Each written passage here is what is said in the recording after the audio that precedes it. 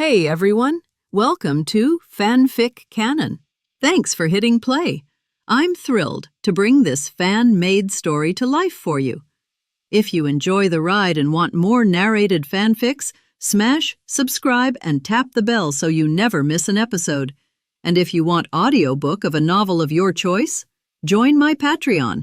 Request any title that's freely available online, and I'll produce a full narration just for you. Now, let's dive into today's adventure. Chief, they're too arrogant. I request permission to fight. Victor, a sixth-year mixed blood from Slytherin, shouted from behind Shaw, his wand already half-drawn. Before Shaw could respond, a sharp voice cut through the air. "Victor," said Alice coldly, her tone firm and precise, "when you're weak, obedience is the only rule you should remember. Next time, don't speak without the chief's order." Victor stiffened. Shaw's gaze lingered on Alice, a flicker of approval in his eyes. She understood power and how to wield it. He turned back to the scene before him. A group of Gryffindor students stood on the long table, jeering down at him. The twins led the charge, bowing mockingly, making faces, their laughter echoing through the hall. "Hey, Shaw, why don't you come up here and dance for us?" "Yeah, George, maybe we should let him borrow your skirt." Their laughter filled the air. Shaw smiled. Slowly, he raised his wand between two fingers, tapping the handle with his thumb. With a smooth, elegant flick, he drew a curve in the air. The hall trembled. A throne of blue water and crackling purple lightning formed out of thin air, liquid and light interwoven. Shaw stepped onto it as a massive water python coiled beneath, lifting the throne high into the air. From above, Shaw looked down upon the long table and the gathered students, his tone cold, detached, and commanding.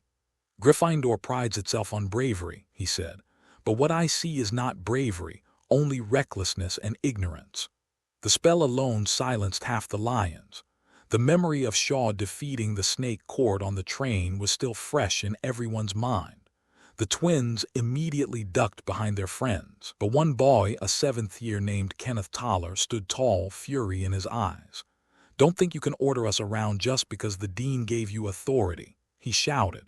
"We've already sent a petition. You won't rule Gryffindor for long." "Enough, Kenneth," Percy said, stepping forward, his expression tight. "Stand down and listen to the new rules." Kenneth sneered, pointing at him. "You're a traitor to your house. Gryffindor will never bow to a snake." Shaw tilted his head slightly. "You mean you don't accept it?" Kenneth clenched his fists.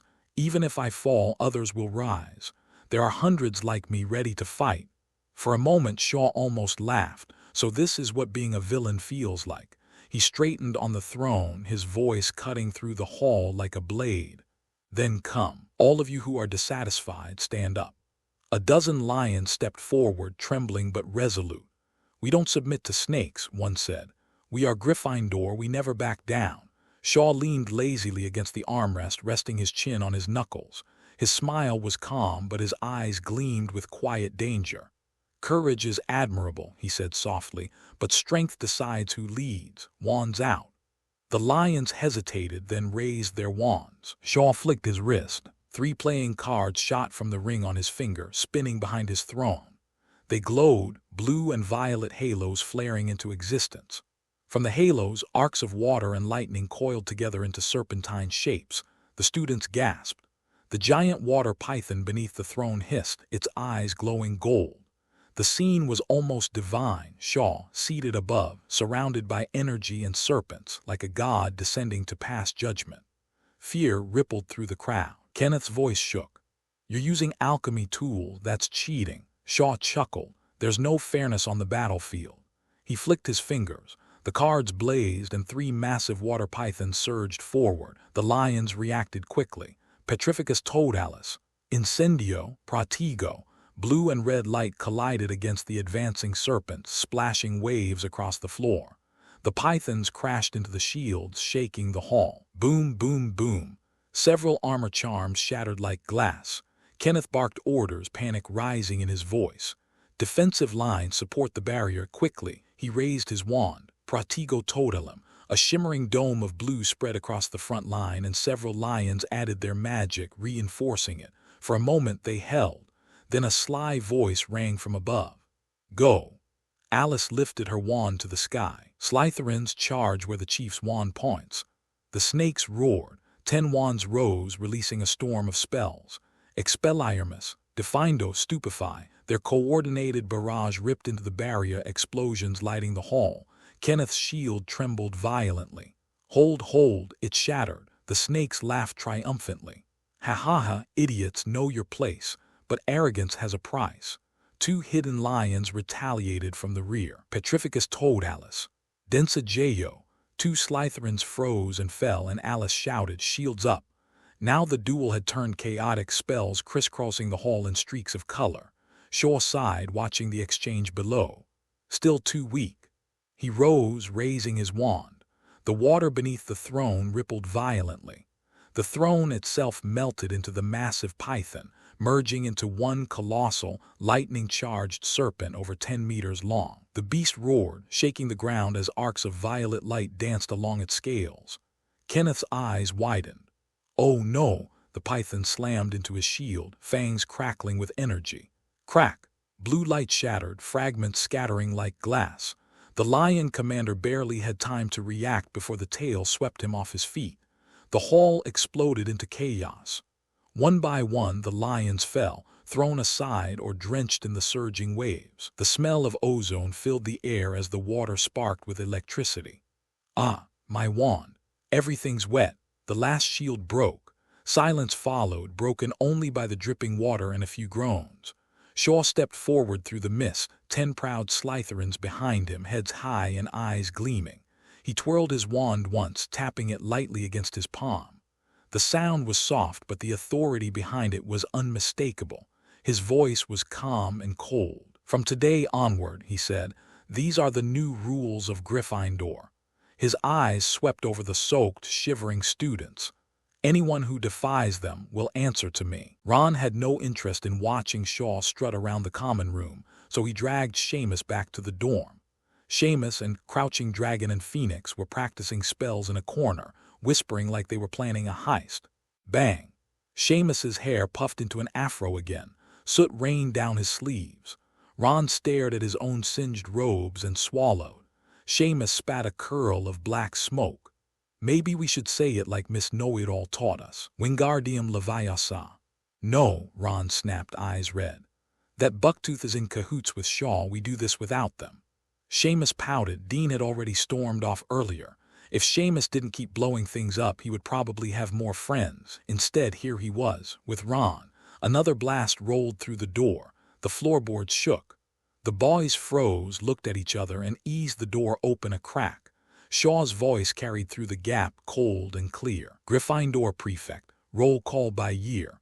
7th year 27, all present. 6th year 30, all present. 1st year 31, present 29. Ron's stomach dropped.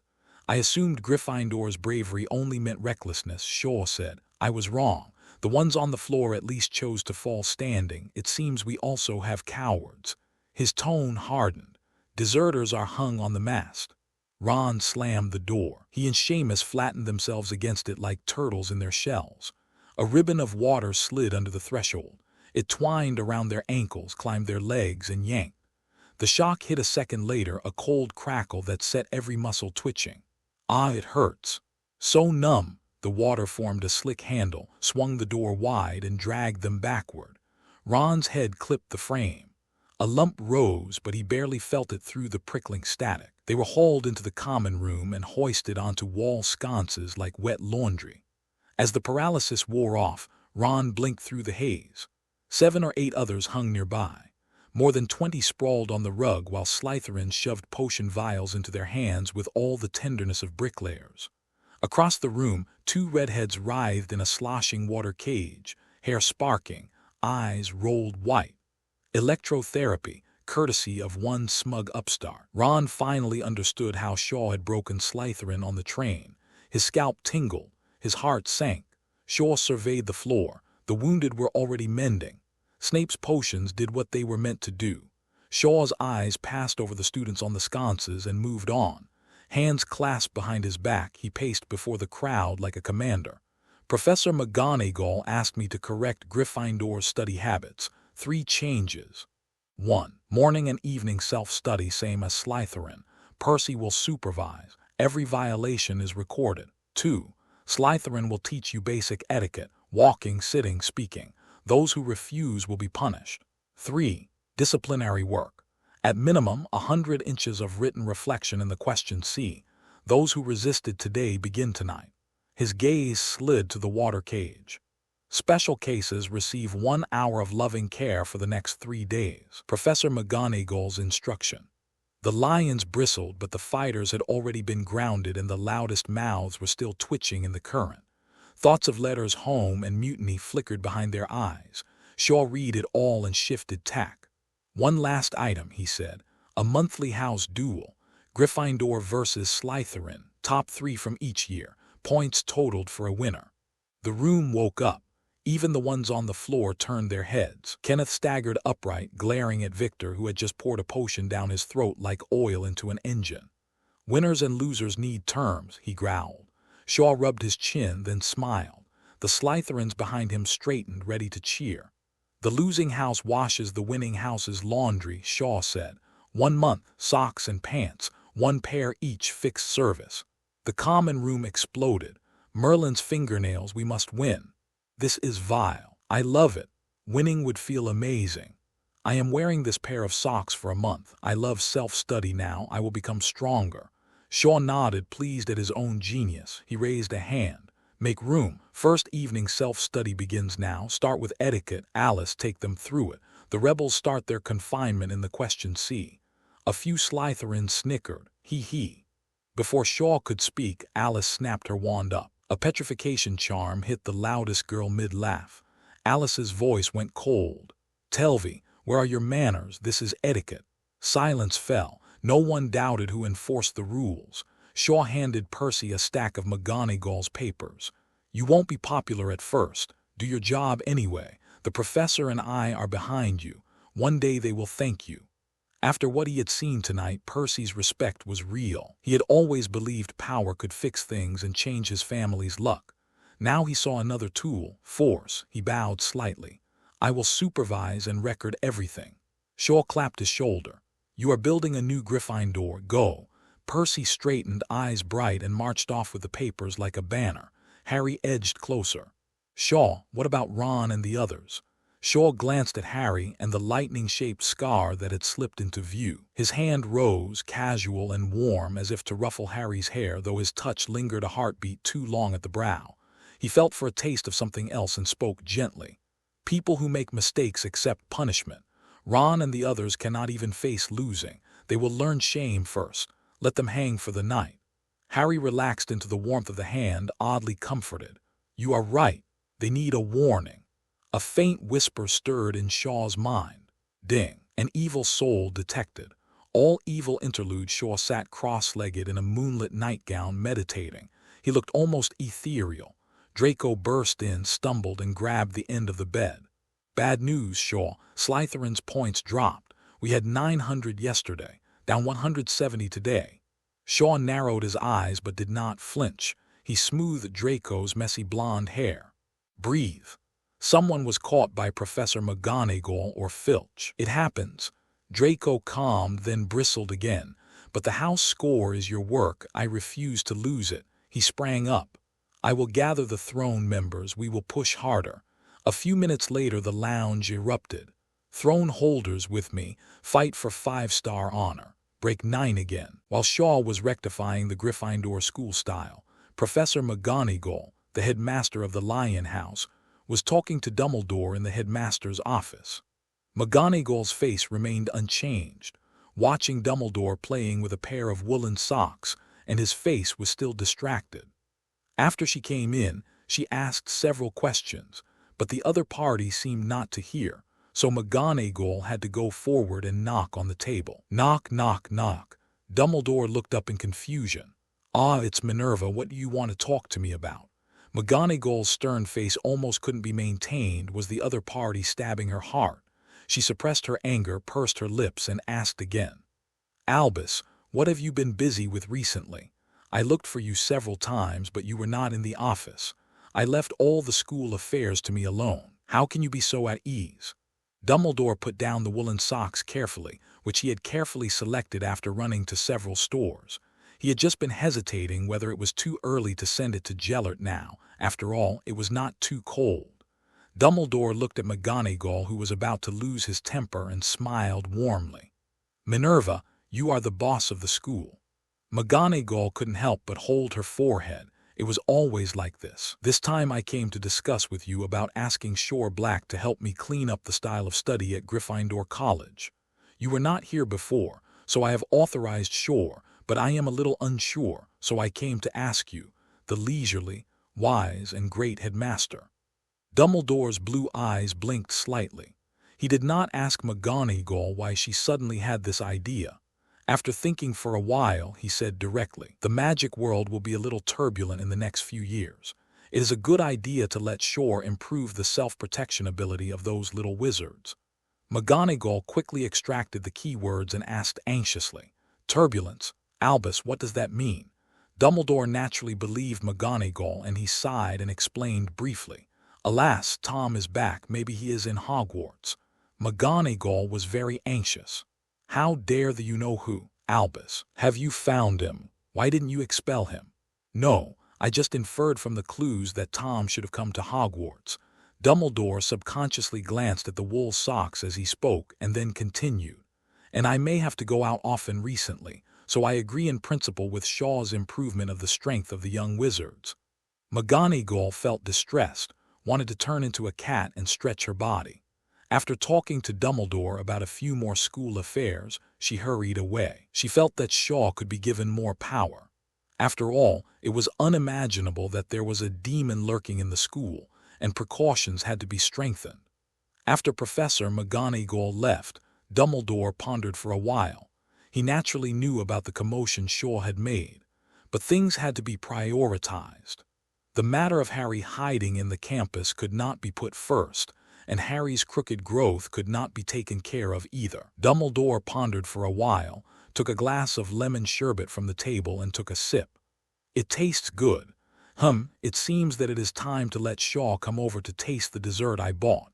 Good people should like sweets." Phileas Black in the portrait of the headmaster on the wall said with a mustache, "Albus, you should have asked my most outstanding great-grandson to come over and communicate with you. You are all so talented in transfiguration." Dumbledore ignored him and continued to think about how to appease Geller's special tricks, so Phileas continued to chat. "Ah, life is so unpredictable. I didn't expect that my Black family could also have the possibility of a legend. Heh. After all, it's all thanks to my good leadership of the family." Gryffindor Common Room. Ding, an evil soul is detected. Ding, the evil soul is detected to be slightly entangled with the host soul, whether to absorb it. Shaw was stunned for a moment, secretly asking if it would hurt Harry. After getting a positive answer, he couldn't help but sigh secretly. He took his hand away from Harry's head and looked at the thin Harry. The other party was already very miserable, and he was also Sirius's godson. Although he didn't like Sirius, who thought he was a rough man, he still had feelings for him. Feeling the warm hand on his head leave, Harry felt a little disappointed. He suddenly thought of something and whispered it quickly. "Sure, Hermione and I found a three-headed dog in the restricted area on the 4th floor, and also found a man in black spying. We didn't see who it was, but I think it was Snape." Shor frowned slightly. He didn't want Harry to continue to interfere with the main plot, which might disrupt his own arrangements. "I know about this and will deal with it. Don't ask about it again in the future." "Why? I also know what is guarding under the three-headed dog. It's the treasure that Hagrid brought out from Gringotts. I can help you keep an eye on it." Shor looked at Harry with an eager face. Alas, good words are always unsatisfactory. Then he could only say something heartbreaking and waved his hand to interrupt him. "Harry, there is an old man next door to my house who lived to be 108 years old. You know why?" Harry was full of question marks. "Ah, why?" Shor said coldly with a straight face. "Because he never meddles in other people's business and never does things beyond his ability. I just taught a lesson to more than 20 reckless people. Are you the same?" Harry's face turned pale. He was a little unconvinced in his heart, but he couldn't say anything to refute. After all, he was still too weak. He clenched his fists and nodded. I know. I will work hard to become stronger. If you want to become stronger, you must be self-disciplined first and learn etiquette. After Harry left with Neville in disappointment, Alice came over to report. Chief, I have assigned them tasks. Well, they did a good job. Shor looked at the 9 groups of people in the field, forming 9 small circles, with a little snake in the middle simply teaching the little lions to walk, sit, and lie down. Of course, many little lions were absent-minded. Shor didn't think he could change the behavior habits of the little lions all at once. The little snakes can, because they have the foundation. Shor was idle, so he stretched out his hand to summon a chair and sat down. He leaned against the back of the chair, crossed his feet, and played with the wand National Collapse in his hand, looking a little lazy, but not without elegance. Alice came to the back of the chair and stood still naturally. She held the wand behind her back with one hand and put one hand lightly on her abdomen, looking respectful and elegant. Chief, many classmates have asked me recently how to get the sequence poker you gave me. Shor smiled, took out a Duke of Hearts card from the ring and let it float in front of him. This sequence is for Gryffindor. The 4 suits of poker have many meanings and derivatives, but here at Shaw, they naturally have to be defined by themselves. Slytherin, spades are black-hearted, cold, and shrewd. Gryffindor, hearts are hot-blooded, brave, and courageous. Ravenclaw, plum blossoms are fragrant, knowledgeable, and far-sighted. Hufflepuff, diamonds are square, loyal, and fearless. Except for the king, there are only 52 cards in a deck of cards. The adult wizards outside must also be in the scope of investigation, so the little wizards who can get their turn must be the elite among the elites. So, Alice, have you observed any talents that can be used? Not just fighting power, not just Slytherin. Alice was stunned for a moment but soon understood what Shaw meant. She thought about it before speaking. That Percy is really good. Although he is old-fashioned, he is rigorous in his work. There is also a girl named Angelina among the girls. She is capable and there are some good ones such as the 5th graders. Our own academy, since the chief gave Mrs. Monto a chance today, it means that you are still optimistic about him. I will continue to observe his attitude and tendency, and these half-bloods are all good candidates for investigation. Shor did not express any opinions but just listened quietly to Alice's analysis. As for the other 2 academies, I still need to observe. Chief, I have finished speaking. Please give me your instructions. Shor nodded slightly and praised generously. You are very careful and I am relieved, but you can set your goals lower. Don't just focus on the senior grades. After all, our goals are more ambitious and we need talents who will continue to move forward. Yes, Chief. The time soon came to 8 o'clock. Shaw looked at the rows of little lions who had already walked with some manners. Although they were awkward, they were acceptable. So he stood up and announced, "Okay, today's evening self-study is over. I hope everyone will continue to work hard in the future. Disband." Yeah. We are free. Instantly, everyone cheered. The little lions were liberated like prisoners who had been trapped at home for several years, and they danced and ran around in the lounge. Many people excitedly began to take off their clothes and throw them into the air, and some people even hugged the people around them and kissed them. Regardless of gender. The twins were also released from the water prison at this moment. George twisted his mouth and Fred squinted his eyes. The 2 hugged each other and rolled on the ground, muttering in their mouths. George with a twisted mouth, "It's terrible, terrible, but also very exciting." Fred with squinted eyes, "What do you think will happen if we put this electric shock effect into a dung egg?" Shaw watched this scene with interest. Suddenly, a spark exploded in the sky. Bang! Quiet. A loud roar followed, instantly quieting the lounge. This time it wasn't Shaw who made the noise. Instead, Mag, with a serious and rigid face, slowly walked in from the entrance of the lounge. All the little lions looked at their dean stupidly. Mag came to the front of the noisy crowd, looked at the few people hanging on the wall lamp with their eyes closed and pretending to be dead, and the twins who were hugging each other and grinning after being released from the water dungeon. I have been observing secretly, and I am both pleased and worried. I am pleased with your progress in manners, but I am also worried that Shaw's methods are too cruel. Mag said, somewhat hating him for not fighting. But you showed your true colors just after the disbandment. Are lions really not worthy of elegance? All the little lions lowered their heads, not daring to face the disappointed eyes of the dean. Mag was full of momentum, pacing back and forth in front of the crowd like an angry lioness. I know what you are thinking.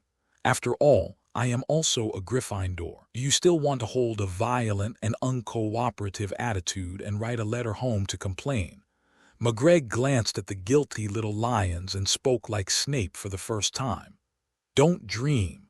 I will write to your parents in person.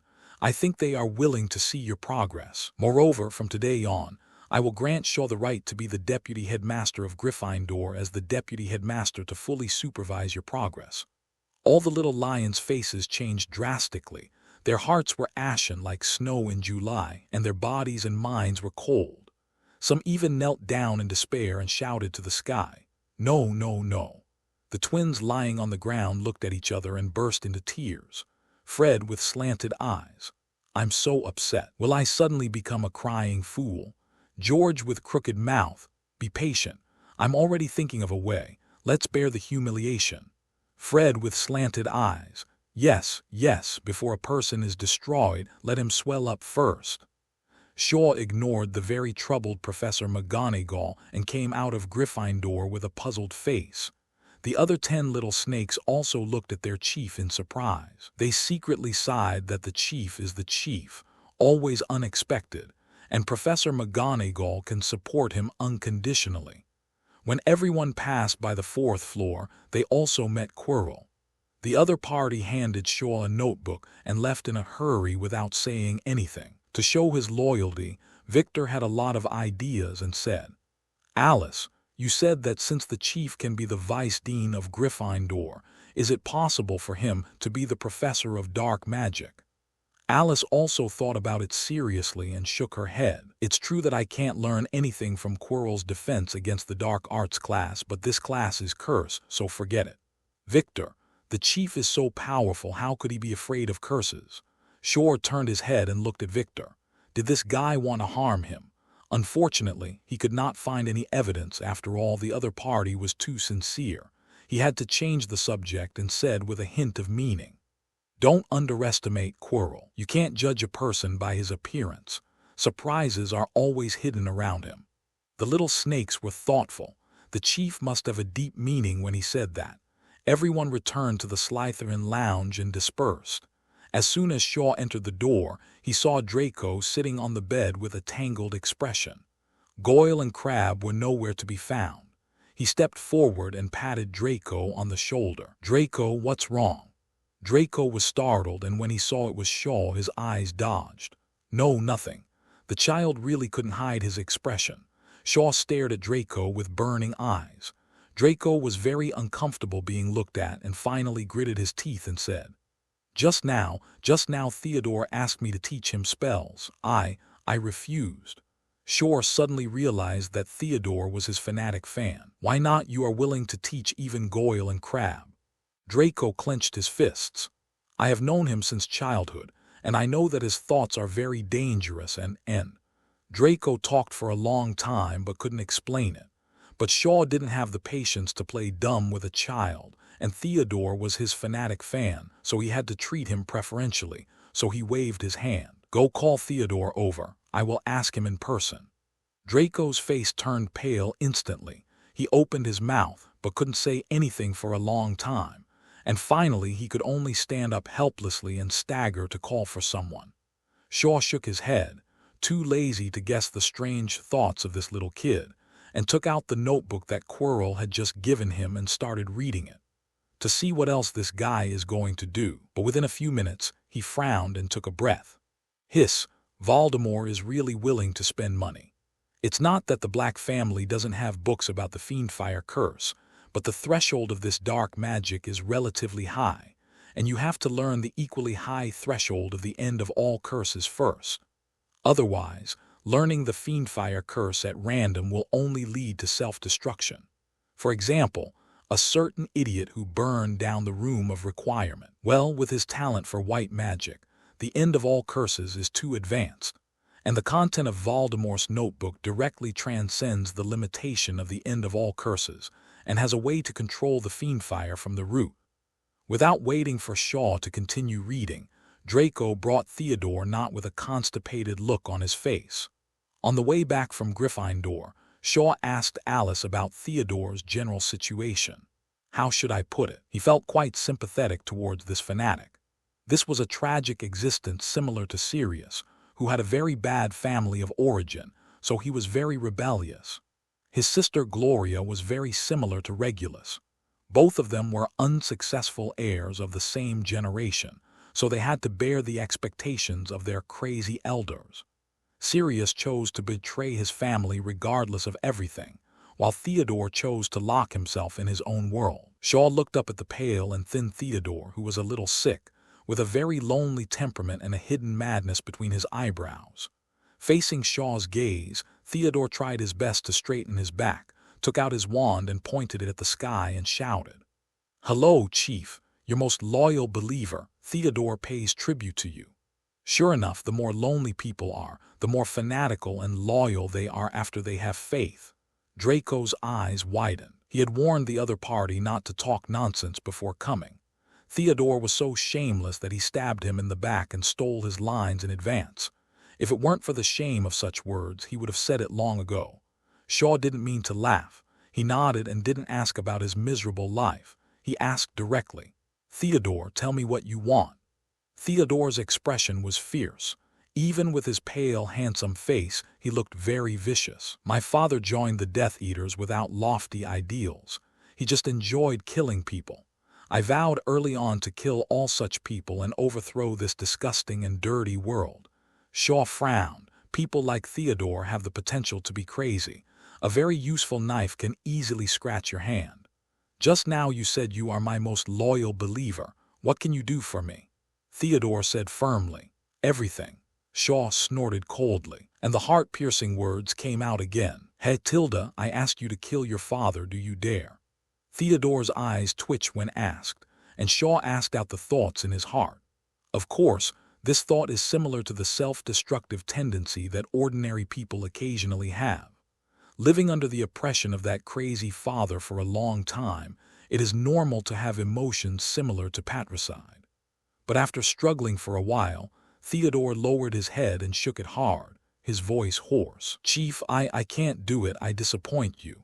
Shor stood up but smiled very warmly and covered Theodore's head with his palm. "I'm not disappointed, okay? I accept your loyalty."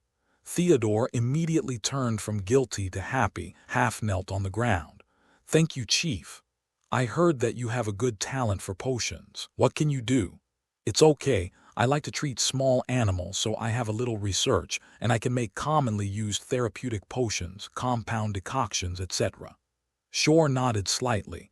A good talent can be cultivated. In the future, the other party's father will be secretly killed or arrested and imprisoned. The Knot family, which has a good influence, will basically be in control. So he took out Snape's textbook, copied it into two, and gave one to Theodore. This is a modification of the potion textbook by a potion master in his early years. Before the magic of the copy disappears, copy down the notes. There are also some black magic on it. You and Draco will study together. It is strictly forbidden to spread it. Theodore respectfully took the copied textbook and asked in confusion, "Oh, Chief, you don't object to using black magic?" Shor said patiently, "It is the human heart that kills people, and you blame the knife in your hand." Theodore fell into a brief contemplation and then nodded. "I understand." After Theodore left happily, Shor smiled and clicked on the system to take a look. The third-level faith value has 2 points, and it is only 8 points away from the third-level lottery, which can definitely give a magical skill. After 2 days of tossing and turning, the level 1 faith value is more than 2,000, and the level 2 faith value is also 91 points, just a little bit away from the second-level lottery. On the side, Draco, who had been patient for a long time, stuttered. "Shor, you just acted so ruthless. Why did you ask Theodore if he dared to kill his father? Is this your way of being filial? You are not going to let me, Tilda. Don't think about it, you have a good father." Shor waved his hand to interrupt Draco's wild thoughts. He was not killing his father, but he was still a little disappointed with Draco. He took care of him so much, but he didn't contribute a little fanatical faith value to himself. Then his eyes showed a gleam of light. Did he just act very ruthless? He took out the phoenix tail feathers and rubbed them in his hands, and whispered a whisper that others could not hear. Only ruthlessness can be great, and affection can be used. For the throne of mine, only I need to be great. Then sent Draco, who was tangled in various ways, to do his own things. Then Shor took out the notebook given by Voldemort and continued to read it. The more he read, the more happy his eyebrows became, but soon the more he read, the angrier Shor became. After a while he couldn't help but curse.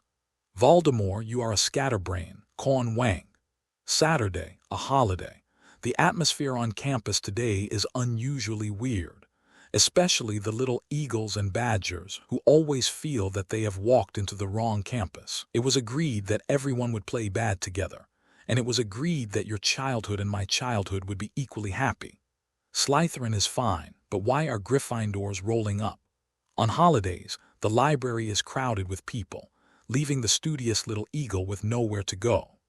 In the corridors, the strange walking posture and weird but warm politeness of the little lions almost made the badgers think that the other party was possessed by a female ghost. In the hall, behind every lion cub that came and went, there was a beautiful lady holding a small notebook and recording something. On the dining table, the lively scene of the lion court eating together was gone, and several lion cubs even bit their tongues accidentally. George with a crooked mouth was one of those who always bit his tongue, and he couldn't help but sigh. This life is unbearable. Fred looked around with a squinting eye, and when he saw that the supervisors arranged by Angelina didn't look at them, he whispered, I have asked members of the Anti-Tyranny Alliance to go to Hogsmeade to buy conductive and insulating materials. George with a crooked mouth was immediately shocked. As long as we can find a way to restrain lightning, we can overthrow the dark rule of the great devil Shor. Not far from the two, Harry was eating chicken legs in small bites. His ears moved, and he hesitated in his heart. Should I go tell on the spies? But I'm from Gryffindor after all. Oh, it's so difficult. Just then, Draco came over with a pale, lonely boy, and two useless men. Harry, have you finished eating? We should go to the abandoned classroom to receive spell training from Shor. Harry nodded, finished the chicken leg, calmly wiped his mouth with a napkin, turned his head and looked at Ravenclaw. Hey, where's Hermione? She said she would go to the abandoned classroom today. Draco's eyes flashed with dissatisfaction. I don't know what Shor is thinking. He actually asked you to let Hermione be an assistant. He went to decorate the classroom with Hermione half an hour ago. Harry naturally saw Draco's contempt and dissatisfaction and could only respond with, oh. He felt helpless. His two good friends looked down on each other. What could he do? Let's go. Shor said there is a surprise today. Austria, Nurmengard. The luxurious study was filled with a strong, sweet fragrance. You could always get some sweets and sweet drinks within reach. Grindelwald didn't eat much, but it didn't stop him from always having them, and he asked people to change them every day to ensure the best taste of the sweets. At this time, Grindelwald sat behind the sandalwood desk, holding a letter and reading it seriously. His eyes flashed with anger from time to time, and the air exploded from time to time because of his boiling magic. This was the fourth time he had read the letter. The first time, he almost exploded with anger. The second time, he showed a thoughtful look. The third time, he still felt like exploding on the spot. To Mr. Peril Rouge, dear, I am very happy to receive your letter again. Last time you mentioned the wizard war that Grindelwald started, I have a different opinion. In a word, Grindelwald, he is nothing. This guy is so shameless to call himself a legend, isn't he? I have heard a great man from the East say about revolution, and I regard it as the truth. If you want to accomplish something, then make your companions more and your enemies less. And Grindelwald, apart from making himself full of enemies, and proving that he is a useless Dark Lord, can he still do something? Everyone says he is good at bewitching, so why not bewitching Dumbledore? If he can't bewitch, he can't beat him. Then why not capture his wife and relatives and hold them hostage? If he doesn't agree to join the conspiracy, kill them. Even if this doesn't work, if you can't threaten, then cheat, pretend to be defeated, pretend to be a strange plan, pretend to be stupid, etc. Anyway, there are more tricks than difficulties. What about the Dark Lord? He is not a conspirator at all. He is rubbish. Good people are actually easier to deal with than bad people. Good people have many weaknesses and concerns.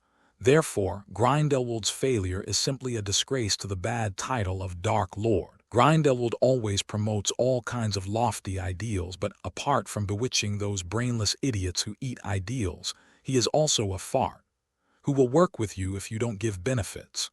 How much is the ideal worth? How many kilograms of rice can it be worth? If it were me, I would directly shout the slogan, "Fight pure blood and divide the land," and I guarantee that 90% of wizards will follow me. Oh, the criticism is too extreme and off the topic. Please don't blame me, old man. Regarding the issue of treating muggles, my views are roughly 3 points. Start integrating wizards from top to bottom in the muggle world. Absorb muggle technology into magic, and manipulate public opinion to slowly pave the way for the existence of wizards. Of course, the process will be more complicated and difficult. The most difficult part is to unify the views of wizards and break the law of confidentiality. Regarding the elements, I have to thank the old man. I just happen to have a suitable wand. Alas, it is a pity that lightning spells are hard to find, and I am just a poor student with no connections. By the way, I have to tell you a piece of news secretly. Voldemort seems to be back, and our headmaster's hair has turned white with worry, and I just happened to be able to help him share some of the burden. But the headmaster was too stingy, and just gave me a chicken feather to send me away. Tribute to your dear friend Shor Black. Grindelwald almost couldn't suppress the anger in his eyes after reading it for the 4th time. He even crushed a corner of the letter. But a qualified superior would not be affected by emotions in his judgment. Although he was very angry, he felt that what Shor said made sense. He was in prison for 50 years, so he naturally reflected all the time. He took several deep breaths to suppress his anger. Fortunately, he still had some self-restraint and did not think of rushing to Hogwarts to kill Shaw. Grindelwald calmed down and began to write a reply with gritted teeth, and he had to criticize himself with Shaw from a third-person perspective. How could he justify this? The first generation of the Dark Lord actually felt a little wronged. After writing the letter, he called Abernethy again. "Is there any progress on the Phoenix?" Abernethy looked embarrassed, with sweat on his forehead. He had thought the problem was simple before. There are indeed more than 1 or 2 phoenixes, and the saints have also found traces of wild phoenixes, but how to catch them is a difficult problem. The phoenix can teleport, cannot be killed, and can heal itself, so its combat power is directly poor, otherwise it is perfect. But it is really difficult to catch. The saints have mobilized a lot of manpower and resources, but they didn't even catch a hare. But Abernethy knew that his master was a man who only cared about the results and not the process. Grindelwald looked slightly unhappy when he saw his subordinate's expressions. He had long been dissatisfied with the frequency of his communication with Shaw. Shaw, this little guy, really made Grindelwald want to teach him. He was eager to pass on his skills to him so that he could realize his unfulfilled ideals. He had just been scolded, so he was still angry. But before Grindelwald could vent his anger by scolding his men, a spark exploded in the air, and Dumbledore's figure slowly emerged. Grindelwald immediately restrained his displeasure and pointed to the envelope on the table to Abernethy. "As usual, send the spell along." Abernethy secretly said he was lucky, took the envelope and turned around and left quickly. He made up his mind that if it didn't work, he would go and catch the Phoenix mascot of the New Zealand Quidditch team. Dumbledore looked at Abernethy leaving with the letter, and a thought flashed through his mind. But Grindelwald interrupted his thinking. "Albus, you're here." Grindelwald greeted him enthusiastically and called for various desserts. "These are the sweets I bought from all over the world. This is baklava, this is tiramisu, and by the way, you must try this. It's called tanghulu in the East. It's sour and sweet and pretty good." Dumbledore's eyes were complicated. He hummed and took the tanghulu handed by Grindelwald and took a bite. It was indeed sweet and sour, and he understood Gellert's metaphor. Dumbledore, feeling a little guilty, quickly took out a pair of wool socks with body temperature from his arms. "Gellert, this is my gift to you. Although it's summer now, as long as you don't wear it outside to bask in the sun, it should still be very comfortable." Grindelwald's face froze, his enthusiastic look became a little more serious, and he said slowly in a self-deprecating manner, "You don't believe I will keep my promise. I'm old and have been here for many years. The hard life in prison has also broken my body. How can I have the energy to go out? Besides, I have long been eliminated by the times. My knowledge may not be as good as that of the first-year students in your school." Dumbledore looked at Grindelwald with pleading eyes. "Gellert, the magic world really can't stand the tossing. I really don't have the energy to play dumb with you now. Promise me, okay?" Grindelwald saw Albus like this and suddenly thought of what Shaw mentioned in the letter and couldn't help but smile warmly. "Okay, as long as you put on my socks by hand, I will never leave the tower," Grindelwald said and put his feet on the table, looking like he was waiting to be served. "Glad to serve you." Dumbledore didn't mean to be shy or embarrassed. He walked to the sandalwood table and stretched out his hand to gently remove Grindelwald's shoes and socks. But when he saw Grindelwald's skinny and shrunken feet, his hands couldn't help but tremble, and tears gradually appeared in his eyes. Feelings of self-blame lingered in his heart, and a string in his heart almost broke. Grindelwald felt a hot teardrop dripping on his feet. He felt sorry for Dumbledore and quickly comforted him. "Albus, put them on for me. I'm old and my body is not good. I still feel cold in the summer. You are so thoughtful to give me wool socks.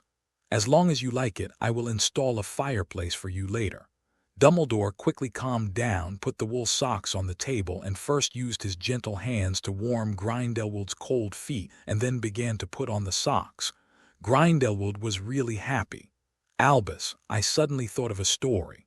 In ancient times, there was a general in a certain country. He had a wife who loved each other, but the general had to fight for the country and could not be together for many years. After the First World War, the general returned with serious injuries and half of his body was paralyzed. Instead, his wife was somewhat happy and took care of her paralyzed husband without abandoning him. But his wife gradually aged and could not take good care of the general. So the two decided to adopt a son. The wife wanted someone to see them off to the end of their lives, but the general wanted his son to inherit his wish and fight for the country. The adopted son is very promising.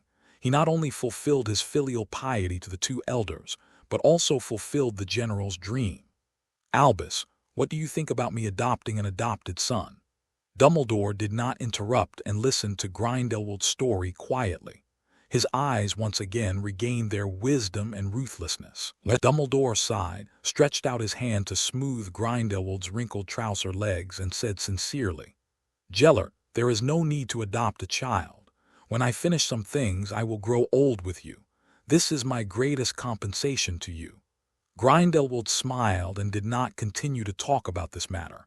He invited Dumbledore to eat some sweets, especially candied haws, and advised Dumbledore to eat more. The two began to chat, and Dumbledore told Grindelwald some interesting stories about the last Quidditch World Cup, happily telling how his favorite Argentina team won with difficulty and the loser was still honorable, how the strongest Seeker Simmel turned the tide. An hour later, Dumbledore said goodbye and left. With a flash of fire, he returned to the principal's office of Hogwarts. After Dumbledore sat down, he closed his eyes and thought about things. Subconsciously, he took a chocolate candy from the cockroach pile on the table and put it in his mouth to chew. After eating more than 10 cockroach chocolates, he finally figured out the details and metaphors of what he had just said to Gellert. He wrote 2 notes, one to Babajid, the vice president of the International Confederation of Wizards. He asked him to investigate the movements of the Saints of the Witch Party, including the information of the letters to Nermingard, and to see if they were collecting information about the genius little wizard. One was for Shaw to come to the principal's office, with a password attached. Dumbledore called Fawkes and asked him to deliver the letter. Time went back to half an hour ago, In an abandoned classroom of Hogwarts, many students were standing in groups of 3 or 2. Hermione and Alice moved a table to the door and asked the students who came to register the spell information they mastered. Shor stood by the window and seemed to be quietly watching the scenery, but in fact he was drawing a lottery in the system. Shor only realized just now that his white magic reserves and level were a bit shabby, and he might not be qualified to teach students. Water prison and flock of birds are not popular. Black magic cannot be taught, except for the armor and levitation spells. His other general white spells may not be as good as those of other senior students. Fortunately, the first level faith value is still more than 2,000, and the second level faith value has finally reached more than 120 points after the fermentation of last night's events. So we can still count on these 3 draws to make up for it. Otherwise, the boast will explode again. Ding! Congratulations to the host for getting 1 skill point. Ding! Congratulations to the host for getting the 3rd level disarming spell. Since the host knows the 2nd level disarming spell, the proficiency is superimposed, and it is now the 4th level disarming spell. Ding! Congratulations to the host for getting the 5th level soul-sucking spell. Heir saw these 2 spells and pondered for a moment. First, add a little skill to the disarming spell to make it a 5th level spell, which is the spell to be taught later. And the effect of the 5th level soul-sucking spell moved Heir very much. Spells and curses are 2 different concepts. For example, the previous water prison spell is a composite spell, which is a comprehensive application of water control spells and transformation spells. The same is true for the soul absorption spell, which is a high-level composite spell of absorption spells and magic power extraction. As expected of a product from the 2nd level lottery pool, the effect is indeed very powerful. As long as there are enough magical life forms for him to absorb, the magic power reserve will increase by 50 scales per year. It cannot be absorbed infinitely. It is just a matter of physical fitness. Soul absorption is a weakened system absorption. Heir is thinking about this. Go find some magical creatures to absorb, and soon you will have more magic power than an adult. Wait for 2 years, tusk. Even if you can't beat the legend, you can still win. If you earn enough faith points during this period, it's hard to say who will win or lose.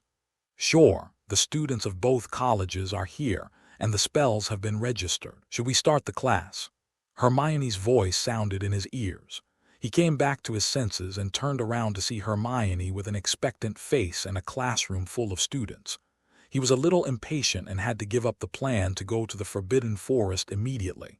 He nodded to Hermione, walked to the podium calmly, looked at the students below, and suddenly felt that this feeling was not bad. He began to speak to the students in a loud voice. Today is the first spell instruction, so let's not talk about those things. The only goal of our class is to become stronger. As he said this, he ignored the burning gazes of many young wizards, took out his wand, pinched it between his 2 fingertips and wrote a few halo fonts in the air. Spell, gesture, emotion. The successful casting of a spell depends on these 3 elements, and I think the most important thing is emotion, which can be derived into will. You can learn both gestures and spells, and the gestures and spells in many regions are different. You can't expect people who only know French to read English spells. And magic is idealistic. You have all experienced magic riots, which also depends on your emotional instability at the time. Shor looked at the young wizards below the stage and began to lose interest, and suddenly woke up. It's also his own fault for his lack of experience. For these young wizards who have long been tired of taking theoretical classes, he should directly serve the main course. And today, I will teach you a common self-defense spell, the disarming spell. As he spoke, he shook his wand lightly, and a red light as thick as an arm, like a piercing sword rainbow, shot towards a stick-holding dummy in the corner at high speed. The dazzling spell illuminated the abandoned classroom red. The stick-holding dummy that was hit exploded directly, and the effect was comparable to the explosion spell of ordinary people. The power of this spell naturally shocked a group of young wizards, causing a gasp. They have all seen what the disarming spell looks like. But this rainbow-like disarming spell is really the first time they have seen it. Merlin's silly Heir, is this a disarming spell? I don't have much education, Shor, don't lie to me. But this spell doesn't look like Huang Guang's explosion spell. The chief is worthy of being the chief, and the disarming spell he uses is so different. Hermione was full of curiosity and immediately raised her hand and asked loudly, Shor, why is your disarming spell so powerful? In fact, Shaw was also shocked just now. After all, it was the first time to use the 5th level disarming spell, and the power was not controlled well. After hearing Hermione's question, Shaw said after a moment of hesitation, the magic world has never had the practice of distinguishing the levels of spells. At most, it is just an evaluation of proficiency. Today, I will tell you my views on the levels of spells.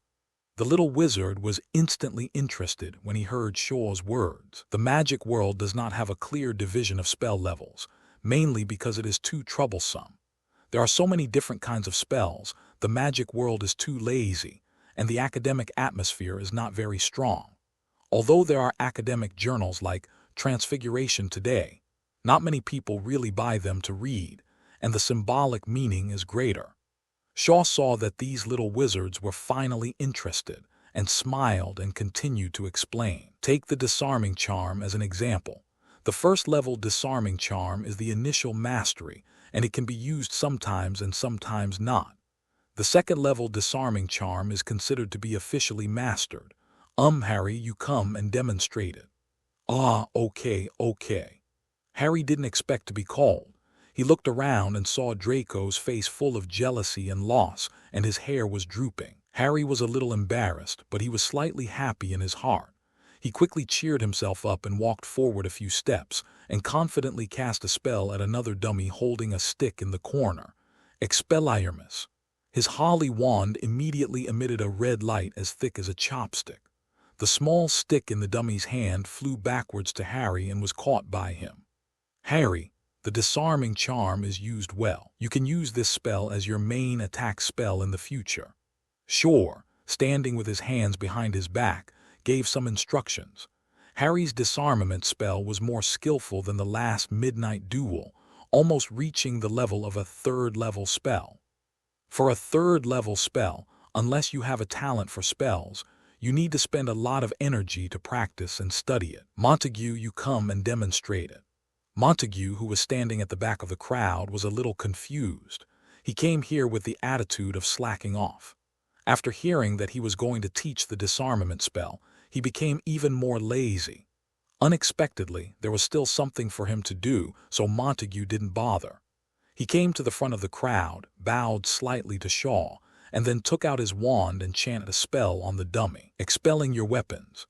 Montague's disarmament spell, the red light, was obviously much stronger than Harry's, about the thickness of a thumb, and the ordinary small wooden stick hit was almost broken while flying backwards. Shaw nodded slightly. Not bad power, you just stay aside and help me teach others later. Montague bowed slightly again and stood aside. He couldn't refuse Shaw's order anymore. Shaw looked at the expectant eyes of the little wizards and smiled. For the 4th level spell to reach this level, it probably requires the guidance of a master, a lot of effort and some magical talent. This level of spell can already be cast silently and can also affect the trajectory of the spell like this. Shaw did not chant the spell, but directly shook the wand on his fingertips. The red light, which was thicker than the thumb, not only made an arc, but also smashed the wooden stick into pieces when it shot directly at a dummy, and even the dummy's body was hit with spiderweb-like cracks. The little wizards took a breath again, so powerful. Monta, who had just demonstrated the disarming spell, also had a gleam in his eyes. For the 5th level spell, it can be cast silently and without a wand, and can also slightly shape the spell. If you want to learn it, it is not something that ordinary people can do. This is still far from you, I will just demonstrate it to you first. After Shaw said this, he put the wand behind his back, stretched out the hand without the wand, and fired at full power. A wrist-thick rainbow sword flashing with dazzling red light shot out from the fingertips, with a gorgeous red and blue flame tail, drawing an arc and directly blasting a dummy to pieces. The rainbow sword's power did not decrease and then hit the thick wall behind the dummy. Bang! Bang! Two loud noises sounded in succession, and the whole classroom shook, and everyone's jaws almost dropped to the ground. They looked through the dummy fragments and saw a big hole in the wall, and dense spider web cracks radiated from the hole to the surroundings. Those senior students, including Monta, Alice, and others, had hot eyes. At this moment, they wanted to worship Shor as their teacher immediately. This was too strong. Sometimes it's like this. Although Shor's use of the water prison technique is more spectacular, no one can do it, so there is no horizontal comparison. They only know that Shor is very strong. But the disarming spell is a spell that almost everyone in the senior grades can do. Now I know that this spell can be played like this. With such a powerful force, it is naturally very interesting. The twins hiding in the crowd couldn't help but swallow their saliva. George, it seems maybe even if we can defend against electricity, we can't do anything to the big devil. Fred, how about disbanding the Anti-Tyranny Alliance right here? Go and admit your mistake to Shor. As soon as the twins finished their weak words, their beloved brother Ron immediately objected loudly. No, Shor must have weaknesses. The twins immediately moved away from their silly brother because there were many unfriendly looks from the vicinity. George, we don't know this guy, you can do whatever you want. Fred, yes, I am the dog of Vice Dean Shor, absolutely loyal.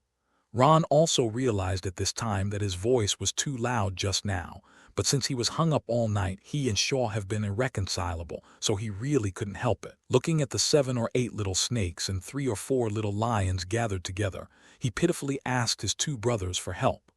George, Fred, I am your brother. After the magic show just now, many young wizards admired Shor even more. Ron had angered everyone. Shor on the stage naturally noticed the abnormality in the crowd and said in a cold voice, "Enough now. Everyone is divided into 7 teams according to age, and the 7th-year students will teach the disarming spell." Everyone was shocked, and the crowd surrounding Ron also dispersed and hurriedly began to look for teams, leaving only Ron with a bruised face and a blank look. Hermione, who had been in front of the crowd, gritted her teeth and raised her hand while asking, "Shor, is there a 6th-level spell above the 5th-level spell?" Her question made all the young wizards stop moving, and they all turned their heads to look at Shor expectantly. Shor touched his nose guiltily. "Of course there is." This time it was Harry who asked, "What is it like? Is the power terrifying?" Shor didn't know how to answer for a moment. He also wanted to know, but he couldn't weaken the aura of the boss, so how could he continue to pretend to be profound? Fortunately, at this moment, a fire exploded above his head, and a phoenix emerged from it. The phoenix circled above Shor's head, dropped a note, and then disappeared again with a flash of fire. Very cool. Shor grabbed the note and glanced at it. His heart sank. The old bee was finally going to treat him to tea. He still kept a calm face and waved the note to the little wizards. "The principal is looking for me. I have to leave. As for what you want to see the 6th-level spell, if 10 people reach the level of the 4th-level spell, I will not only prepare mysterious gifts for these 10 people, but also demonstrate the 6th-level spell to you. Otherwise, it will be too much of a blow to you." Shor's empty promises did inspire the young wizards to work harder. He instructed Alice, Montague, Percy, and Hermione to organize the follow-up teaching. He patted his butt and left. He sighed in his heart that it felt good to be a hands-off boss. He went to learn more from Dumbledore, the old senior. Cockroach pile. Shor appeared on the 8th floor, read the password, went up the spiral staircase, and came to the principal's office. Shor paused. His expression became a little more solemn. This meeting might determine many subsequent directions. Before that, he had made some preparations and had a lot of mental notes. If things were not in time, he even brought up the matter of Voldemort parasitizing Quirrell's brain to distract Dumbledore's attention. "Child, don't stand there stupidly, come in." The door opened automatically, and Dumbledore's kind voice came. Shor restrained his expression. brushed off the non-existent dust on his shoulders, and stepped in calmly. Oh, praise Merlin, the most outstanding descendant of the Black family. Dumbledore sat peacefully in his office chair, and after turning Filia's in the portrait on the wall into a mute with a wave of his hand, he stretched out his hand to signal. Shor, please sit down. Shor looked up at the portrait. The man who looked like his great-grandfather looked thin and mean. At this moment, he was full of anger and his mustache was trembling. He tried not to laugh, but he also relaxed and bowed politely to greet Dumbledore. Hello, Headmaster. Dumbledore continued to wave happily. Don't stand there stupidly. Sit down and try my new dessert, lemon sherbet. There are sugar and drinks. Try them all. Dumbledore didn't wait for Shaw to agree or not. He jumped to Shaw's table with an empty cup and a plate of sugar. As soon as Shaw sat down, he saw the empty cup being slowly filled with orange drink, and he felt a toothache. Headmaster, half a cup is enough first. Shor quickly used his levitation spell to stop the dessert pot that was pouring drinks. Dumbledore's kind eyes flashed a gleam of light, and he didn't compete with Shaw for the control of the dessert pot, but just said regretfully, Sweets always bring people a sense of happiness. People who love sweets are not bad people. Shor felt very disgusted. Since he stepped into the door, old Dumbledore has been putting on eye drops for him. He first emphasized the host and guest outside the door, then sealed his great-grandfather's mouth to show that he would not look at the old feelings, and forced himself to eat sweets to express a tough attitude. The last sentence was even more of a hidden warning. The old bee was not a son of man, and he went back to write a letter to scold Grindelwald to vent his anger. Shaw picked up the glass and took a sip.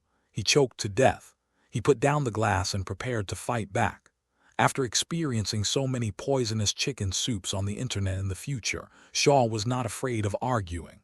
Principal, this is too sweet. Maybe only people with bitter hearts like it. Dumbledore's old hand paused. Without waiting for him to speak, Shaw began to take things out of his ring, a set of tea sets, a can of bitter tea, and a small red clay stove. Why don't I treat you to tea, Principal? This is the tea art I learned from an Oriental friend, which made me realize many life philosophies. Dumbledore was interested for a while, stopped testing Shaw's character, and watched Shaw's performance with interest. A person's hobbies can also reflect a person's personality traits. On the luxurious long table, the red stove and small pot were steaming. Shaw moved gracefully and warmed several teacups. He took a handful of tea leaves from the small pot and put them into the tea strainer on a small plate. He stretched out his hand to hold the small pot, tilted it and poured it, and a scent of tea rose when the boiling water met the tea. This person always needs to go through hardships like boiling water before happiness. While washing the tea, Shaw told Dumbledore his feelings calmly. After washing the tea, he put some of Microsoft's tea leaves in 2 white jade teacups. He picked up the small pot again and slowly poured water along the wall of the cup. Galulu Gurulu. The tea leaves rolled up and down in the cup, slowly curled and stretched, sinking and floating. And before people are most successful, they need to experience more ups and downs. The color of the tea slowly turned like amber, and a stronger fragrance of tea instantly spread out. Dumbledore's crooked nose was a fierce sniff, and he almost couldn't help swallowing his saliva. And with these trainings, people can be as delicious as this cup of tea. After drinking a sip, success or failure is no longer important. Shaw chuckled and poured the tea. After putting down the small pot, he flicked his finger on the white jade teacup. The teacup dragged the water mist and slid in front of Dumbledore. The distance was just right, but the tea was not stirred at all. At this moment, Shaw was so handsome. Dumbledore really didn't mean to look down on Shaw at this moment. This tea art demonstration explained a lot of things. Elegant, steady, eloquent, and scheming. He picked up the white jade teacup, looked at the orange-yellow clear tea inside, took a sip, and frowned. Shaw said at the right time, "The tea leaves are bitter at first, but they can be sweet after a while. The principal needs to experience it more." When the relationship did not develop into a sharp confrontation, Dumbledore was a person who was willing to accept good advice. He took another sip of tea and then closed his eyes to experience it. After a while, he opened his eyes and his mouth was filled with endless sweetness, unlike the sweet feeling of eating sugar. Dumbledore's brows relaxed, and he smacked his lips and said, "Good tea art and good bitter tea, which is more memorable than British black tea."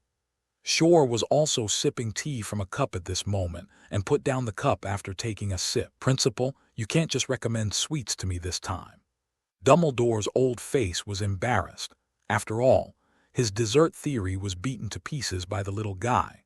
Although he was suspicious of Shor's young age, why did he understand these principles that adults might not understand?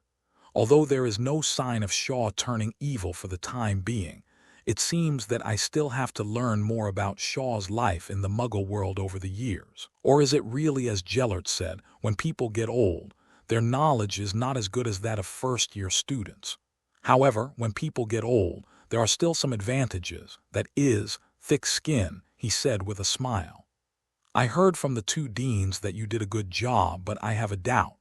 Slytherin pays attention to elegance and decency, but you require Gryffindor to do the same. Will that make them lose their proper qualities?"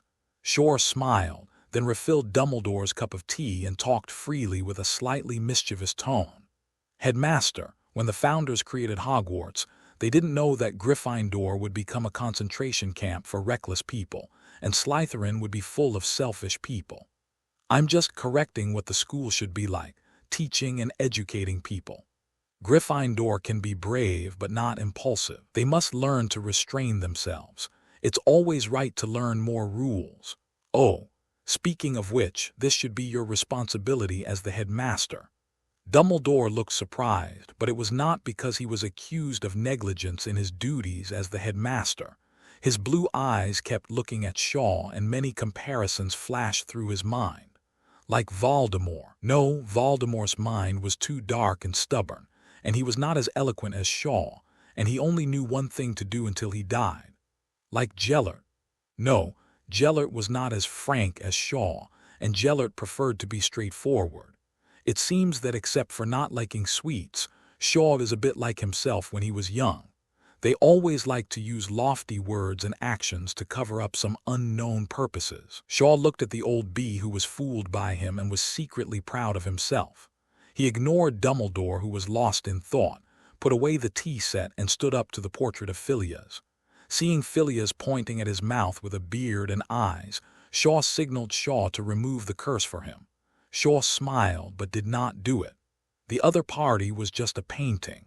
His mouth was notoriously stinky. If he really wanted to remove it, he would probably be scolded so much that his head hurt. Shor really didn't want to perform a show of filial piety in front of Dumbledore. "Great-grandfather, hello, great-grandfather, goodbye. Phileas." After saying hello, it was estimated that Dumbledore would have to think about how to deal with his own affairs for a long time. Shor was too lazy to accompany him and walked out directly. As soon as he went out, Dumbledore's voice came out again. "Are there any clues about other Horcruxes?" Shor walked without looking back, saying lightly, "Soon, I can probably prepare a satisfactory Christmas surprise for the principal." After leaving the principal's office, Shor strolled in the corridor. He just said that he would give Dumbledore a Christmas surprise, but it was not the Ravenclaw diadem. He had not yet studied the diadem, so he would not let it go. And the so-called surprise was really a surprise. That is, to tell Dumbledore directly that Harry was a Horcrux, from the previous Life movie and the original book. Before the 3rd grade, Dumbledore only thought that Harry and Voldemort were connected because that night, Voldemort transferred part of his magic power to Harry before his death. In the end, it was Harry and Voldemort who communicated in dreams, which made Dumbledore confirm the fact that Harry was a Horcrux. "Now, Dumbledore, there is a surprise for Christmas." Shor did not return to the abandoned classroom. It was good to have a tool person to use. Then he took out a notebook and read it on a balcony by the window on the 8th floor. The breeze was blowing gently, and it was time to read. The notebook was Voldemort's experience in using the fiery curse. The book is very good. It explains the Fiendfire in a simple and easy-to-understand way, and points out that the essence of the spell is the curse. Voldemort also gives an overview of a self-created spell called Serpent Spell, which is a complex spell. Heir just read these explanations and notes. Even if he didn't try to practice it once, the Fiendfire spell was already level 2 in the system mark.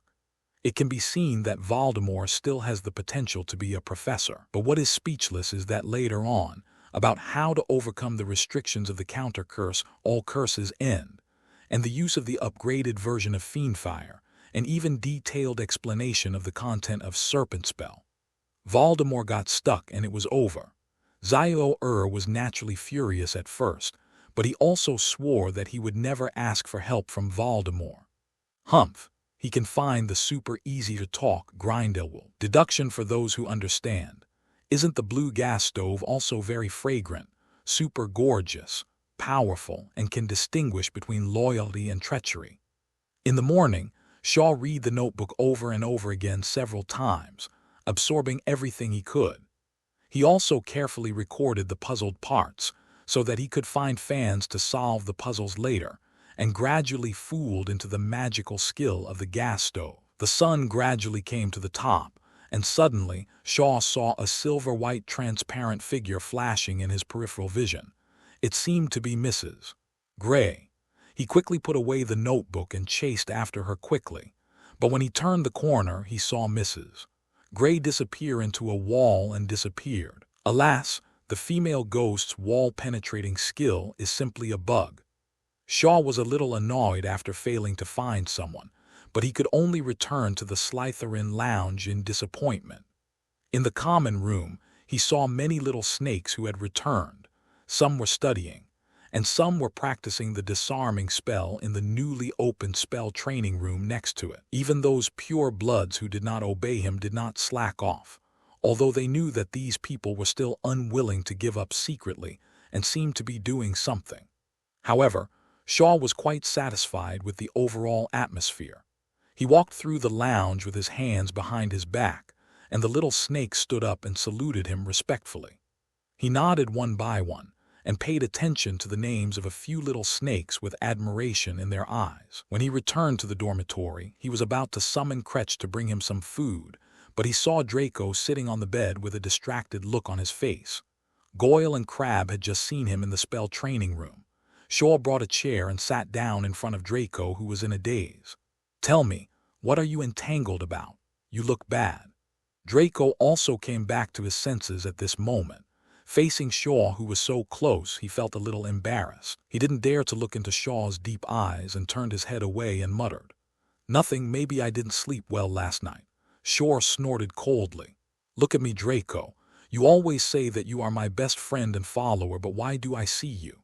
Did you see confusion in him?" Draco lowered his head in shame, his platinum hair all drooped down and his innate arrogance disappeared. "I'm sorry, Shor, Shor couldn't help but shake his head in disappointment. This broken kid was too twisted, so he interrupted directly.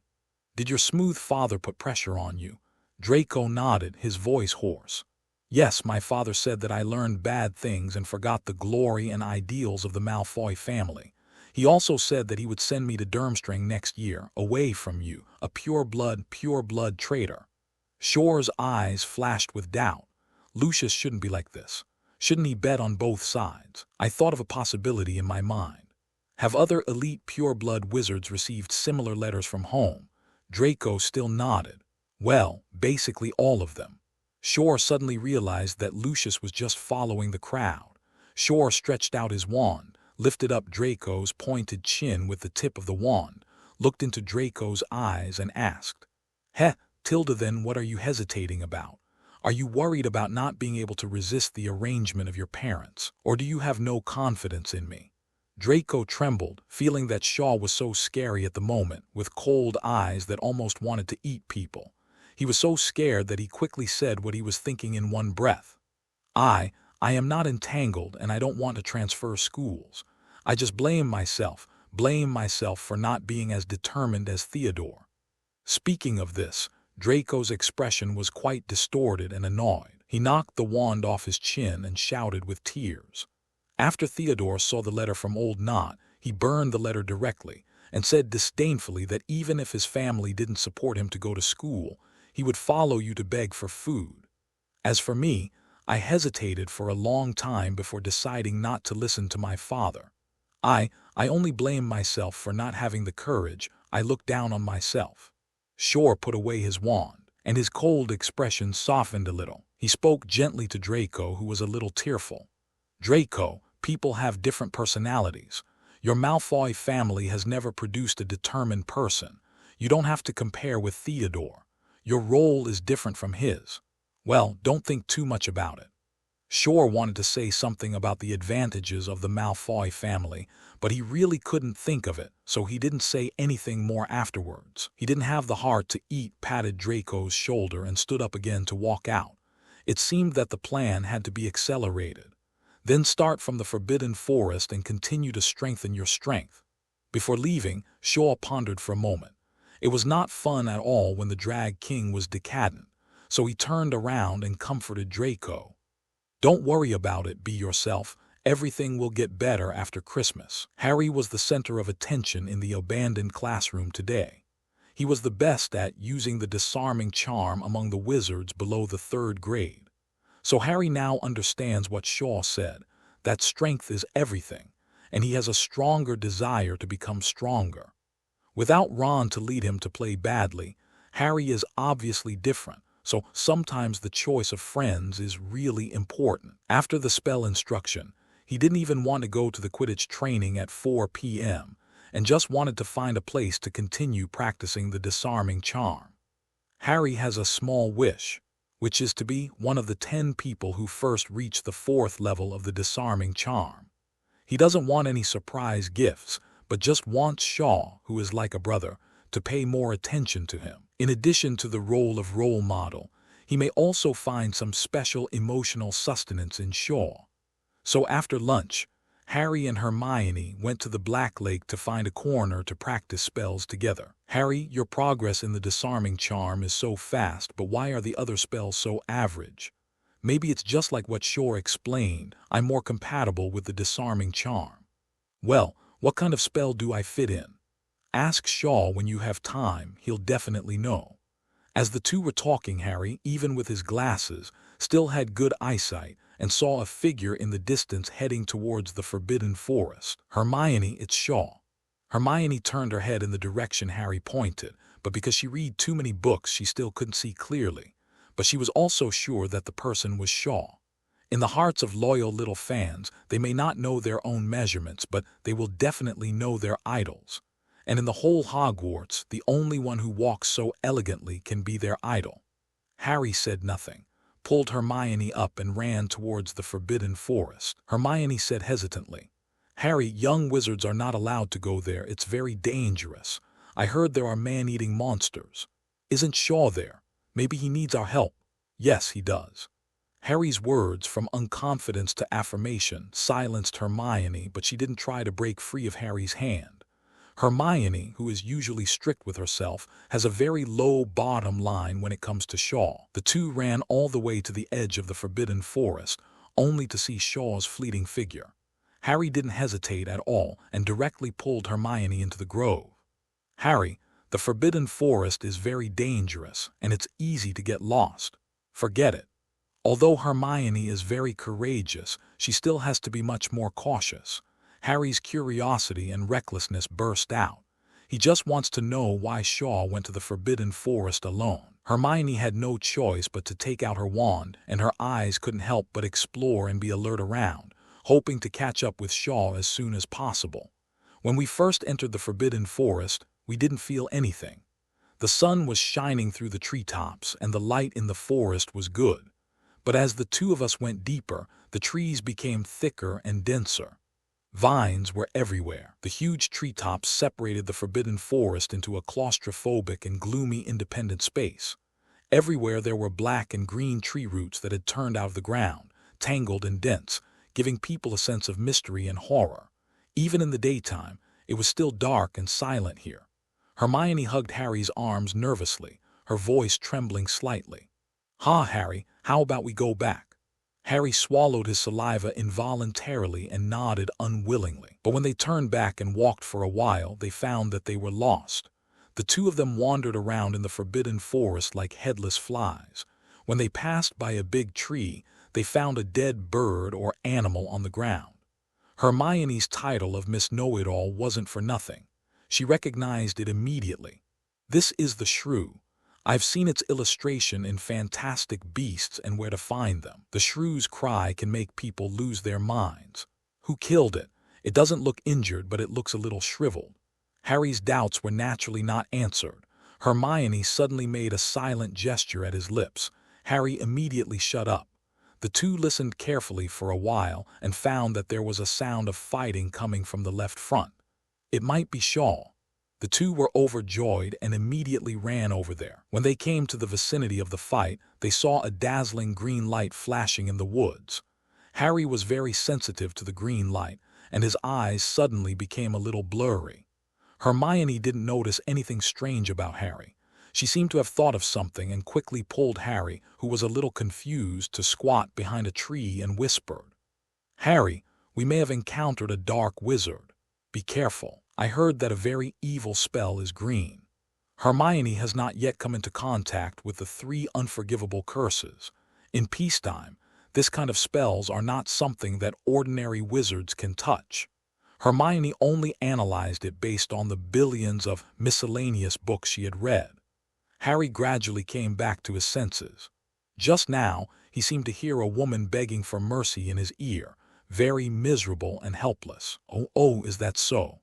Hermione saw that Harry was not in a good state and reached out to touch his forehead. "Harry, are you okay?" Harry shook his head to indicate that it was okay. "It's okay. Let's go over quietly and take a look." Harry really wanted to know why the green light made him hallucinate. Hermione was a little curious because the Forbidden Forest belonged to Hogwarts. The dark wizards dared not come casually, so they had to find out what was going on. If Shor was fighting with the bad guys, she had to help. The two hit it off and moved to the battle site with their hands and feet, but found that many large spider corpses appeared nearby. The small ones were at least the size of a human head, and the big ones were as big as tires.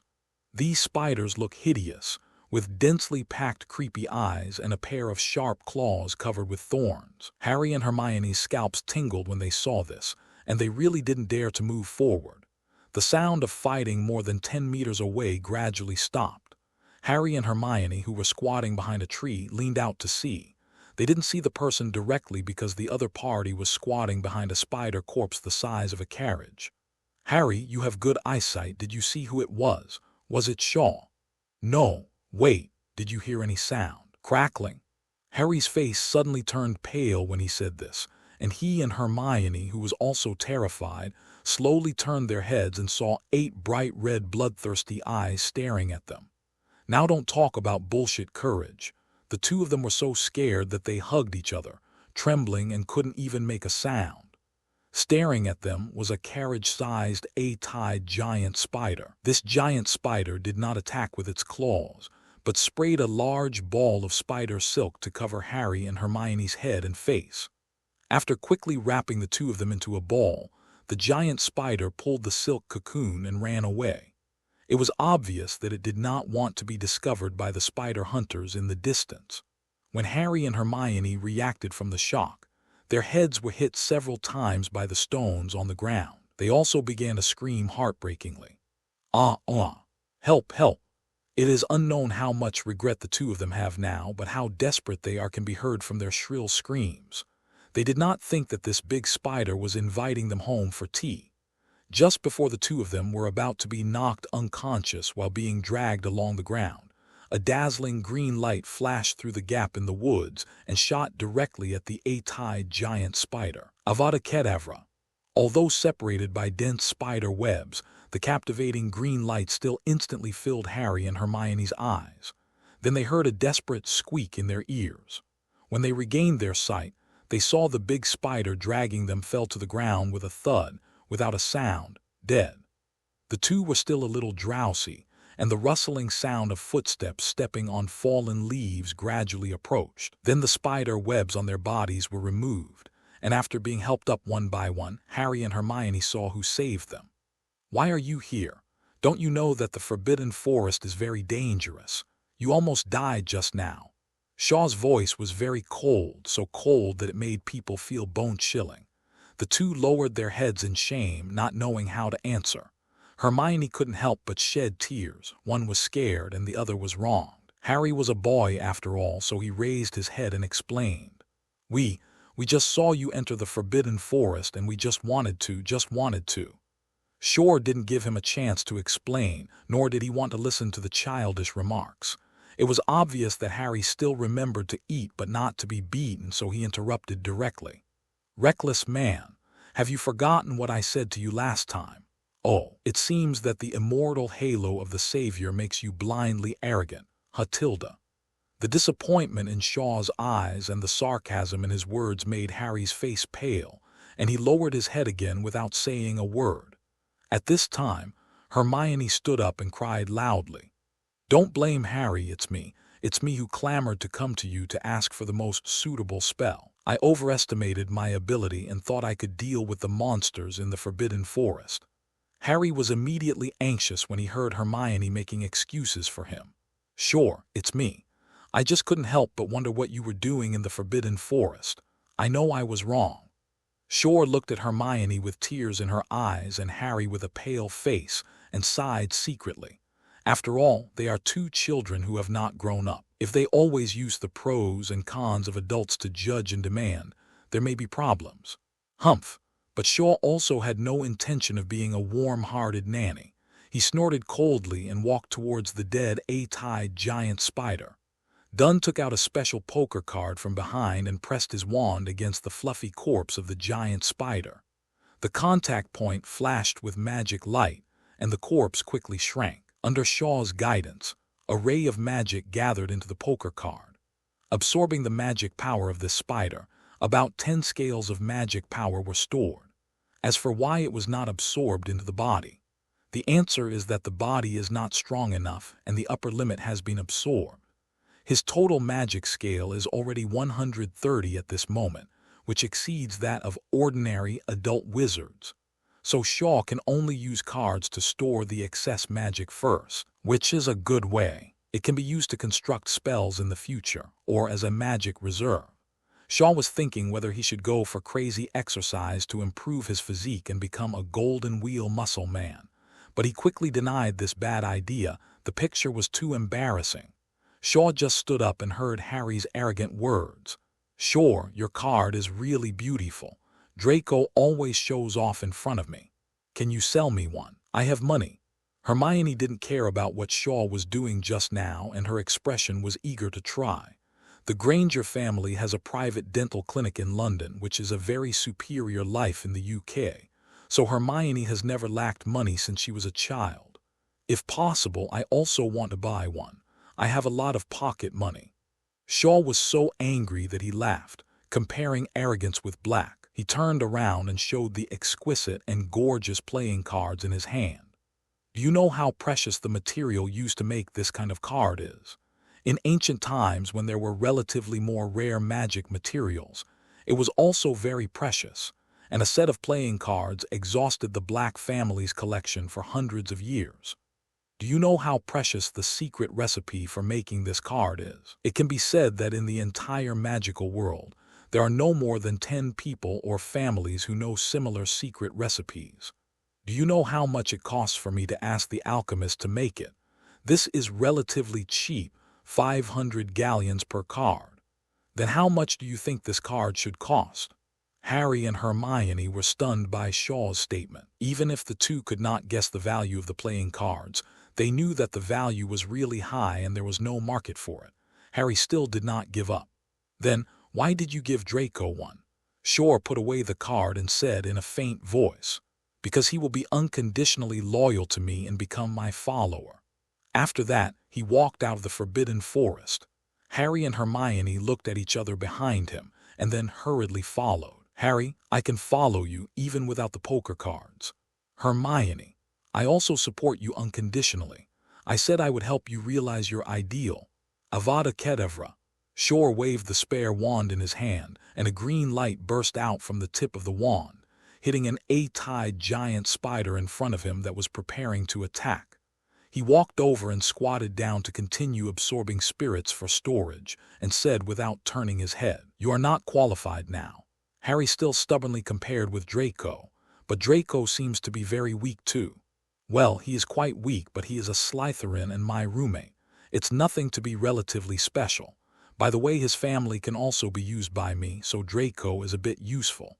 While guiding the magic power to infuse the playing cards, Shor tried to find an excuse to prevaricate. Harry was almost angry to death. Why did the soaring hat put me in Gryffindor when I was sorted? Shor sighed secretly. This matter cannot be said openly. He secretly complained about the old bee's dishonesty. If Harry was not placed in the concentration camp for reckless men, how could he cultivate the courage to die? If Harry was not a body with two souls and Voldemort was stubborn, it would really be GG. Shor stood up and looked at the angry Harry. "Do you know what spell I just used?" Sure enough, when it came to this, Harry and the others remembered this and immediately shifted their attention. "Shor, why do I appear in a trance when I see this green light spell and hear a woman's cry?" "Shor, this is evil black magic. How can you use it? This is only used by dark wizards, and you seem to be absorbing these spiders." Shor stood up, let the wand flash green light, and said to Hermione first, "Yes, I also want to tell you that this is one of the 3 unforgivable curses. If you use it, you will be imprisoned in Azkaban. Will you report me?" Hermione clenched her hands tightly and said hesitantly, Of course I won't, but don't use it again in the future, okay?" Shor chuckled and shook the card in his hand. "So this is why you can't get it. You don't support me firmly enough." Ignoring Hermione, who wanted to refute, Shor looked at Harry, who looked anxious. He touched his forehead with his wand. "This scar was caused by the spell I just used. I can't tell you why you reacted so strongly. Just think of it as the spell causing bad memories of your childhood." Shor said no more and continued to lead the way out, followed by 2 distracted people. After a while, an arrow shot from the front of Shor and stuck in the ground 1 meter in front of him. Looking at the trembling arrow shaft, Shor broke out in a cold sweat and was a little careless. At this time, a magical creature with a human upper body and a horse lower body appeared in front of the 3 people. This is the centaur in the Forbidden Forest. This centaur has a black beard and 6 strong limbs. It is aiming at Shor and the other 2 with a bow and arrow and warned, "Little ponies from outside, the Forbidden Forest does not welcome you. This is the territory of the centaurs. Get out." Facing the warning and threat of force from the centaur, Shor felt unlucky. He had heard that the centaurs were unruly and difficult to communicate with. Today was a great experience. He was so stunned by the stars. I was clearly walking out of the Forbidden Forest. Was I blind? And he shot arrows at me. When did the Forbidden Forest become a place for centaurs? Did the old bee agree? What kind of title is a foal? Who are you humiliating? Shor was very angry. He was ruthless and didn't say much. He raised his wand and used the throat-sealing blade directly. If the centaurs were not a kind of intelligent creature and had signed a contract with Hogwarts, killing them would cause subsequent troubles. He would have wanted to use the killing curse. The spell flashing with dark light shot at the centaurs at high speed with an arc of electricity. The centaurs were indeed the tribe that dominated the Forbidden Forest and naturally had excellent skills. The centaur kicked his 4 hooves and jumped to the side. While dodging the spell, he also shot the sharp arrow in his hand at Shor, also without any mercy, aiming directly at the vital point. Shor waved his staff to set up an armor spell to block the sharp arrow, watching the centaur jumping up and down flexibly in the woods, and whistling while shooting arrows, probably calling for his companions. It is estimated that a single attack will not be able to do anything to the opponent for the time being, and a quick battle must be made. He knew it well, but he didn't want to face a group of centaurs, so he had to use the ranged trapping skill. Water prison. The centaur, who was moving quickly, found that large streams of water began to flow out from the roots and vines around him to block the way. He didn't take it seriously, and was ready to run away before the water flow formed a spell.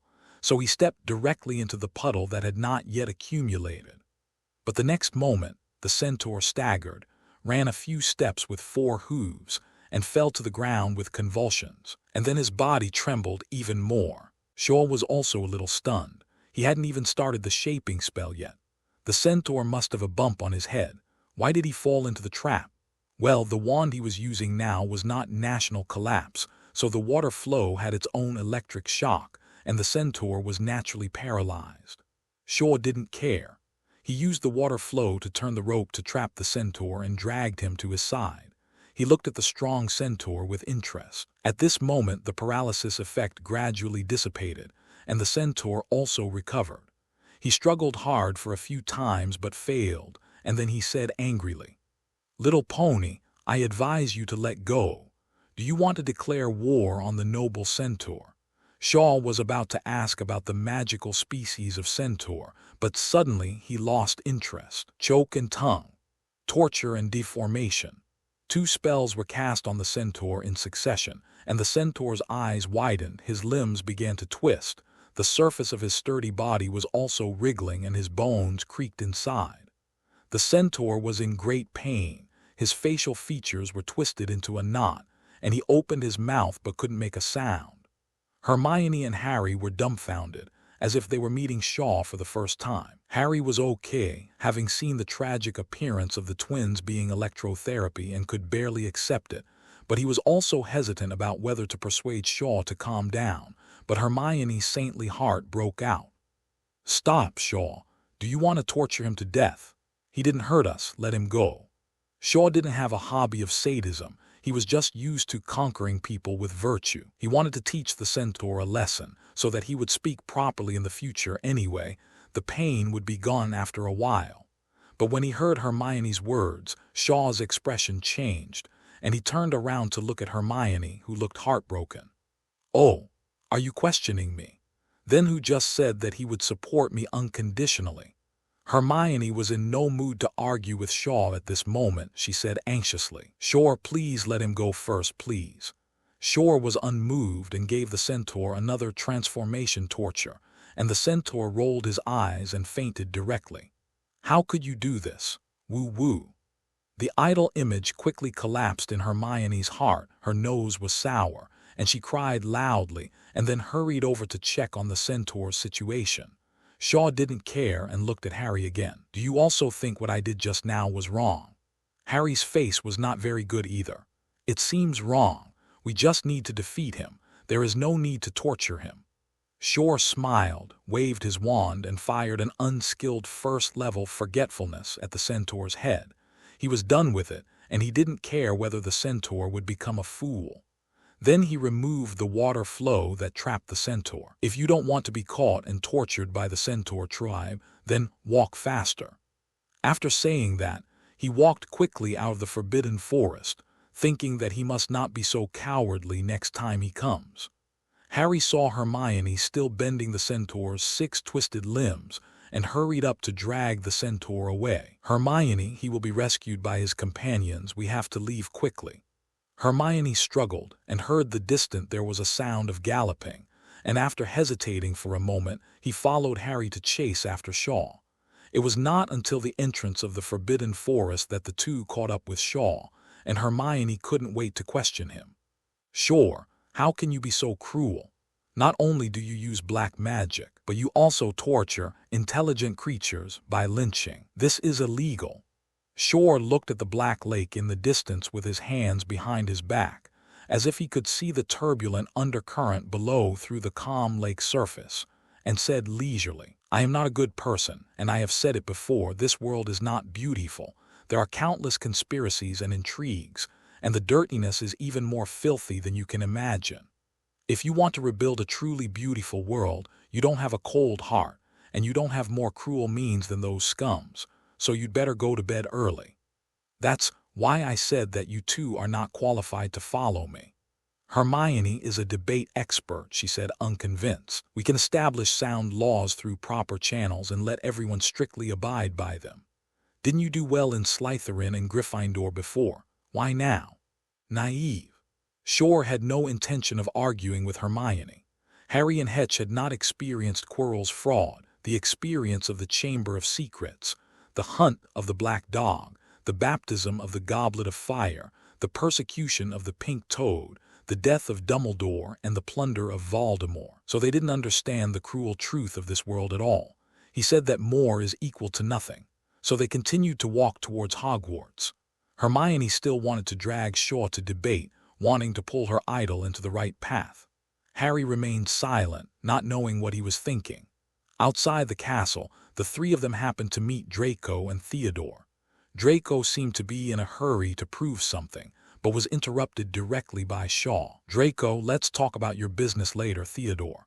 The lonely and handsome Theodore immediately stepped forward, his back straight. "What an obstinate boy, Chief. What would you do if I asked you to kill a good person?" Theodore's eyes were cold, and he said straightforwardly, "Who is it? I'll kill him right now." Hermione said indignantly, "Kill innocent people too. If you kill them, they will go to Azkaban."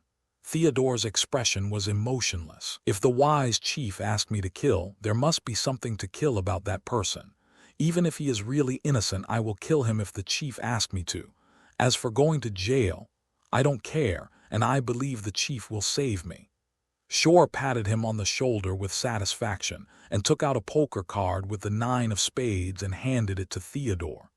"This belongs to you. Go back to Alice and she will tell you what to do in the future." Theodore suppressed his excitement. He knew that he was finally accepted by Shor. He took the poker card solemnly with both hands and knelt heavily on one knee. "Thank you, Chief." Shor patted his head. "Get up. Follow me well in the future. There will be a day to realize your ideal.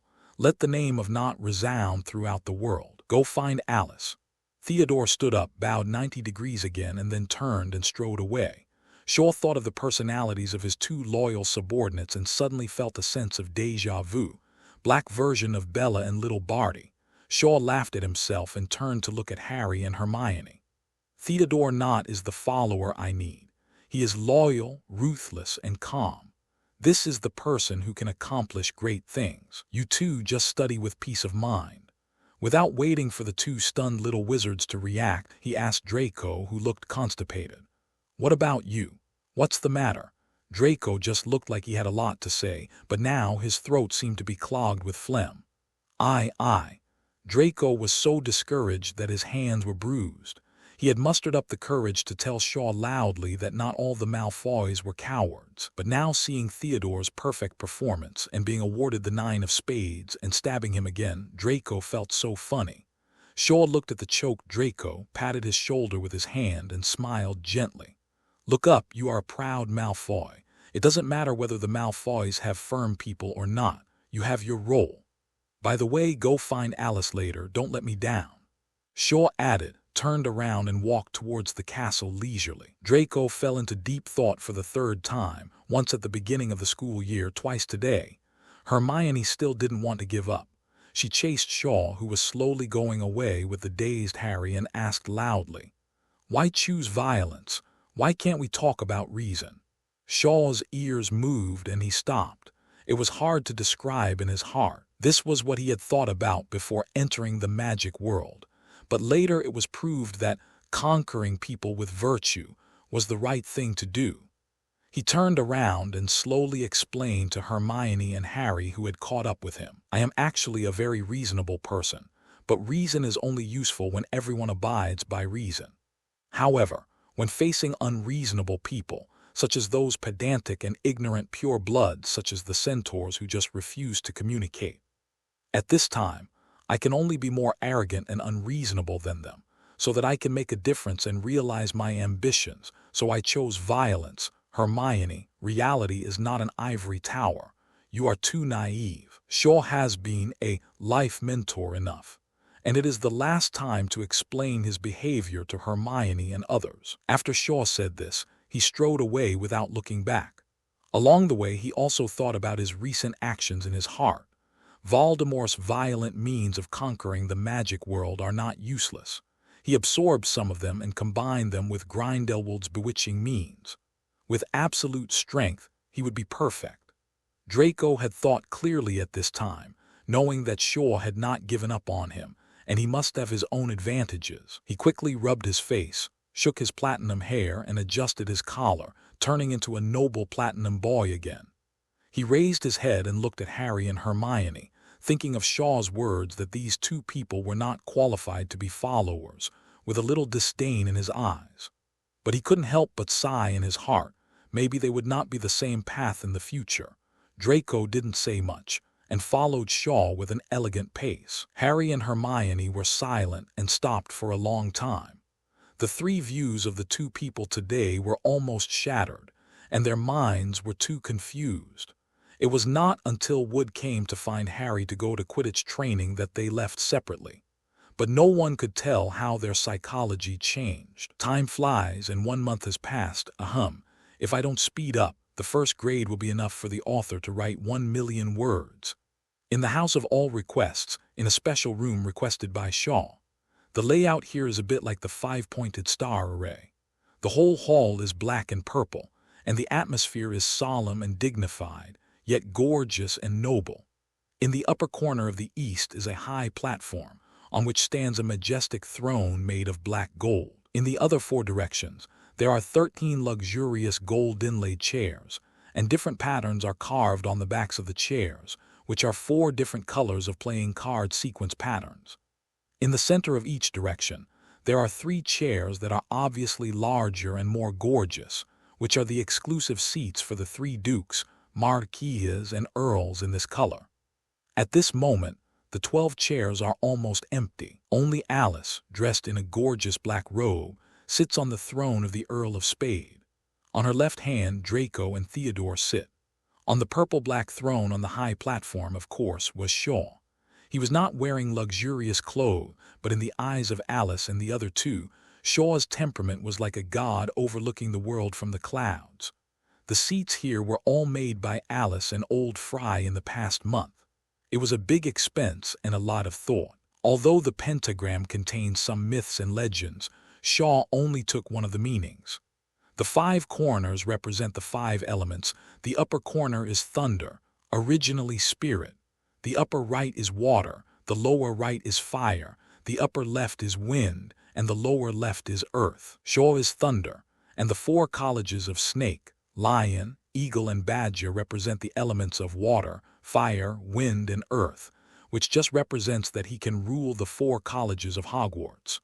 Shaw sat calmly, looking at the empty field, and said to the 3 serious-looking subordinates with a warm smile, "This is our first throne meeting. Although there are not many people and it is quite quiet, everyone should have confidence in me and yourselves. I believe that we will only grow stronger." When Alice and the other 2 heard this, they could not help but his back straightened even more. Shaw looked up at the sky as if he could see through nothingness and said slowly, "The magic world has become corrupt and the Muggle world is changing with each passing day. I have a bad feeling. In the past month, you have basically mastered the first-level brain block technique. Although you can listen to some of my secret plans, your current tasks are only 2 points. Study hard and look for talents." The 3 of them knew what Shaw meant, and they were still too weak after all, even though the 3 of them have been practicing several high-end spells every day for a month, getting up earlier than chickens and sleeping later than dogs. But Alice, who is in the 5th grade, is at best at the level of an ordinary aura. Shaw did not mean to blame them. Now is the stage of building high walls and storing up food. Okay, don't think too much. A meeting should be held in the manner of a meeting. You should each report the situation. Alice stood up first and walked to a blue-purple thunderbird-shaped reporting desk in the center. She put one hand on her chest and looked up to report to Shaw. "I have investigated the elite students of the 4 colleges. The other 3 colleges are okay, but the quality of Hufflepuff students is hard to describe. However, there is still a super elite seedling that can be developed. I will try to contact. As for the actions of the Pure Blood Society outside, my grandfather wrote to me that due to the chief's big move in the school, there are some secrets inside the Pure Blood Society that he can no longer find out. Let Theodore explain this to you." Shor nodded. Alice stepped back, and Theodore walked lightly but not slowly to the podium. "Chief, I have been pretending to be reconciled with old not recently, and he said that I was deliberately lurking around you, so I got some good intelligence. There are now 8 purebloods targeting the chief. After being blocked by the principal, these people have no practical way except to let their children make trouble for you and let their children transfer to other schools next semester. Chief, in fact, those purebloods are strong on the outside but weak on the inside, and their main energy is not to deal with us. Profit-making and power have made them unable to spare too much attention, so you don't have to worry. As for those troublemakers in the college, I have dealt with them severely several times, and some have secretly turned against us. After Theodore went down, Draco thought of the things he had to report and request, and he couldn't help but feel a little nervous. He stood up and went to the reporting office. Seeing that Draco was sweating, Shor gave him an encouraging look. Shor actually didn't care much about these things. He had more direct methods. Now this was nothing more than training his men. Draco put his hand on his chest and spoke slowly. "Chief, do you?" "About Harry." Shor did not expect that what Draco reported was not about something that would make him socialize widely, but about Harry and Hermione. Harry has not been doing well recently. Shor's alienation makes Harry very sad. After the incident in the Forbidden Forest, Harry's condition was not right. He was always out of shape during Quidditch training, which made the whole team doubt him. This is not the worst. The students of the Lion Academy, especially the first-year students, saw that he was alienated by Shor. Under the gloating Ron's deception, everyone followed suit and ignored this savior who was very popular before. For Harry, the worst thing is that for some reason, Snape, the professor of potion, seems to hate him very much. During the potions class, he was targeted and deducted a lot of points. He even deducted 5 points for entering the classroom with his left foot. After the potions class, he was not spared. There were all kinds of elusive encounters. He was deducted points for being disheveled or stepping on flowers and plants. Harry was almost mad. However, his only 3 friends, Draco and Hermione, were also busy with their own things and could not see each other for a few days. Neville was not a suitable person to confide in. Harry became more and more withdrawn and found that he was really an orphan. So now he would hide in a remote place to practice spells when he had nothing to do. At this moment, he had no intention of thinking whether Shor's approach was right or not. He just wanted to learn Shor's method and become stronger, stronger, and stronger.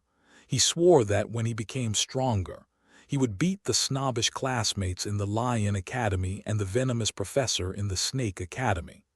Hermione had a bad life recently.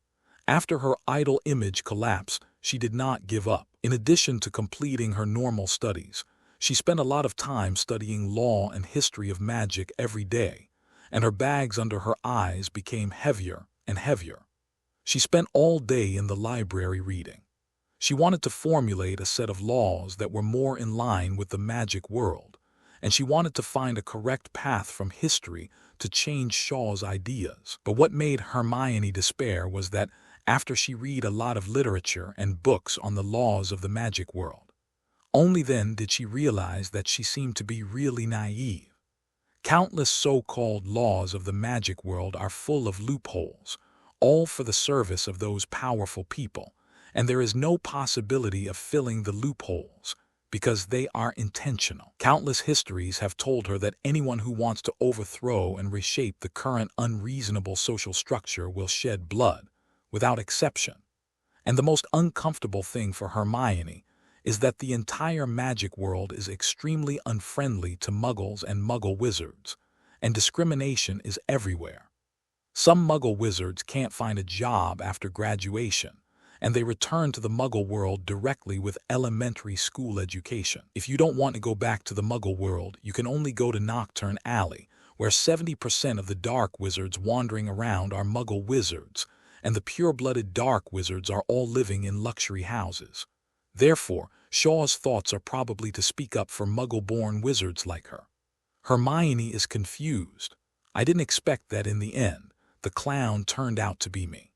Dumbledore has been having a hard time recently. We know who the traitor lurking in the school is, but we can't find Voldemort's trace. This is nothing. It's still under the control of the old bee. but the script of the savior directed by me seems to have failed. Harry, the little guy, didn't doubt the professor of potions who targeted him and conducted a follow-up investigation. He didn't continue to be curious about what was guarded under the three-headed dog. He asked the big-mouthed Hagrid to cooperate, but Harry didn't ask. Snape himself was very involved in the performance and enjoyed it, but this was not the result that the old bee wanted. And Harry was not keen on Quidditch, which could bring glory, and he didn't care about the College Cup. He didn't get along well with the courageous little lions. Then how can we cultivate the courage to move forward and fearless? Is the prophecy false? Another thing that is hard to say whether it is a good thing or a bad thing is that Gryffindor has really become better. But Dumbledore always feels that something is not right. He ordered people to go to the Muggle world to find out about Shaw. Apart from a large number of travel records in the past 2 years, there are very few clues about his previous life experience. The Huaxia Chinese restaurant where Shaw once mentioned working could not be found, so Dumbledore was very distressed, hesitating whether to ask Shaw to come to the office again and use a double trick of legitimate memory and desert Veritaserum. Well, this is not the most uncomfortable thing for Dumbledore. He recently received news that the Saints attacked the New Zealand Quidditch team and wanted to capture their mascot. Although they did not succeed, it also caused a very bad impact, and many magical departments were panicked. Not only did the old bee have to deal with the aftermath of this matter at the International Confederation of Wizards, but when he ran to ask Gellert, the other party did not shirk his responsibility. Just say you have I want one too. Dumbledore was so angry that he almost fired a Vulcan to clear the way for Grindelwald. This was not the worst. Gellert had become addicted to pretending to be sick recently, saying that he couldn't bend down or take off his socks, and asked Grindelwald to change his socks every now and then. He had actually ended up being a bootlicker. Quirrell had been having a bad time recently. Voldemort was increasingly dissatisfied with him, not only because he had trouble stealing the Philosopher's Stone, but also because Shaw had not taken the initiative to come to him according to Voldemort's plan. He always punctured the brain to punish Quirrell to vent his anger. If Shaw didn't come to ask for advice on the fiery fire curse and explore the secrets of the snake art, what did it have to do with him? Quirrell secretly thought that Shaw might not look down on the half-bottle of water book written by the Dark Lord. The Dark Lord's occasional punishment was not Quirrell's biggest fear. Quirrell hadn't expected that the Dark Lord would consume a lot of his vitality when he was parasitic in his body. In order to replenish his vitality, Quirrell had to use his previous savings to buy recovery potions. He didn't know whether he could obtain supreme power and wealth with the Dark Lord, but he was about to become a pauper, and then he would become sickly without money to buy medicine, and he might die of illness in the end. The Dark Lord did come up with a solution, and then he went to the Forbidden Forest to kill unicorns and suck blood. Quirrell didn't agree immediately. He didn't want to be cursed until he was at his wit's end, but there are still some people who are happy recently. For example, Professor McGonagall was so happy to see the elegant Gryffindor, and her steps became more elegant. For example, Professor Snape was naturally happy to suppress Harry Potter by order. He would do it without the headmaster's order, but the intensity might not be so great. For example, Ron was almost laughing when he saw that Harry was less popular than himself. What's so great about being a savior? He still has no friends. For example, Seamus was taught by Shaw, so he found the most suitable spell for himself, the explosion spell.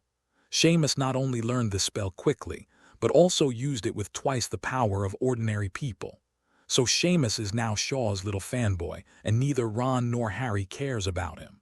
For example, Percy and Montague, who are deeply trusted by Shaw and given great power, now both walk with the wind. This world can only show one thing: the joys and sorrows of different people are not the same. And Shaw, the instigator of everything, is listening to Draco's plea in the room of begging. Draco, Chief. At the reporting desk, Draco was narrating with a tangled expression. Chief, Harry is my friend. I don't want him to be so lonely. I have experienced the feeling of having no friends. Please accept him again. Hermione is crazy now. Please help her. Although I don't like Hermione, but I think she is helpful to our ideals. She is indeed too idealistic, but we can help her change. Shaw listened quietly to Draco's description of Harry and Hermione's recent situation in the past month, as well as his request. Well, no matter how arrogant the brother is, he still values friendship. But he still doesn't want to care. Draco looked at Shaw expectantly, and his heart was very nervous. The more he got along with Shaw, the less he understood each other. Shaw was easygoing in daily life, but once it came to career and philosophy, he would become very serious and cold. But Draco really didn't want his few friends to suffer. Although he had been living a life of luxury since childhood and played with some pure-blood children of the same class, none of them were sincere. So Draco was particularly concerned about Harry and Harry's friends. As for Shaw, he couldn't tell how he felt about him, whether he was a father, a brother, or a teacher, or something else. Anyway, he just had to listen to him. Looking at Shaw on the throne, Draco's throat was a little dry, and when he was about to say a few more words, Shaw spoke. Draco, I'm glad that you value friendship, but some things can't be done one-sidedly. I sympathize with Harry and Hermione's experience, but this is also what they have to go through. Growth requires hardships. Our organization needs mature, calm, wise, and courageous talents. Draco, if you want to help, use your wisdom and strength to help, which is also a training for you. Draco's eyes were gray, and he opened his mouth several times. Under Shaw's calm eyes, he only condensed thousands of words into one sentence. Yes, Chief. When Draco returned to his seat, Shaw was about to disband the meeting, and Alice stood up again and asked, Chief, Slytherin and Gryffindor have been reorganized. Although there are a few people who are secretly uncooperative, it is not a big deal. Chief, do you have a plan to reorganize Ravenclaw and Hufflepuff? I hope you can cooperate with me. Shor stood up and waved his hand confidently. I already have a plan. You just need to prepare the etiquette team as you did last time. By the way, remember to organize the duel between the two houses tomorrow. Alice bowed respectfully without asking any more questions. I understand. Then the four of them went out together. When they came to the outside, Shaw said to the other three, You go back first, I'll do something. After saying goodbye to the three, Shaw went to the Ravenclaw Tower alone. It was late at night. Shaw put on the disillusionment charm and wandered in the quiet and quaint castle corridor. He also met a few young couples kissing in the dark corners. After a while, Shaw came to the door of the Ravenclaw lounge. Seeing the bronze door knocker at the entrance, Heir still cast the illusion spell and reached out to touch the door knocker. Then he closed his eyes and communicated with the door knocker in his mind. Mr. Door Knocker, hello, I'm here again. Door Knocker, what theory are you going to teach me today? I'm already familiar with various solutions to the chicken and rabbit in the same cage. Come and teach me something difficult. Mr. Door Knocker is really smart. Fortunately, I'm prepared. Today we will learn the problem of draining and adding water to the pool at the same time. Door Knocker. Oh, Heir, this question sounds very interesting. Tell me quickly.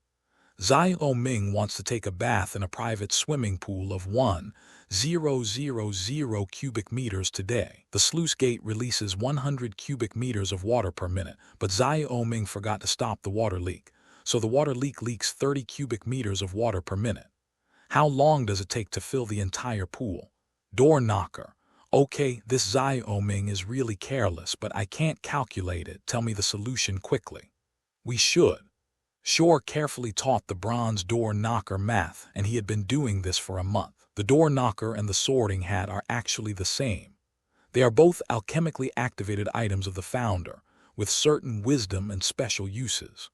The sorting hat can see through people's hearts, and the door knocker can learn knowledge independently.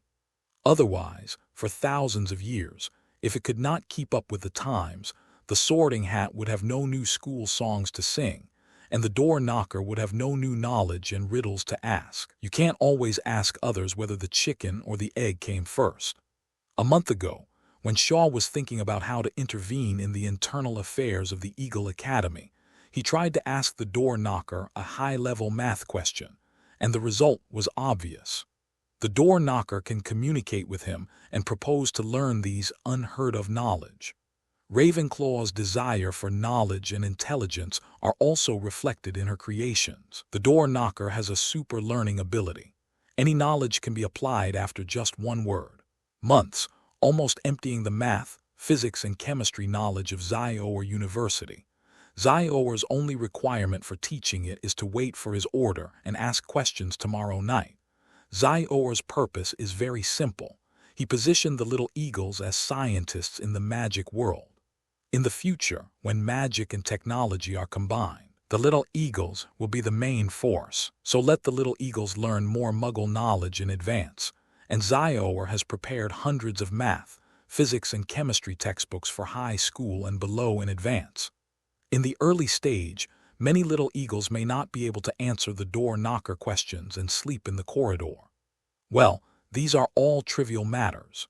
You will get used to it while sleeping, and if you are not used to it, you will learn math, physics, and chemistry well. Of course, Zyor's biggest purpose is to take this opportunity to intervene in the affairs of the Eagle Academy. At 2 o'clock in the middle of the night, Zyor taught the last bit of trigonometric function knowledge to the bronze door knocker. Okay, tomorrow night, you can start asking questions. Remember to start with elementary school questions and add the difficulty of the first grade in January. I will provide more difficult university courses in the future. Happy cooperation, Mr. Knocker. Shor left the Ravenclaw Tower and still did not return to the Slytherin common room but came to the kitchen. Since there is a plan for the Eagle House, the plan for the Badgers can only be food. After all, the Badgers' motto is, "In life, only food is worth living up to." The Hufflepuff common room can be said to be the happiest place in Hogwarts. The front two corners are the hall, and the back corner is the kitchen. Go upstairs and the classroom is there. Go downstairs and Snape is there. Near the Hufflepuff common room, there is a fruit oil painting. Use your fingers to tickle the pear, and after a burst of squeaky laughter, the kitchen door will open. Shaw walked into the kitchen. Even now, it was still bustling with activity. More than 100 neatly dressed house elves were preparing breakfast materials for the 1,000 or so teachers and students tomorrow morning. According to Shaw's estimation, these elves would be busy until 4 o'clock before going to bed, and then get up at 6 o'clock to clean the entire Hogwarts. It's not that Dumbledore was exploiting them. The headmaster had already told them to do a thorough cleaning once a month, but the elves themselves didn't want to. A sharp-eyed elf saw Shaw coming in and ran over happily. "Ah, it's the Honorable Mr. Black. You're here to teach us cooking again." Then the whole kitchen was like a nest of explosions.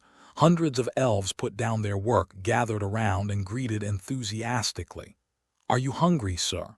The pickled fish I make now is the best here." "Sir, your sleeves are dirty. Do you want me to wash your clothes?" "Sir, do you have a new recipe today? We have learned all the 8 major cuisines from the dozens of books you gave us." Shor's scalp was a little numb, but he smiled and waved his hand to let them be quiet. "Okay, my friends, don't be like this. The recipe will be given to you in a while. I'm here to inform you today." Before Shaw finished speaking, the elves exploded again. "Oh, the noble Black called me a friend again. I was so scared, but this was a recognition from the noble Black, and I was so moved." "Sir, don't be like this. We are just elves. We are not worthy of being your friend. It is our great honor to serve you well." "Woo, damn it, Spoon. How can you be moved by your wizard friends while blaspheming your ideals?" Shor looked up at the sky and was speechless. It was like this every time. This time was not bad. When he first wanted to make friends with these elves, some elves wanted to commit suicide. After the elves vented their emotions, Shaw continued, "According to the previous instructions, you can start serving Chinese food tomorrow. Remember to reduce the number day by day. If someone comes to you to add more food, you know what to say, right?" The leading old elf nodded solemnly. "Mr. Black, who is as great as Helga Hufflepuff, you are the first person in 1,000 years who is willing to teach us how to cook and respect us sincerely.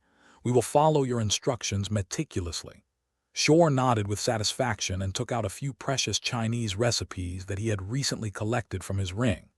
"You can study these recipes of Chinese court dishes slowly.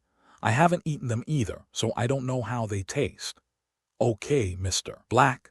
These elves immediately began to study the recipes as if they had obtained a treasure, immersed in the fantasy of providing better services to the wizard. Shor said in his heart that these elves were a race that Zhu Bapi couldn't help but reward two nests. Simple, hard-working, and unrewarding. He greeted the leading elf and left the door with satisfaction. In the kitchen, Shaw not only had the prerequisites to intervene in the Badger courtyard, but also gained 100 second-level faith points and 2 third-level faith points. Needless to say, the second-level faith value is enough. Just show a little respect to the kitchen elves. The system doesn't even mention giving a task to conquer the kitchen elves. What a rubbish system. As for the third-level faith value, 1 point is contributed by the leading elf, who always says that he is as kind as Helga. 1 point is contributed by Kletch, who has been forced to sleep by Shaw. The house elves are so cute. I really hope there will be more of them. With the gradual increase of the little fans of the two colleges, Shaw now has 240 points of faith in the second level and 4 points of faith in the third level. As he walked towards the dungeon, he was thinking about the task of conquering Hogwarts, second ring in his mind, and the progress is now 40%. For this task, he really worked hard. In fact, the 4 colleges are generally popular with a kind of doctrine or spirit, and Shaw is using these to counter-exploit. The Snake College, selfish, eager to be powerful and pursuing glory, is the easiest and most difficult to conquer. I don't want to waste time, so I just use my absolute strength to wake them up. After a beating, the little snake's smart little brains will automatically understand the truth that following the strong will get meat, which is very worry-free. In the lion's house, personal heroism is too prevalent, which distorts the word courage, taking recklessness as courage and taking weirdness as personality. For example, the prankster twins, the bad-mouthed Lee Jordan, the photo-taking man Colin, the predator quartet, etc. All like to force fun on others and ignore the feelings of others. The lion's house also has a bad habit. Their so-called enthusiasm is just an alternative expression of showing off to show off their presence, which has spawned the habit of playing with whoever is popular and flattering the high and trampling the bottom. For example, the original Harry's reputation has ups and downs, and the little lions have shown inconsistent attitudes. Now Harry is treated in the same way, which is very bad. If there is no Snake House Demon King popping up from time to time in the magic world, leading the venomous snakes who were originally making a fortune in silence to consume each other with those lions. Then, the biggest destabilizing factor in the magic world is actually a group of lions. In the Lions Academy, McGonagall, the former Hermione, Percy and others are the real normal people and the ones who save their dignity. For this seemingly great and eccentric academy, Shaw chose to conquer it more violently, corporal punishment plus a sea of questions. Shaw is certainly not a violent maniac. He chose to be roundabout in dealing with the little eagles and badgers. Eagle House, greedy, not only in knowledge, but also in other aspects, such as Lockhart's abnormal desire for fame and fortune. Wisdom gives the little eagles the wings to pursue knowledge, allowing them to soar in the lofty sea of knowledge. So Shaw used the trick to make the sea of knowledge thicker, turning it into a place similar to a land cage, making it difficult for them to fly. Badger House is the most low-key college and the most difficult to deal with. The little badgers usually stay in the caves and don't come out, but when all the animals on the grassland react, the grassland is already flooded with little badgers. Just like the current magic world, 70% of the positions are Hufflepuff graduates.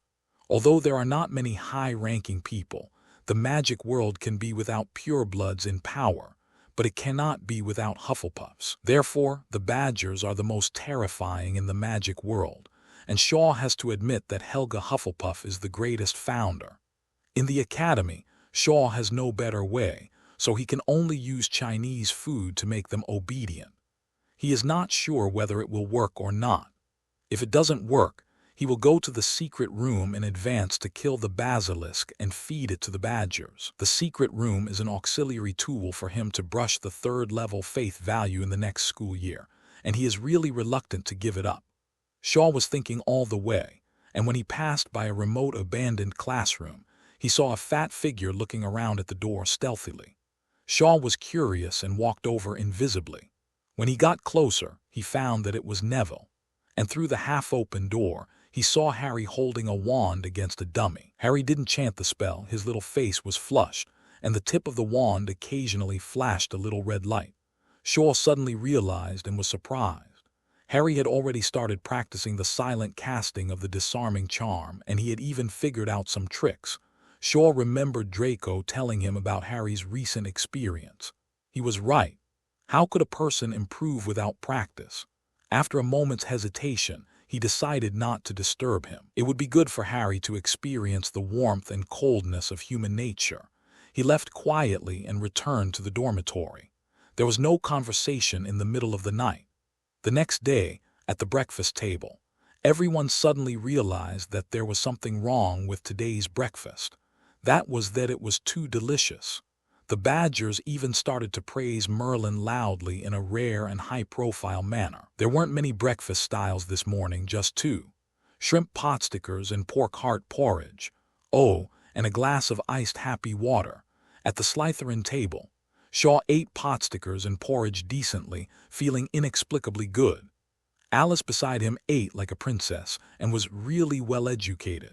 She chewed slowly and wiped the corners of her mouth with a napkin as long as there was a little oil stain. Draco was already very skilled at picking up potstickers with chopsticks and eating them in small bites. He now had no resistance to Chinese food. In his heart, the meat sauce apple pie made by his mother was the best food in the world, but now it might only be ranked 99th. Theodore usually didn't get close to Shor, but stayed in the corner of the long table and ate silently, with a temperament of keeping strangers away. Even though it was the weekend, Slytherin still had to study early, and they were the first group of people to come. The little snakes were happy that they could suddenly eat the food that the chief usually ate, but they did not make a fuss about it. They began to learn to use chopsticks awkwardly. Although the little lions also had morning self-study, after these guys were dismissed, they would usually go back to the dormitory to take a nap for half an hour before coming to eat breakfast. Some of them were too lazy to wait for lunch directly, so only a few little lions came to the hall first. The current atmosphere of Gryffindor is indeed different, but there are still many differences from the style of the Snake House. In order to distinguish themselves from Slytherin, who claims to be aristocratic gentlemen, the little lions call themselves ancient knights. When they meet people, they give a knight's salute, with their left hand on their right chest, their right hand taking off their hats, and their bodies slightly bowed forward and nodded at the same time. They walk in a very rigid manner. Although it looks awkward, it also looks like a dragon and a tiger, which is also a new scene on campus. After a few awkward moments, no one made a fuss. Of course, the girls in the lion house learned the manners of their own dean.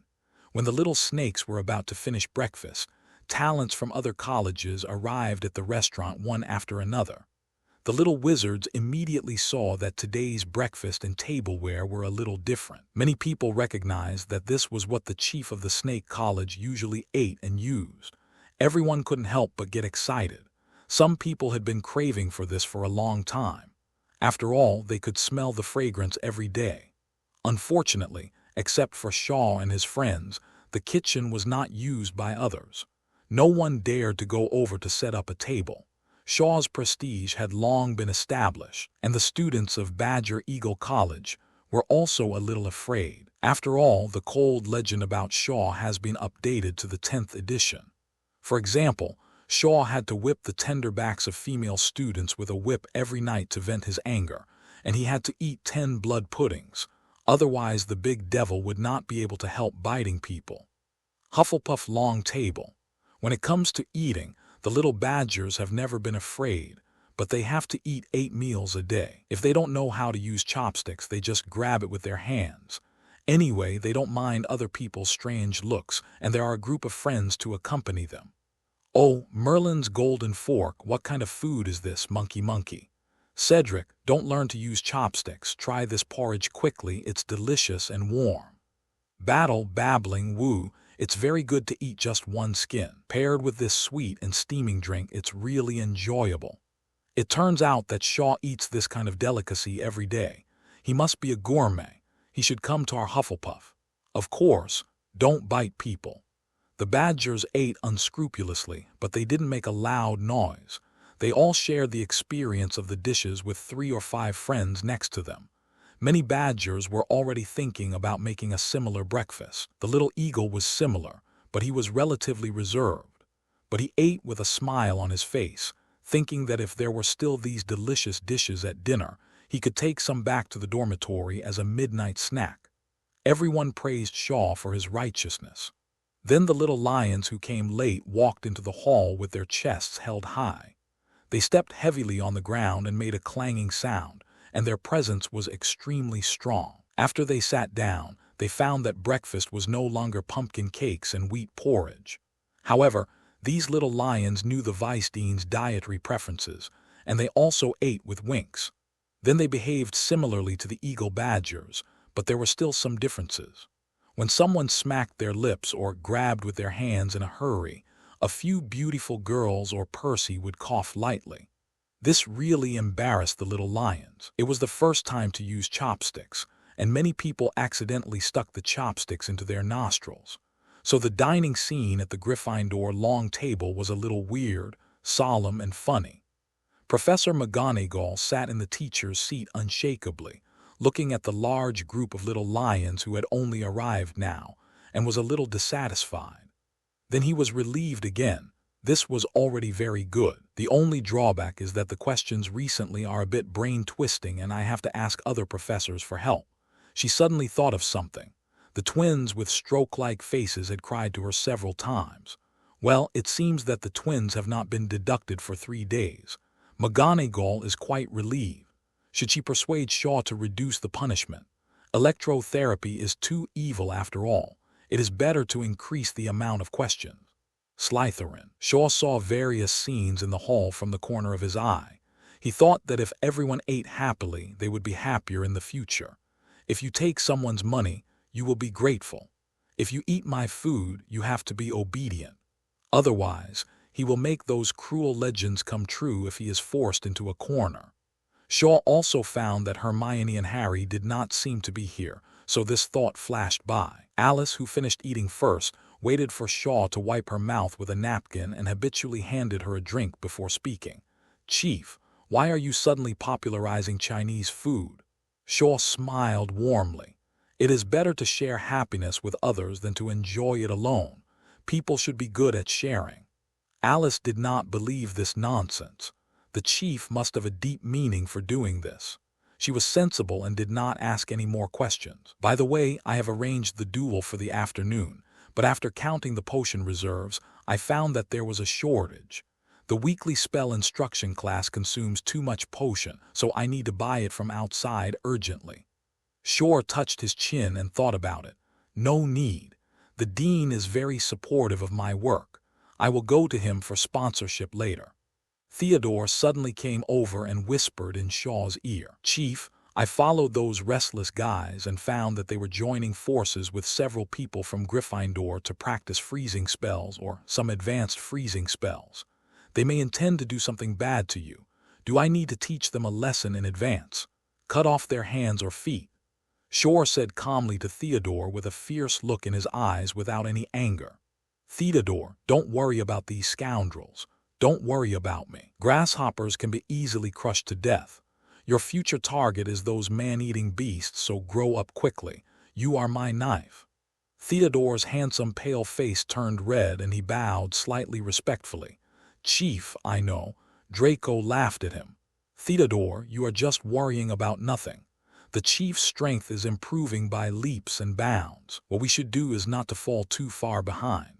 Theodore looked at Draco coldly for a few seconds, and then took the initiative to stagger away and walked lightly to a remote place. Draco has been targeting Theodore recently, intentionally or unintentionally. Seeing that he had left, he wanted to talk to Shor about how he could help Harry. "Shor, I thought about it all night last night and felt." But Shor had already stood up and said to the embarrassed Draco, "Just do it if you want to. Have some ideas. I'm not your father. You don't need to ask me everything." After that, he went to the basement. He hadn't had friendly exchanges with Snape for several days, and his ability to hurt people has weakened recently. He came to the potion office with familiarity and pushed the door open. Without waiting for Snape, who was processing potion materials, to mock him for being impolite, Shor spoke first. "Harry will be beaten tonight. Will the dean go to see it?" Snape's words were choked in his throat. After taking a breath, he said coldly, "Childish tricks only pollute my eyes." Shor came to Snape's side and watched him skillfully handle an unknown blue potion material. His knife skills were quite impressive. "You can't say that. Harry is very strong now. If you don't go, I will let him fight on equal terms and let him shine." Snape's hand trembled and cut the material in his hand into pieces. He said without any emotion, "Second row of containers, take it yourself and then get out." Shor smiled knowingly, just like teasing Draco. It was also fun to tease Snape from time to time. Turned around to get the potion from the container and chatted with him. "Dean, are the Chinese dishes I asked the elves to send you every day delicious?" Snape smacked his lips, not knowing whether it was aftertaste or something, and then he continued to sarcastically, "Humph, the taste is not as good as the potion I prepared, and you still have the face to show off." Shor didn't care about Snape's various ridicules. The two were used to fighting. However, Snape's words suddenly inspired Shor, and he muttered, "Cooking is really similar to making potions, maybe." Snape seemed to be greatly insulted and glared at Shor. "Shut your mouth. Don't use cooking, a job that even trolls can do, to taint the noble making of potions." Shor smiled gently and did not refute, but took a few more bottles of energy potions. "He has been staying up late lately, and it's all thanks to this thing." Before going out, Shor thought of something and came to Snape again, taking a box of pastries from the ring and putting it on the workbench. "Dean, this is the chamomile pastry I asked the elves to make using the Chinese cooking method. Remember to try it." Shor walked out without waiting for Snape, who was shaking, to react. After coming back to his senses, Snape slowly opened the lid of the box with trembling hands, looking at the 9 white chrysanthemum-shaped pastries inside. He took out a piece of cake from it, put it between his nose and sniffed it. It was a familiar fragrance. He hesitated to put it into his mouth and took a small bite. The sweetness instantly filled his mouth, and Snape slowly closed his empty eyes. His thoughts seemed to go back to that year and that month when he first met Lily, and she happily showed him the first magic, flowers in the palm of his hand. Chamomile is as pure and beautiful as Lily. A tear slowly slid down from the corner of Snape's eyes. At this moment, he was happy. While Shor and Snape were interacting, a big thing happened in the Ravenclaw Tower. At this moment, the little eagles gathered in front of the door knocker and were all dumbfounded. They were fine in the morning, but now they couldn't go back to the dormitory. Door knocker. A tree is 20 meters high. The snail under the tree climbs up 3 meters during the day and falls 1 meter at night. How many days does it take to reach the top of the tree? Little eagles. Door knocker. There are 10 birds on the tree. Use a spell to knock one down. How many birds are there on the tree? Little eagle n+1, 9. Door knocker. Wrong answer. Little eagle n+1. Could it be 8? Impossible. Absolutely impossible. Door knocker. Wrong answer. Little eagle n+2. Let me take over. According to the rules, we should change the question. Door knocker. 13 people are playing hide and seek. 3 people are caught in 3 places. There are still a few missing. Little eagle n+2 counted on his fingers and felt that his fingers were not enough, so he borrowed a hand from his friend. After getting the answer, he said confidently, 4. Door knocker. Wrong answer. Wizards in the magic world have never been sensitive to numbers. Banks are all managed by goblins. Even young wizards from the Muggle world are not sensitive to mathematics. Here's a joke. In the early years, the UK didn't have the multiplication formula. They used the line method to calculate multiplication. Even Cambridge professors couldn't calculate addition, subtraction, multiplication, and division properly. This shows how worrying the math level of ordinary people is. The door knocker just gave a few math problems with a little trap, and it stopped a group of young eagles. Even if the senior students who had learned arithmetic divination squeezed in and said they could answer for the relatively simple question just now. But the door knocker immediately changed to a question about chickens and rabbits in the same cage, and the senior eagle immediately became speechless. One by one, the eagles were knocked out, and soon all of them were wiped out. Even when Hermione came, she still couldn't answer it. All the eagles were very depressed. They didn't expect that there was knowledge in the world that they had not touched upon. They really didn't deserve the name of the Wisdom Academy. Some eagles have already asked the dean, hoping that the dean can order the crazy door knocker to stop making weird things. How nice it would be to ask riddles that had multiple answers in the past, such as, is love sweet or bitter? What is invisible when in use, but always appears when idle, etc. As long as the students make sense, they can enter the door instead of this kind of math problem that requires a clear answer. After Flitwick came, he communicated with the door knocker, but after a long while, Flitwick still couldn't beat the stubborn door knocker. The knocker argued, "This is a new knowledge, infinitely profound. I also felt its sweetness when I first started. As a Ravenclaw who is greedy for knowledge, how can I not understand it?" Flitwick had no choice but to try a delaying tactic. "Mr. Knocker, I will definitely let the students learn these related knowledge in the future. Can you let them enter the lounge first today?" "Knocker, no, this is my principle. Even if the headmaster comes, I won't open the door." Flitwick's idea of inviting the headmaster was immediately shattered. His little head hurt. He couldn't let his students sleep in the corridor tonight. At this time, Hermione said weakly, "Dean, why don't you ask Shor to try? He grew up in the Muggle world and should know these math problems. As long as he gets one right, everyone can enter the door." Flitwick turned his head and asked in confusion, "Hermione, are you so confident in Shor?" A trace of struggle flashed in Hermione's eyes, and then she nodded. "Shor always has a way, and we have no better choice." Flitwick thought so too. Shor is indeed a magical boy who can manage Slytherin and Gryffindor so well. If he didn't know what kind of urinary eagles in his own academy are, they are also very well behaved. He rejected Shor's punishment method from the bottom of his heart, which made him recall many bad memories. Otherwise, he really wanted to imitate Minerva, who doesn't want students to make further progress. By the way, Shor is strictly speaking his colleague. Flitwick smiled at Hermione. "Go to Slytherin and invite Shor." After Shor came out from Snape, he did not return to the dormitory but came to the request-granting room. After entering the room where he usually practiced spells, he took out his wand and prepared to practice spells. And National Collapse seemed very excited, and the wand was trembling slightly, as if urging Shor to use it quickly. Shor chuckled, holding the purple-red wand with 2 fingers like holding a sword. As the magic power surged, a layer of purple light began to wrap the wand, and it quickly turned into a lightning sword. The lightning sword was 3 feet and 2 inches long, engraved with mysterious runes, and the sword body was filled with purple lightning and flashing arcs, which was very domineering. Shor's whole body was dazzling with the light of lightning, and he waved it melodiously at a thick stone wall in the corner. Dozens of crisscrossing 1-meter lightning blades appeared out of thin air, interweaving into a large purple net, and quickly crashed into the stone wall. The lightning blade net covered one side of the stone wall, and then easily cut into the stone surface. A second later, the net came out from the other side and slowly dissipated. On the stone wall, the center was still flashing with bright purple light, crackling, rustling stone powder, and small stones cut out fell down one by one.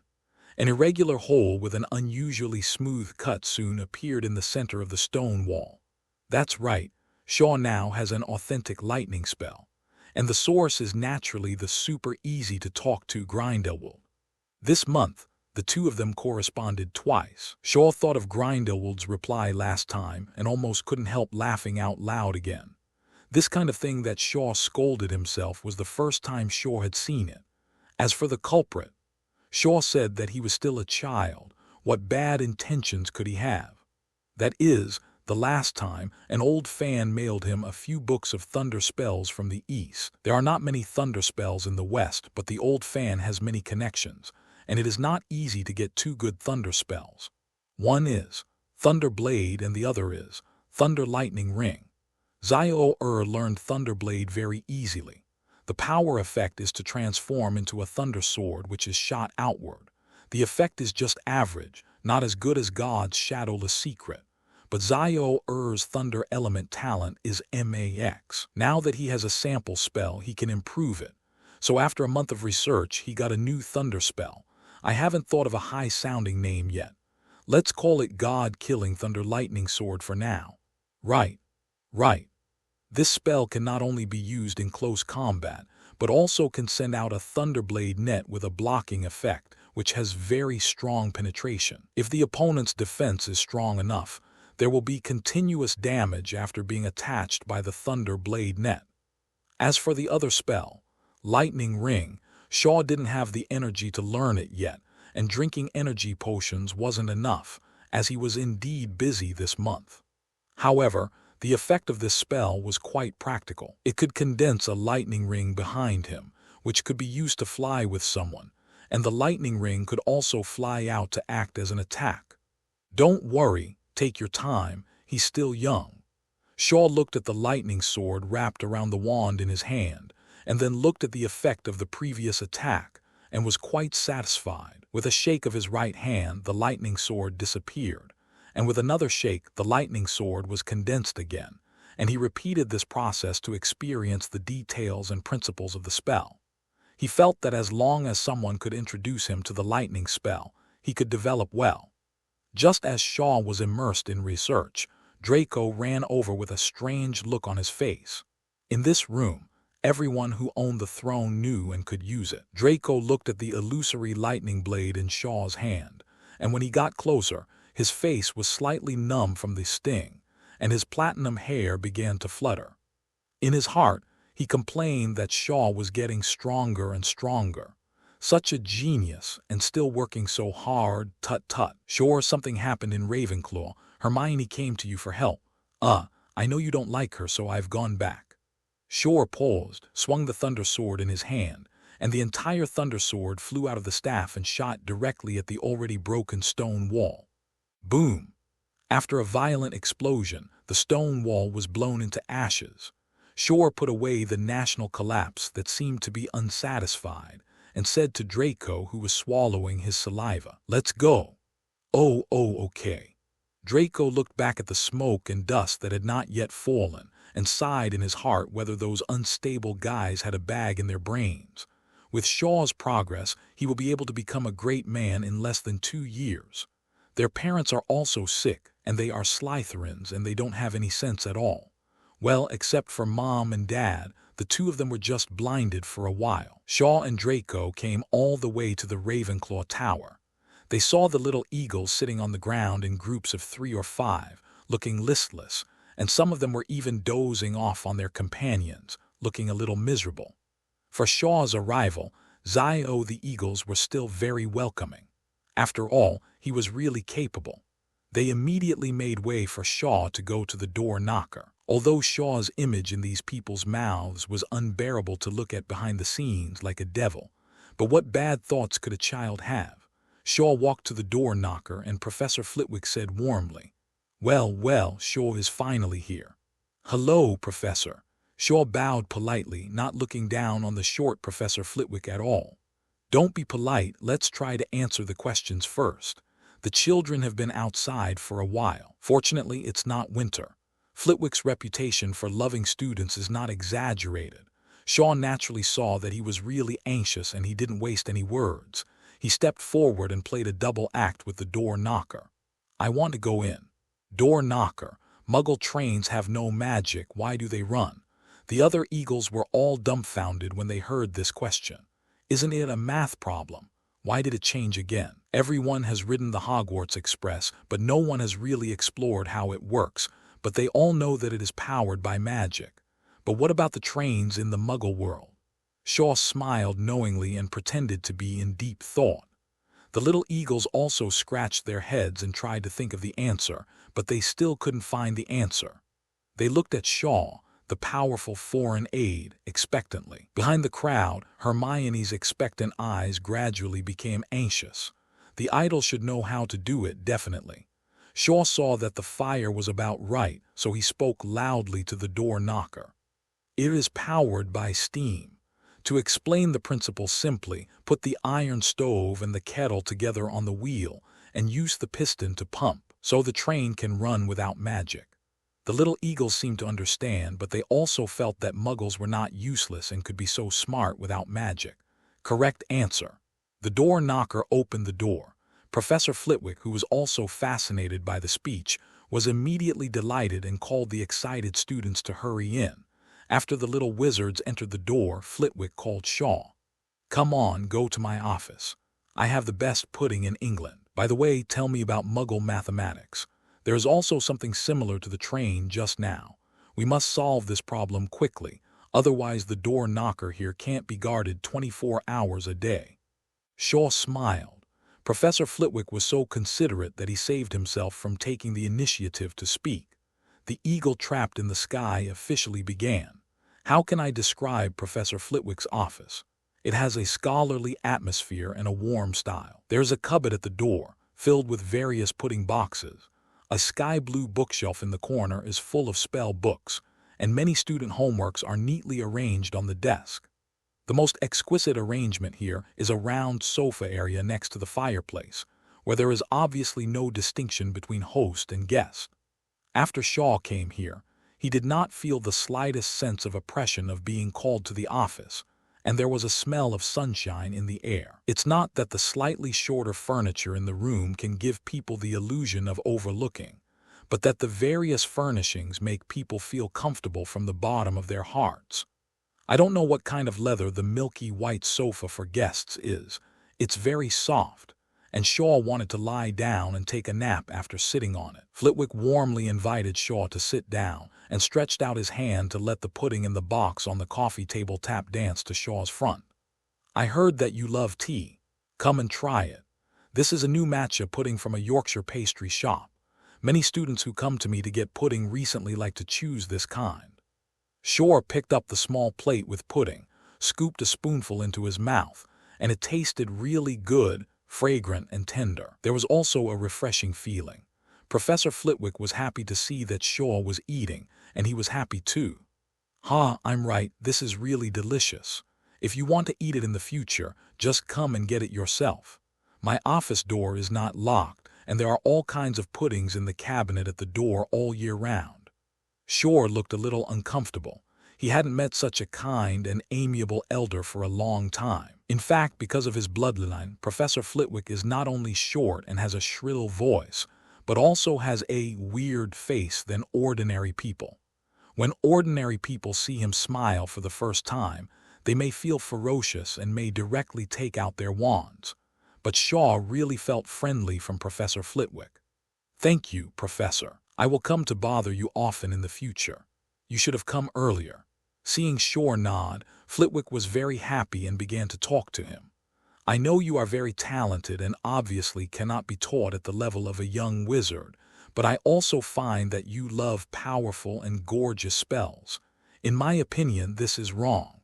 Shor's expression moved and he sat up straight. The other party was a real duel master, and his understanding of spells was many times higher than his own.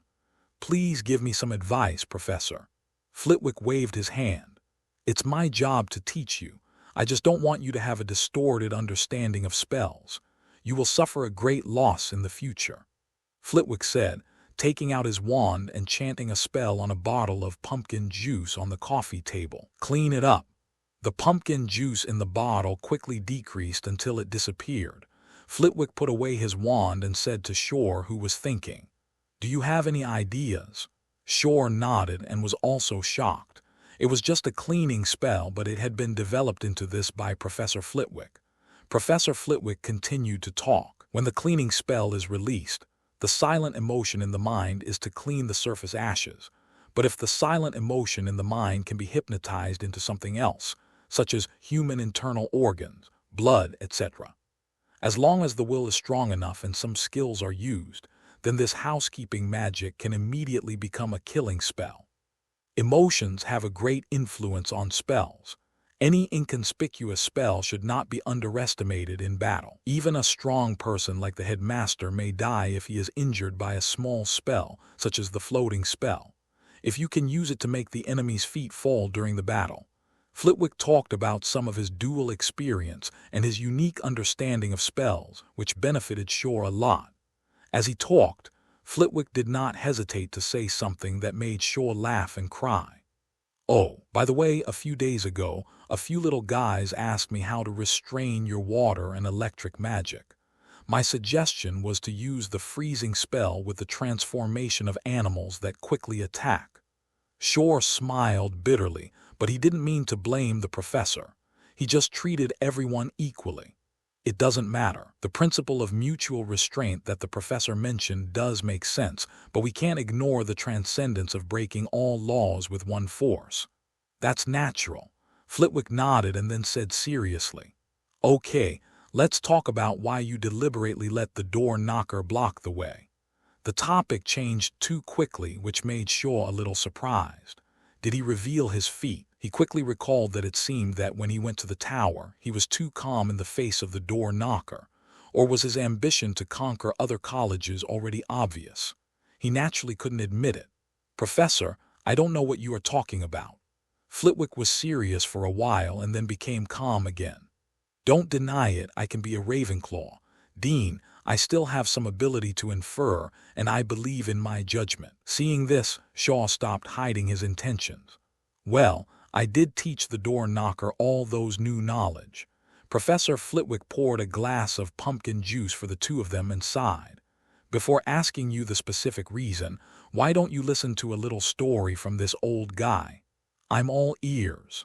Flitwick took a sip of pumpkin juice and said slowly, "In the history of Hogwarts, there have been many headmasters known for their strictness, especially your grandfather Phileas and the previous headmaster Armando. The two consecutive headmasters were very strict with students. If students made mistakes, they would be hung up and whipped, and they would be publicly humiliated.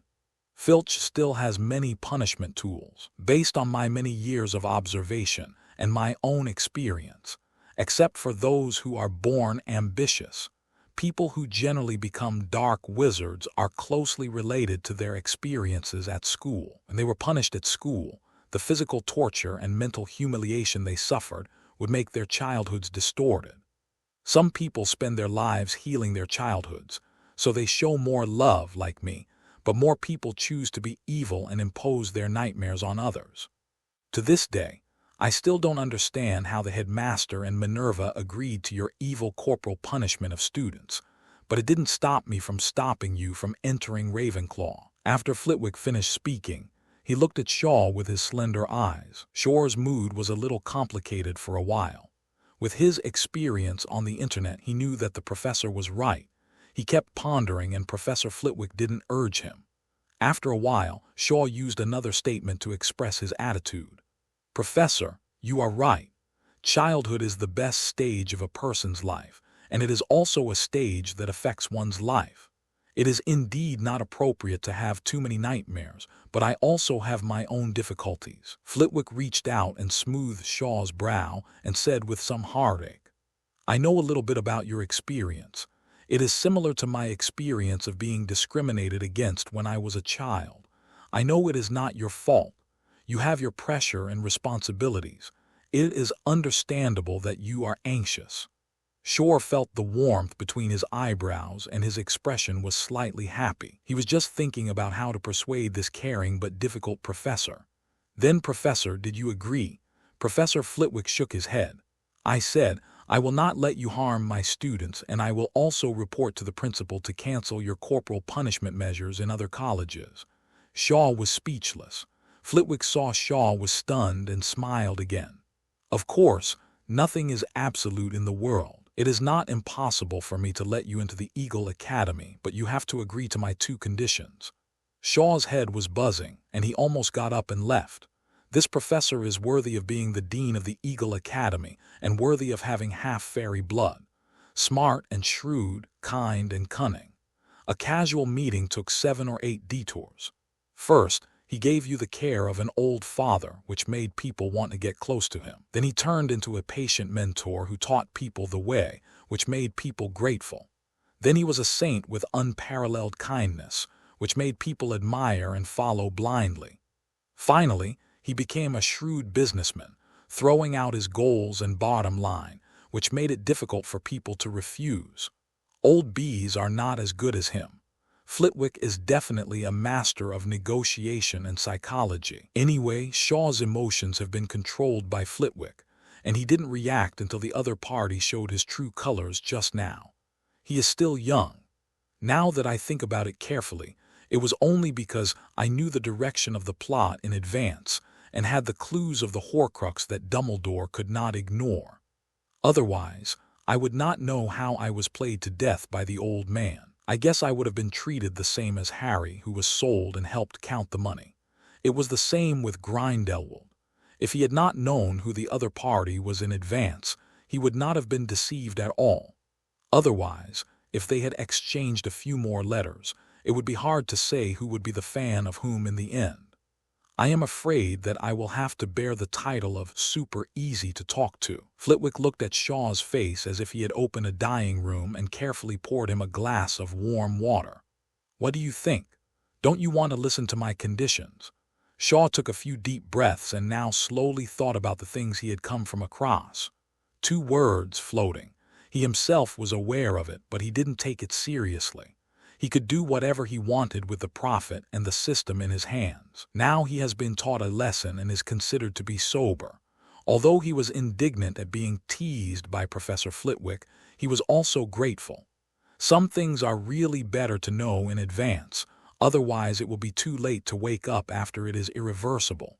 Shaw stood up, tidied his appearance and bowed solemnly to Flitwick. Thank you, Professor. Please tell me your conditions. Although Flitwick was puzzled about what the other party was thanking him for, he was also happy that the two could reach a consensus. It's actually very simple. First, you cancel the electrotherapy corporal punishment. Oh, of course, it doesn't include when you are against the enemy.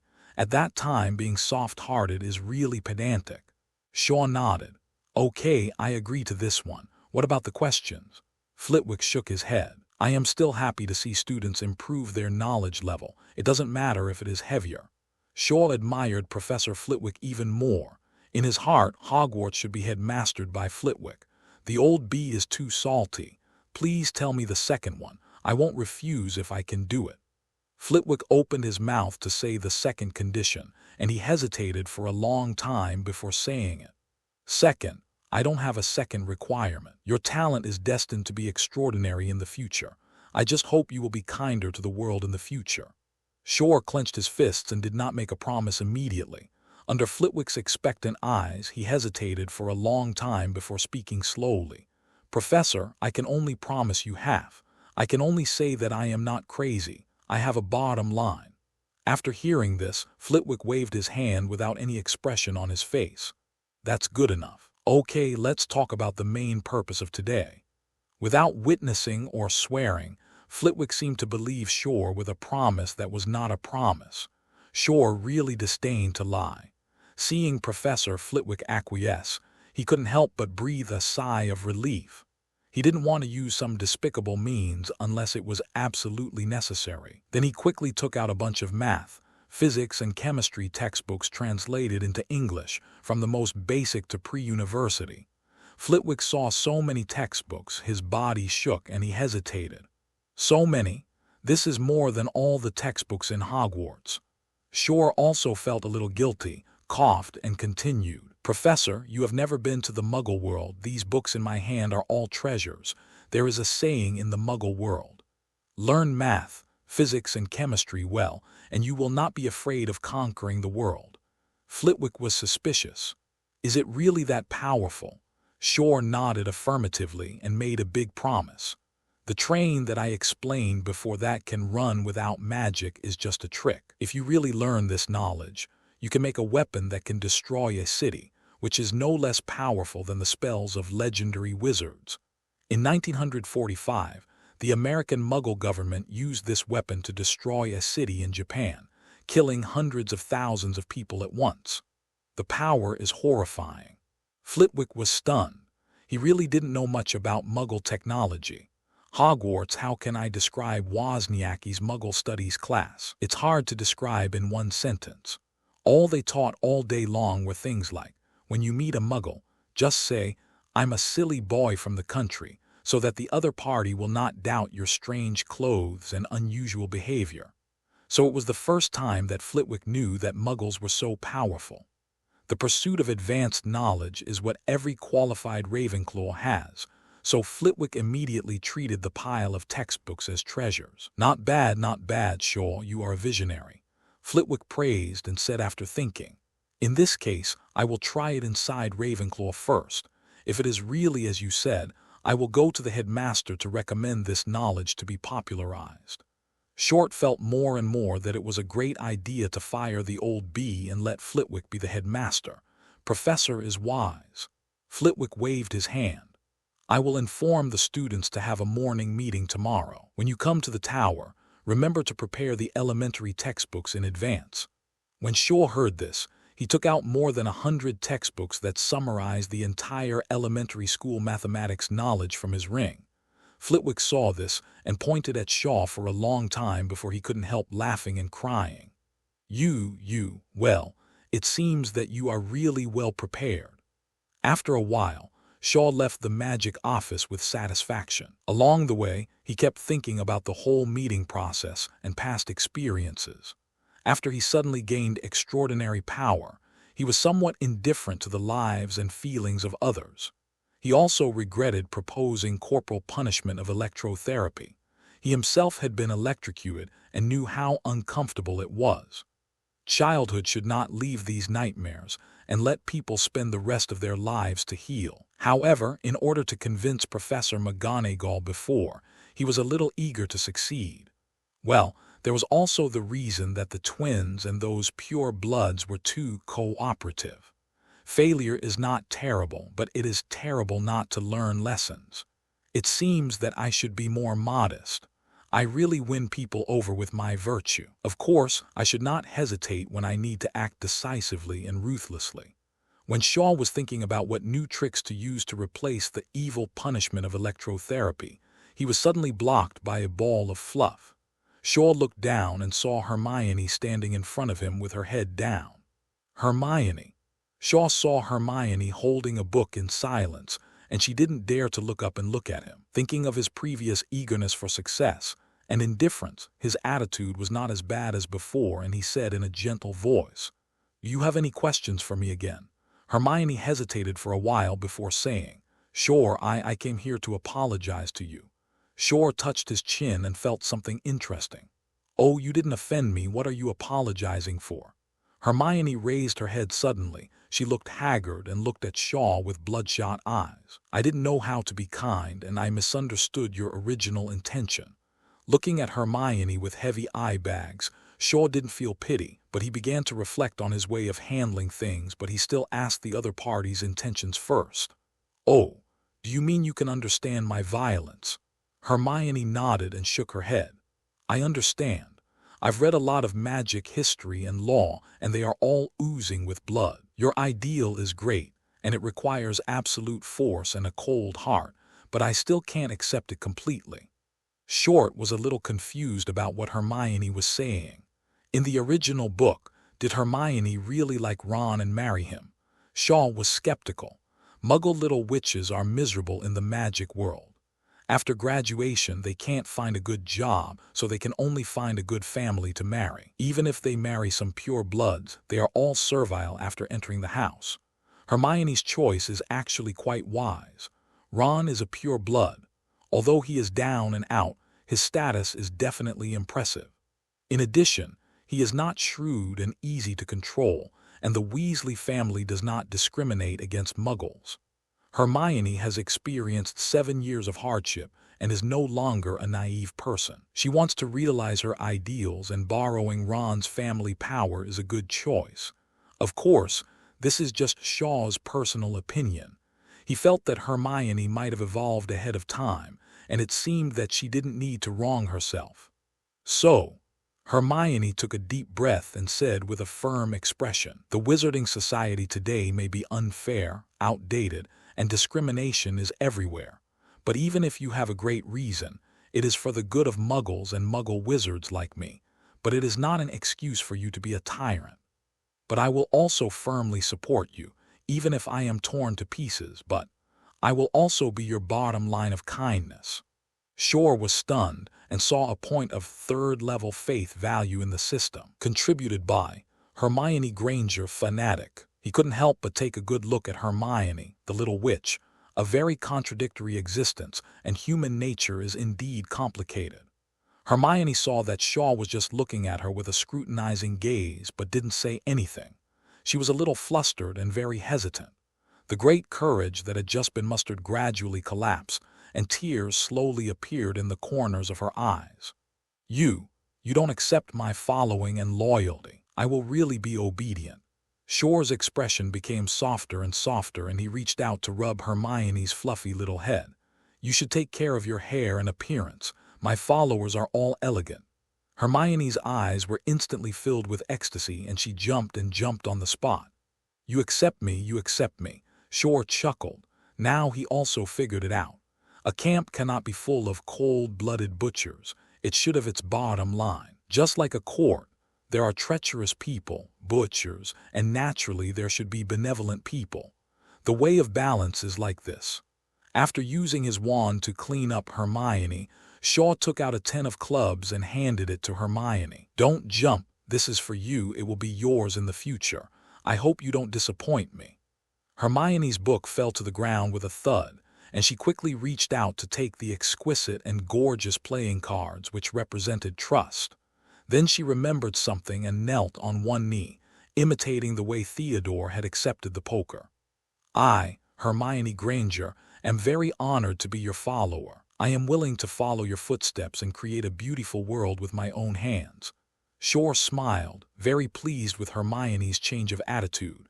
"Get up, go back and have a good rest. Go to Alice tomorrow. She will tell you something." Hermione stood up and asked, I want to participate in the duel later." Shor walked away, leaving only one sentence. "This is an order." Hermione was stunned, pursed her lips, and had to go back to the lounge. Next to the Quidditch field, a simple duel arena was newly built, and there were not even seats around. But at this moment, it was unusually lively here. Gryffindor and Slytherin had been crazy for a month, waiting for today to show who was the winner. Some people really wore their shorts and smelly socks for a month, and they could stand up when they took them off, and the sour smell went straight to the sky, just to make the opponent wash it under infinite biochemical attacks.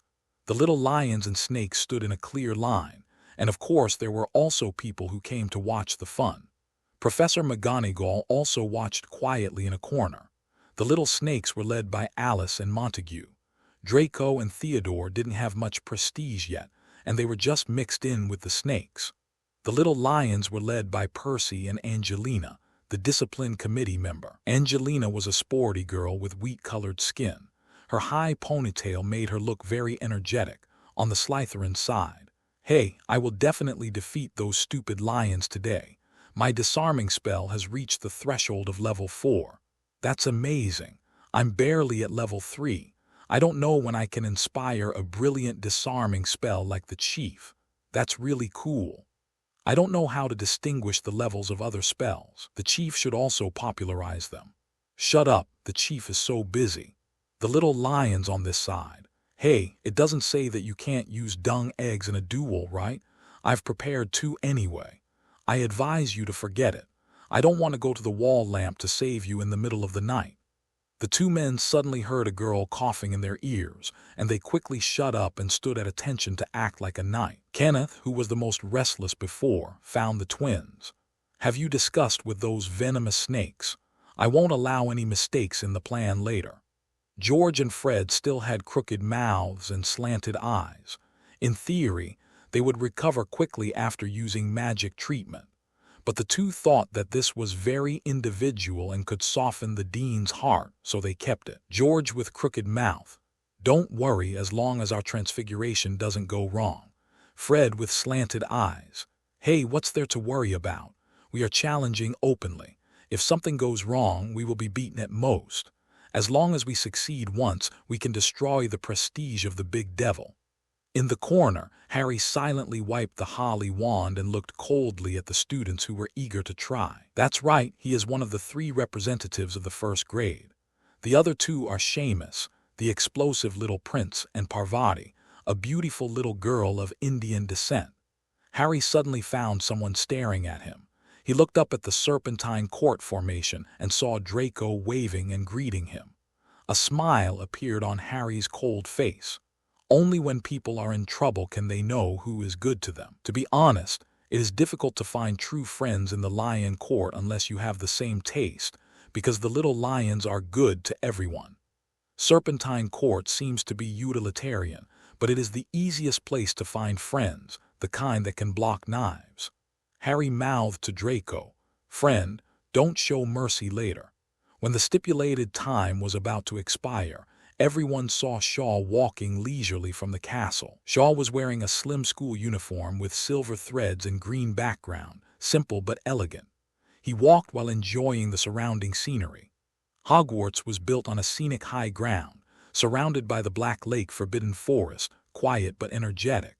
All the people beside the duel arena were silent, watching Shaw, who had lived a peaceful life, slowly coming.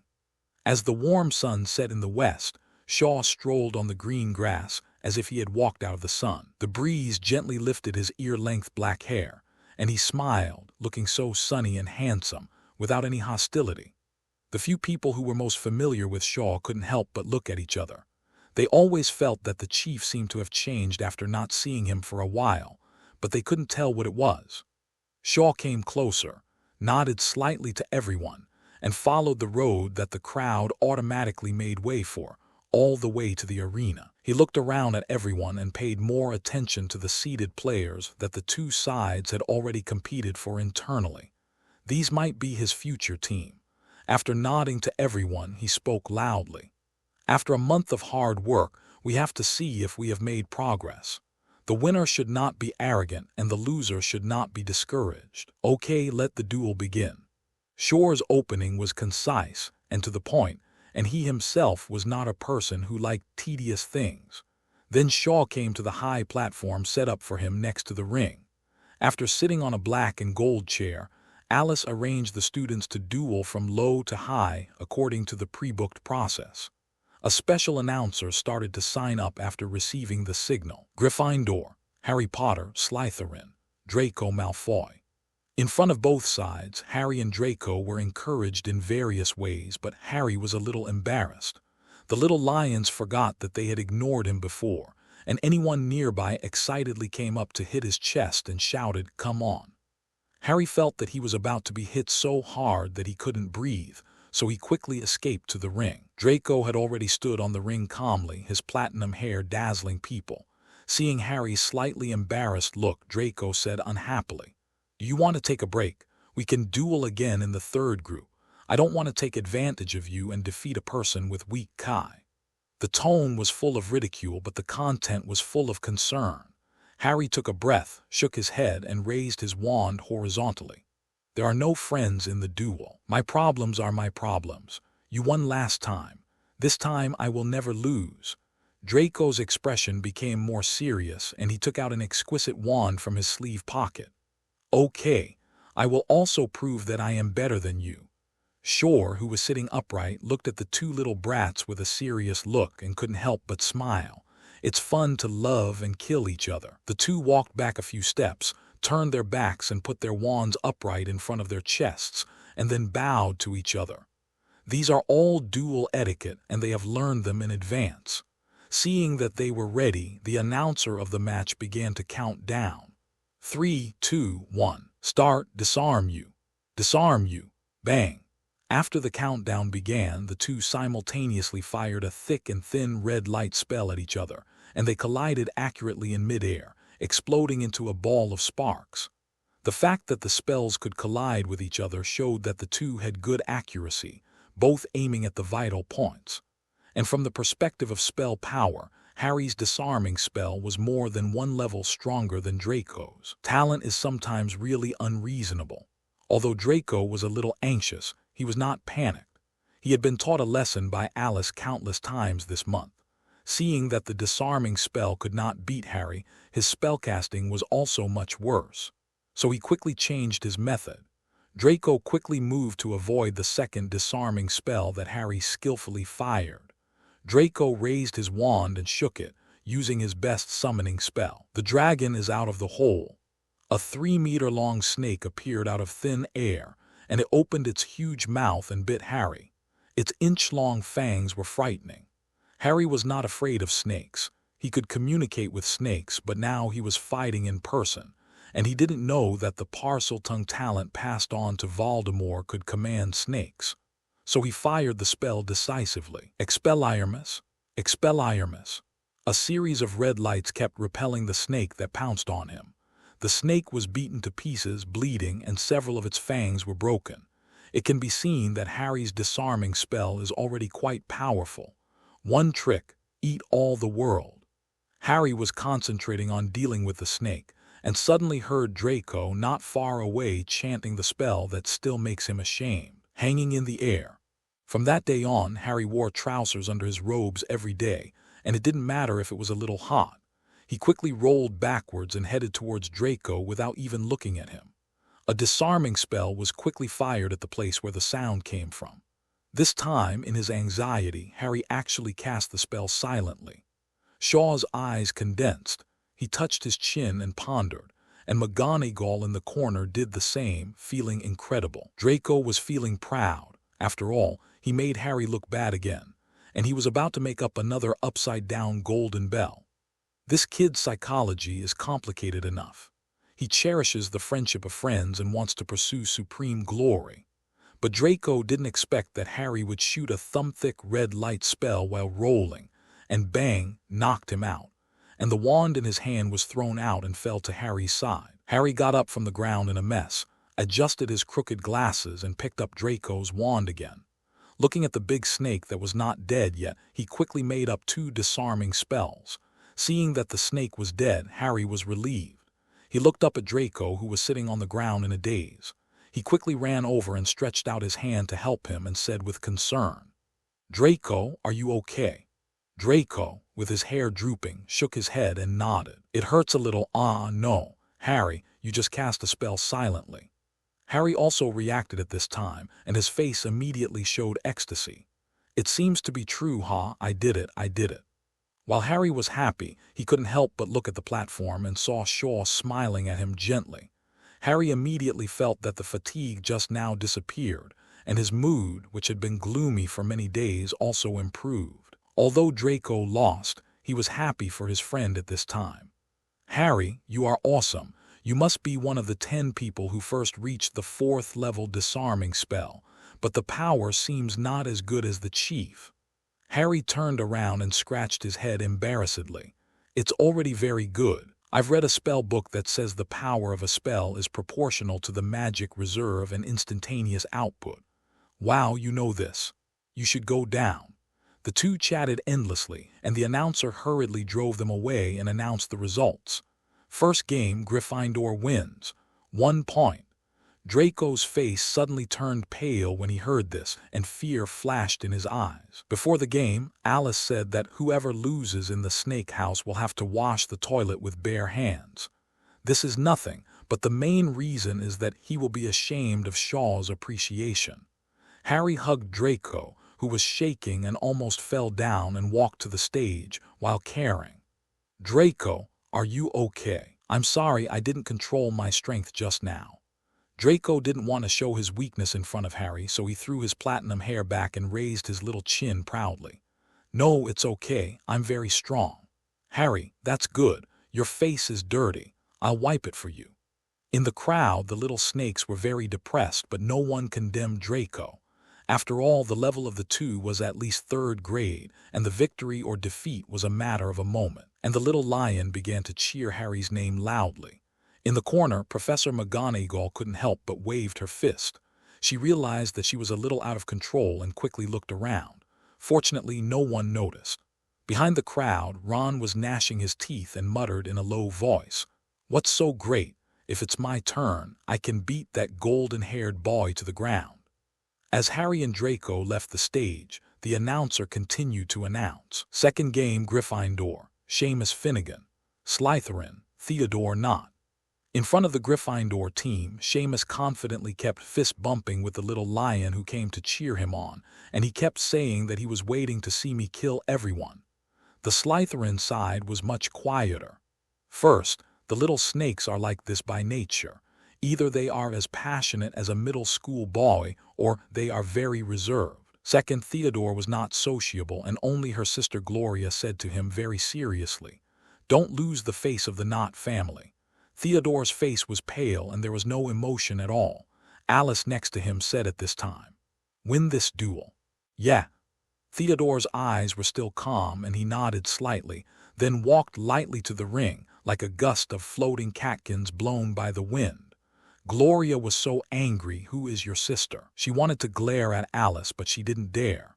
Although Alice is usually elegant and virtuous, she is noble, but when she gets crazy, she really doesn't recognize her relatives, and she will slap you if she says so. Theodore came to the ring. Although his body was thin, he stood as straight as a pine tree. He pulled out the silver-white wand that looked like bone jade and pointed it at the ground, and waited quietly for Seamus, who was still having fun in the crowd. Seamus came to the stage with a red face and greeted Theodore. "Hey, buddy, why don't you admit defeat? My explosion spell is really powerful, but I can't control it well. I'm afraid of hurting you." Theodore remained silent, just turned around and walked back, holding the wand upright in front of him with his back turned, and his eyes became sharp. The meaning of this action is self-evident. "Okay, don't blame me if you get hurt by mistake later." Seamus shrugged and could only follow the process. He also stepped back a few steps and held up the wand. The announcer began to count down. 3, 2, 1, start. Thunder explosion. Seamus started with the innate spell, and a yellow ball the size of a head quickly shot towards Theodore. Shor on the platform estimated that it was a third-level explosion spell. He thought that this kid could be trained to be a thug. At this time, Theodore was not in a hurry and cast the spell calmly. Armor protection. A blue shield appeared, and it did not appear in front of Theodore but in the center of the field. As soon as the shield appeared, it intercepted the explosion spell in advance. Boom! The yellow light exploded, the blue shield shattered, and the shock wave blew small holes in the ground. Theodore's choice was very wise. If he had set up a shield in front of him, he would probably be affected by the aftermath of the explosion. Although he would not be defeated, he would be in a very embarrassing situation. This scene of the first-year duel shocked many senior students in the audience. Is this still a first-year duel? The shield charm is not only difficult for first-year students, but also for senior students and even many adult wizards after graduation. However, Theodore can use it so easily. Even if he is gifted, he must have spent more energy and sweat behind the scenes. Cedric, who came to watch the fun, shouted, "So strong!" The handsome and best student in Badger College dropped the nuts in his mouth on the ground. He suddenly felt bad. In the past, when everyone was not interested, even if the little Badgers were mediocre, the gap could be seen. But the duel between Harry and Draco just now surprised Cedric, and he comforted himself that this was just an example like himself. But now there are still little wizards of this level, and Cedric didn't know what to think for a while. In the field, seeing that his explosion charm, which was comparable to that of senior students, was broken, Seamus hurriedly chanted the spell again in a panic. Thunder explosion. Theodore did not retreat but advanced, running towards Seamus with light steps, his figure as light as floating catkins. While running along the Z-shaped route, he also began to chant a spell. Flocks of birds. A group of chirping birds with dazzling golden light led the way in front of him. These golden birds were not solid, but each of them was very large. This successfully blocked Seamus's vision, which was also Theodore's strategy. Sure enough, after Seamus chanted the explosion spell, the magic wand suddenly didn't know where to aim, so he could only aim at random. Boom, boom, boom. The yellow light ball hit the center of the flock of birds, and the huge power exploded the golden birds one by one. instantly turning them into ashes, and also exploded a large cloud of dust. Seamus saw this effect and couldn't help but be proud. But the next moment he saw Theodore with a cold expression, rushing out from the smoke and dust, and the tip of the wand was quickly raised. "Disarm you!" A ball of red light quickly hit Seamus, who was still grinning. Theodore's disarming spell was just normal in power. After knocking Seamus' wand away, it had no extra effect, but it didn't need to be fancy. He didn't care. As long as he could win, that was enough. Theodore handed the disarming wand back to Seamus and said in a cold voice, "You lost." Seamus's face turned red and a little hot.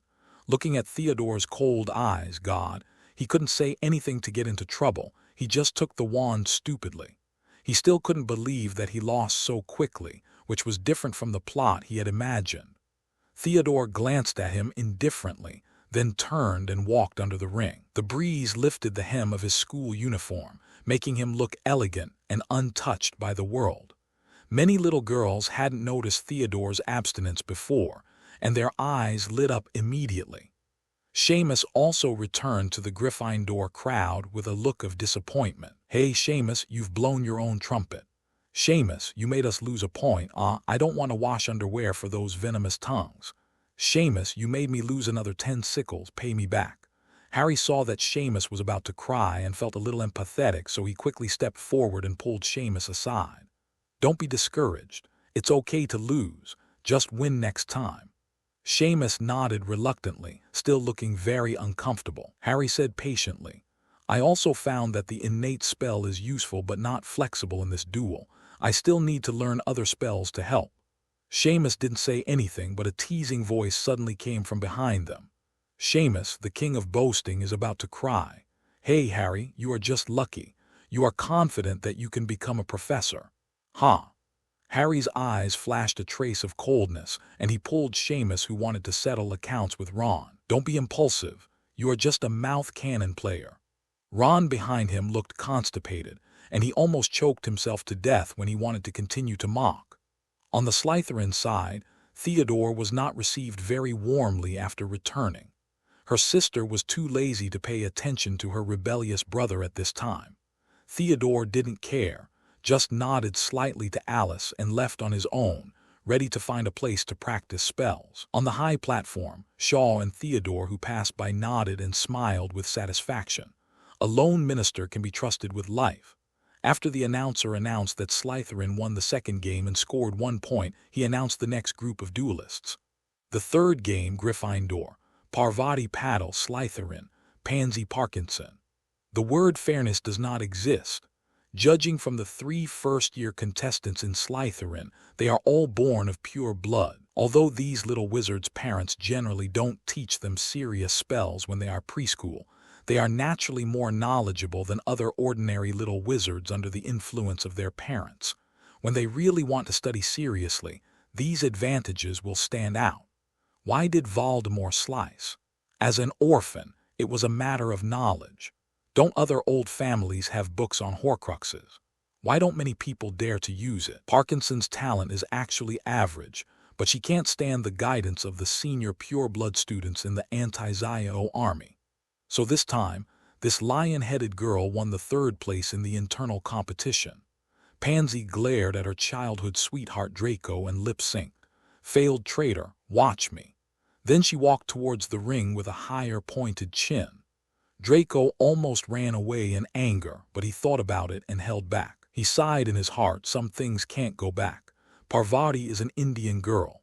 Although her skin is slightly dark, she is very beautiful. The decoration hanging on her nostrils is biling, full of exotic style. After greeting the sisters, she also walked onto the stage confidently. She had a good manner and obviously came from an extraordinary family. She said to Pansy enthusiastically, "My name is Parvati Paddle. Please give me more advice." Pansy sneered at the other party with her nose. HMPH. Parvati's expression immediately turned ugly and serious, and without saying a word she began to prepare for the duel. 3, 2, 1, start. Disarm you. Disarm you. Bang. The bang was not the sound of 2 spells colliding, but Pansy was directly knocked out. A second ago, after Pansy heard the start, She raised her head and fired spells that hit the bottom of the ring, and she was not accurate at all. Parvati, who was extremely serious, might have been irritated or something else, and the power of the disarming spell was so strong that Pansy was directly knocked out with her wand. The scene was shocked. This was a KO. Then the little lions cheered immediately. Parvati, Parvati. Parvati herself was also slightly stunned. According to Shor's previous spell standards, her disarming spell was at most level 2, 5, but just now. However, the girl was cheerful and didn't think much about it. After winning, she waved enthusiastically to the students in her college. On the high platform, Shor looked suspicious. He just felt the magic of alchemical props flashing on Parvati. He murmured, "Amplify the power of the spell," or, thinking about alchemy such as the scrapped brooch and his own cards, it is indeed very useful. He was considering whether to go somewhere to get a great opportunity and train his alchemical talent from 0 points. 0 points of talent cannot be increased by talent points. But the next moment, Shor's face changed. Looking for death. He shouted angrily and quickly waved his hand to the audience. A water shield quickly formed behind Parvati, who was trotting off the stage. Bang! An orange light happened to explode on the water, blowing a hole in the shield. A large amount of water splashed. The one who cast the spell in anger was Pansy, whose face was twisted. After being knocked away, the lion-headed girl was in disbelief for a moment, and then she picked up the wand on the ground and attacked Parvati with her back. And she used the crushing curse, which was forbidden in this duel. Crazy Pansy was about to laugh out loud. The bitch on the opposite side actually dared to make her so embarrassed, and now she couldn't kill her. But after seeing the water shield blocking her spell, she suddenly woke up and looked at the platform with horror. Shor looked gloomy and pointed his wand at her. The water prison spell was activated, and a blue triangular iron prison directly locked Pansy. The effect of the lightning strike was coming in an instant, and Pansy was scared to the point of weakness. She had been electrocuted once and knew what a terrifying nightmare it was, so the little girl almost peed herself. But when everyone was stunned for a few seconds, Draco shouted subconsciously, "Chief, don't." Shor's eyes narrowed and his heart moved. He didn't continue to punish Pansy with lightning strikes, who was almost scared to death.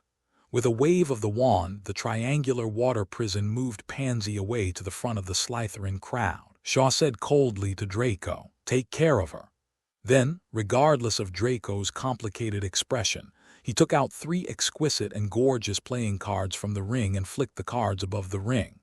After the 3 playing cards were shot above the ring with tail flames, they began to rotate and float, giving people a sense of shock. Shor is not a decoration here. He is also responsible for the safety of both sides of the game. Shor said in a calm tone, "In this round, Gryffindor wins. Pansy violated the rules and will be severely punished. I hope that no one will make the same mistake in the next game otherwise." Everyone looked at the playing cards spinning in the sky and heard the sound of the electric current and couldn't help shivering. Alice glared at Pansy, who was in a state of disgrace as she was supported by Draco. She was simply embarrassing Slytherin. After being protected by Shor, Parvati looked at the little brother on the stage with a somewhat infatuated look in her eyes. She wanted to go over and thank him immediately, but she was finally pulled away by the little sisters. The announcer rubbed his face and hurriedly continued to host. Next, the 2nd and 3rd grade competitions were much more normal. Although the spell level was higher than that of the little wizards in previous years, it was still within the scope of understanding. Basically, 2 little wizards were running around the field and shooting spells. There were no armor spells, silent spells, etc. at every turn. This made it less watchable. Cedric, who was eating melons not far away, finally breathed a sigh of relief. It was good that they were not all perverts, and the little badger could continue to pose. Cedric was in a good mood. He remembered that his companions had put a lot of pumpkin seeds in their hoods, so he reached out and took out a handful and started to eat. In 9 games, the Lions were better, leading 5-4. Professor McGonagall was very pleased that the wizards' dueling skills had improved, and their ability to protect themselves had also improved. Thinking about it, The big cat's divergent thinking had already begun to fantasize about winning this year's college cup. Shor was puzzled that the twins were not seated in the third grade. Players, although these two guys are worrying, they are capable. He looked from afar and saw these two guys who looked like they had suffered a stroke on their faces, discussing something furtively behind the crowd. Shor seemed to have a premonition of something, but he didn't care. There is a saying, the higher the Tao is, the higher the devil is.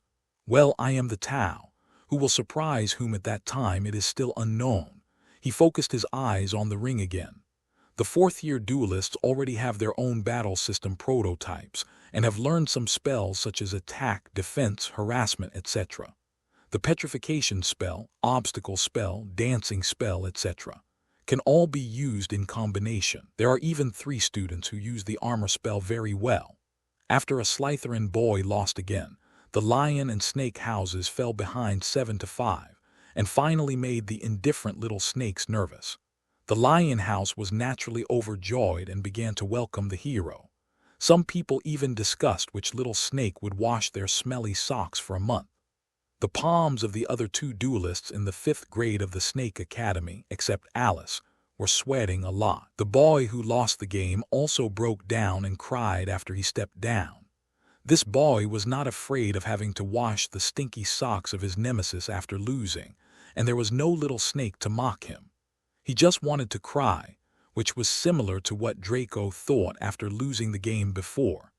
He was a firm supporter of Shor, and even got personal advice from Shor, but losing the game under the gaze of his idol today made this extremely hard-working mixed-blood boy feel ashamed to death. Alice looked at the decadence of the little snakes and couldn't help shaking her head. Her psychological quality was really fragile. She looked up at Shor, who was still calm on the podium, and knew that the other party had handed the victory or defeat of the Snake Academy to her. After all, Shor had another identity, the vice headmaster of Gryffindor, and he had to maintain a fair attitude. Alice took a deep breath. She had to cheer up these little snakes. She came to the boy, opened and closed her palms a few times, and resisted giving this soft bone a hard blow. Finally, she bent down and patted the boy on the shoulder. "Jessini, don't be a coward. The chief is watching you. Stand up." Alice didn't care about Jessini's reaction and walked onto the stage. Without waiting for the announcer to announce the 5th-year contestants, Alice said domineeringly, "I want to take on 3 Gryffindor contestants, Percy, Wood, Miria. You all come on together." Although Alice behaves like a lady, her words just now have the temperament of a queen touring the world, instantly shocking the whole audience. But Percy and the other 2 in front of the Gryffindor crowd were almost angry to death. This was naked contempt. Percy was usually quite stable and he knew a little about Alice's strength, so his reaction was okay. But Wood, the passionate Quidditch captain, was immediately angry with his dog eyes wide open, pointing at Alice on the ring and scolding. "Alice, don't look down on me. I can beat you alone." Milia is a relatively quiet Gryffindor and her eyebrows are also raised at this moment. "Alice, arrogance is not strength." Wood couldn't help it. He had already taken out his wand and ran to the ring. Alice showed a smile that made the sun pale. The wand slipped from her sleeves to her palm, and she waved it casually. A thumb-thick red sword shot out from the tip of the staff, blasting a big hole in the ground in front of Wood, who had just stepped onto the stage. Wood braked suddenly, and the dog's eyes widened, and he said in disbelief, "Silent disarmament spell." Moreover, Alice's level 4 spell was more than twice as powerful as Harry's before, and the casting speed was faster. After all, Alice was already in the 5th grade, and her magic reserve and experience were much higher than Harry's. Wood opened his mouth to say something polite, but he felt unconfident. Facts have proved that strength is more convincing than words. Percy had already brought the girl Milia to the stage with a serious face. "Emily, I admit that you are very strong, but this is a points competition. Even if we team up to beat you, we only get 1 point. If you beat the 3 of us, it's 3 points. This is not fair." Percy still had a brain, and there was a little trap in his provocative words. Alice is a smart person, so she understands, but she doesn't care. She turns around and says to the two resentful fifth-grade snake duelists, "I promise on your behalf that the result of this battle will be 3-3. The winner gets 3 points. You two have any objections?" The two snakes glared at Alice, but they didn't dare to stab her. The other party has been very prestigious in the Snake Academy recently. Not only is he valued by the chief, but his own strength is also recognized as the second in the academy. The two looked at the platform and looked at Heir with a pleading look, hoping that the chief can give them a fair fight. Heir had a headache when Alice made such a crazy statement. The meaning of this arrogant woman is self-evident. First, she wants to boost the momentum of the Snake Academy, and second, she is not confident in the strength of the other two. She is afraid that they will continue to lose points if they lose. 3-1, maybe she also wants to prove her strength and deter the villains. Looking at the pleading eyes of the two snakes, he pondered and said, "You two should apologize and compensate them next time, Alice. People are selfish and have close relationships, and Shor is not a saint, so he is no exception."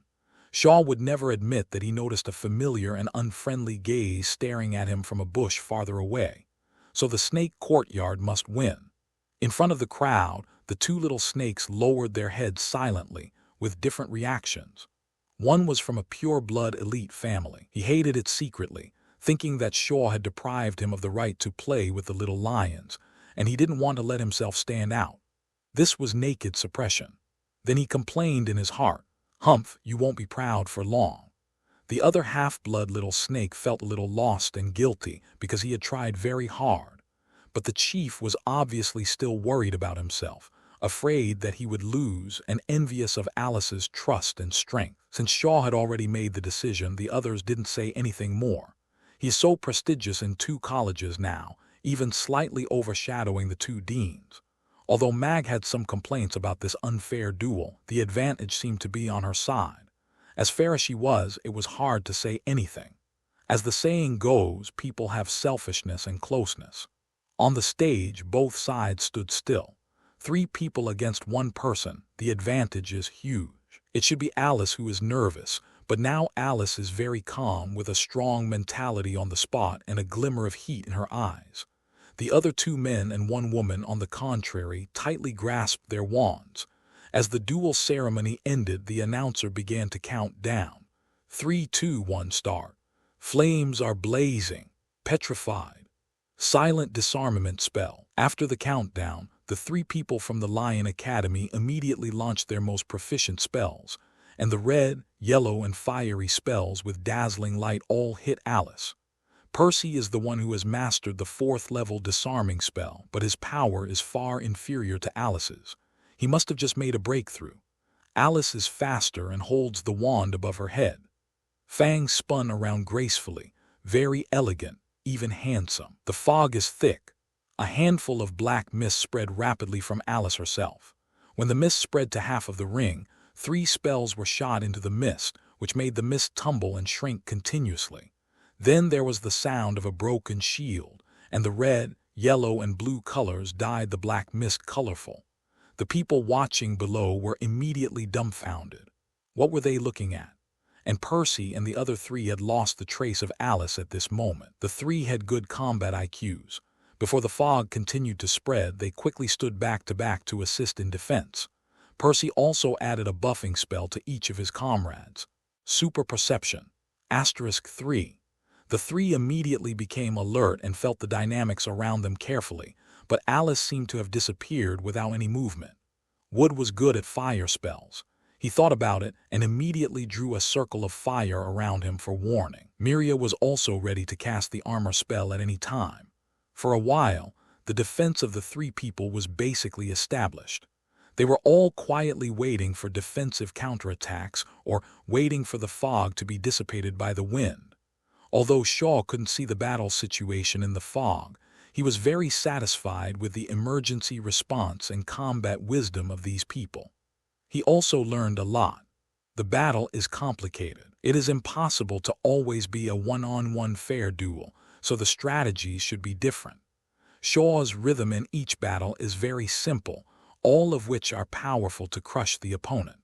But this is only useful when the gap between the two sides is relatively large. His target is the level of Voldemort and Dumbledore, not to mention the fantasy of defeating the strong with the weak. Even if he really has the strength of a legend of the same level, those old guys have fought for dozens or hundreds of years, and their combat experience is rich and unfathomable. So Shor still has a lot to learn. At this moment, the battle in the field changed again.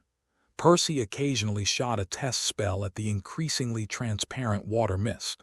Suddenly, a muffled sound was heard. The three of them were immediately overjoyed and all burst out with all their strength to hit the muffled sound. Under the exploding water mist, they saw a stone doll being blown to pieces. They immediately thought it was not good.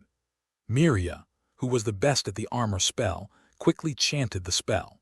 But before the spell was successfully cast, a red light quickly flew over and knocked her away, and the magic wand also flew out of her hand. Not only that, due to the problem of standing position, Emily also suppressed Percy and Wood behind her. The two boys fell to the ground and saw that they were panicking and shooting spells.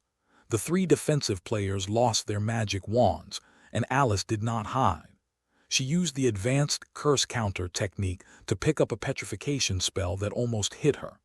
Then, Alice used the 4th level disarming spell and the free continuous firing. Percy and Wood resisted with difficulty and were suppressed to the point that they could not raise their heads. The mist dissipated with the wind. Alice's green and silver skirt fluttered, and her blue hair also fluttered in the wind. She looked calm, one hand on her abdomen and the other hand gently pinched the magic wand and pointed it at the ground. A dashing temperament emerged spontaneously. Alice glanced at her opponent, who looked depressed, her lips slightly raised, and looked at the stunned audience. All she needed to say was, "Who else?" Alice looked around the whole audience, disdaining the gazes of some perverts. Finally, she fixed her eyes on Shor, who was standing still on the platform, and the arrogant look just now immediately turned into admiration and expectation. The smart eyes can speak, as if asking, "Chief, I didn't embarrass you." Shor knew that the efforts of his subordinates should be affirmed, so he gave Alice an appreciative look and lip shape. "Very good." Alice's eyes flashed with excitement and heat, and her fists clenched a little. She took a deep breath to calm down and then looked back at the silly announcer. "Announce the results." The announcer had just had some unrealistic fantasies, but was frightened by this look and shrank his neck. After swallowing his saliva, he quickly said loudly, "Alice Fry won. Slytherin scored 3 points." As his announcement fell, all kinds of whispers began to sound at the scene. The pumpkin seeds in Cedric's mouth fell out again. "Ang, how come there is another pervert? Can't we eat pumpkins properly?" Draco waved excitedly. "Yeah, good job, CEO. You got back 3 points and finally took the lead." Harry wiped his wand and murmured, "So strong. Is this the ability of the person Shor trusts most?" Eagle-head girl Penelope looked yearningly. "It's a pity Shor went to Slytherin, otherwise Alice now, maybe I would be her." Squinting Fred said worriedly, Tusk, won't she help later?" Crooked-mouthed George said confidently, "It shouldn't be. The big devil only bullies the majority with the minority. It's too bullying." Gloria stamped her feet. "Huh, she's pretending again." Drooling passerby, "Beautiful, noble, powerful. Woo-woo, it's a pity that I don't deserve her." Professor McGonagall was in a complicated mood at the moment, feeling like she was slapped in the face, and her previous good mood disappeared. Thinking in my heart, I will have to train the little lions more. As Alice returned to the crowd of the Snake Court, the little snakes could no longer hold back and cheered loudly. "Alice, you are the strongest, the strongest under the chief." Alice. Except for a few people, Alice's reputation in the Snake Court is rising again. How lively this side is, how deserted the Lion Court is. Percy and Wood helped the injured Milia back to the crowd. Not only did no one help, but all the little lions looked at them indignantly. This was a fight with more people against fewer, and they lost 3 points at once. The little lions just felt so embarrassed. The person who was dedicated to feeding medicine to people didn't even come to show Milia. Fortunately, people like Harry and Seamus who have been on stage know how tormenting it is to bear the pressure of such expectations. The winner is a hero and the loser is a bear. They hurried over to help, which made Percy and the other two less embarrassed and uncomfortable. At this time, Kenneth stood up and said seriously, "Don't be discouraged, it's just 1 point behind, don't we still have 6 chances? Don't worry, I have already made a plan that will definitely win." The little lions were excited and came forward to ask Kenneth about his plan. The other party enjoyed speaking out and pointing out the way. However, he knew the importance of confidentiality and did not reveal any specific details. Percy, who was applying medicine to Milia, saw all this and knew that the prestige he had built up with great difficulty was greatly challenged at this moment. He frowned and wondered if he had spent too much energy on management and neglected the improvement of his strength. After all, from today's point of view, no matter how hard he worked for these people this month, urging them to study for their own good. But now even his 3 younger brothers, especially Ron, look at him with disgust. It would be fine if these people didn't feel grateful, but his prestige couldn't withstand a defeat. Percy was a little confused. Shor saw everything, especially the lost Percy. This talent that he still valued had such a disaster. He must be going through a mental test at this moment. I hope he can change his mentality. Next, 5 games were played in a row. Slytherin's 6th grade student Victor and a half-blood snake both won, with a 3-point lead. When the little snakes began to imagine which little lion to choose to wash their smelly socks and pants for a month, the big reversal came so abruptly. The last pureblood Gloria in the 6th grade and the 2 purebloods in the 7th grade all lost. The big score was tied directly. Everyone's mood was up and down like a roller coaster. Exciting. The little snakes were like being poured a bucket of cold water on their heads in December, and they were chilled to the bone. The little lions were as comfortable as eating delicious popsicles in the dog days of summer, and they shouted happily. On the high platform, Shor watched coldly. The last 3 pure-blooded little snakes, except for the 2nd 7th grade little snake who came on stage. Although the other 2 fought fiercely with their opponents, all kinds of magic spells on the stage were bombarded, and the ring was broken. But after careful consideration, it was found that there was an element of acting. Shor, who was sitting upright, touched his chin, and his mouth showed disdain. "Humph, is this the plan of you mice?" Sure enough, when the last group of duelists came on stage after the students from various families cheered and encouraged, there was no tension. The 2 were old acquaintances of Shor, one was Kenneth and the other was Mrs. Monty, who was also the strongest person in the Lion Snake Academy before. The 2 looked at Shor together. Shor smiled, stood up. The wind from the height made his robe rustle. He looked down at the 2. "Why you 2 don't want to fight, or do you have some other ideas?" Shor teased and then looked at Mrs. Montgomery. He could understand Kenneth's unwillingness, but he didn't know what Mrs. Montgomery was thinking. This month Shor and Alice have given Mrs. Montgomery a lot of courtesy and advice, and they are considered to be more fond of each other. There was deep guilt in Mrs. Montgomery's eyes, and then he said loudly, "Chief, I can't help it. I was born in a poor family and owed them a huge favor. Moreover, I myself really want to challenge you again. If I still lose, I will completely surrender to you." Kenneth was not so polite, he said bluntly. "Deputy Dean, it's 10-10 now. The outcome of the 2 colleges is in my hands. You don't want Slytherin to be humiliated, do you?" Kenneth felt great at the moment, with a sense of pleasure in controlling the superior. He waved his hand and continued to talk. "How about this? You fight with us. If you win, Slytherin wins, and if you lose, it doesn't matter. I will fight with Mrs. Montgomery openly. Of course, I won't be so arrogant as to think that the 2 of us can beat the deputy dean, so we have to add people." The little snakes didn't have any opinion on Kenneth's tricks. After all, it was normal for the old enemy to do anything dirty. But they looked at Mrs. Montgomery, the traitor, with hatred. Traitors were the most hateful at any time. Many people came to their senses now. There might be traitors in the 3 games they just lost. Mrs. Montgomery looked a little ugly, but he kept silent. After all, everyone had their own difficulties. Professor McGonagall in the corner wanted to find a crack in the ground to crawl into. She had lived a decent life for decades, but she didn't expect that the student she taught was such a despicable villain. He really lost his integrity in his later years. He must be educated again in the future. Add more questions. Add more questions. Add more questions. On the high platform, Shor narrowed his eyes slightly. He walked down from the stage slowly, strolled to the ring, and said directly to Kenneth, "Call all your people up." Although Shor's voice was light, it was full of contempt and arrogance, which made Kenneth, who was feeling proud, feel a chill and a little uncomfortable. "You said it." He twisted his stiff neck and waved his hand back, and 5 students came up from the lion and snake houses respectively.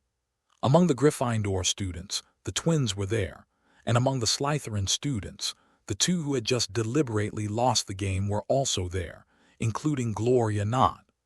The remaining rebels in the snake house felt a little guilty. After all, they had no scruples about the glory of the college. If they couldn't win, the consequences would be unimaginable. Not only would Shor retaliate against them, but Dean Snape would probably poison them. The twins, with crooked mouths and squinting eyes, quickly took out the small alchemy props they had prepared and distributed them to everyone. "These are lightning-proof boots, and these are lightning-proof clothes. These are smoke bombs, and these are reinforced ears. This is an enhanced version of the big dung egg. For your own good, remember to wear a mask." Heir smiled but did not interrupt. In fact, strictly speaking, the twins are indeed talented, but their personalities are too jumpy. But they are still the ones who remember food but not beatings. It is difficult to change without experiencing great sorrow and pain. Kenneth assigned the positions of the people from the 2 colleges, roughly forming a 3-talent situation to surround Heir. Kenneth nervously held the magic wand and said to Heir, who was still calm, "Heir, we are ready." Heir did not take out the magic wand but casually brushed off the non-existent dust on his shoulders and said in a slightly cold tone, "You challenge me, and if you win, you can discredit me, but on the other hand, even if you lose, it seems that there is no loss. This world is all equal exchange, so if you lose, you need to pay the price." Kenneth said with his neck stiff, "If you don't accept the challenge, we will make Slytherin lose the duel. Isn't that enough?" Shor's eyes were calm. "But so what? If I'm in a bad mood, why not end the duel in advance?" "You have an opinion. It's not important." Shor paused, and his aura gradually radiated outward. Although his handsome face was calm, the coldness and contempt inside made Kenneth and others feel indescribably uncomfortable, and their faces flushed with shame. It was as if they were a group of monkeys who were jumping up and down to provoke a giant python. Yes, if Shor really didn't want to play with them, he could just cancel the game directly. It would not damage his dignity at all. This was originally organized by him, and even if there was a little loss, it would not be a big deal. And these people, they used something they thought was very important to threaten other people's games. It was really funny. Although Kenneth was a little embarrassed, the arrow was on the string and had to be shot.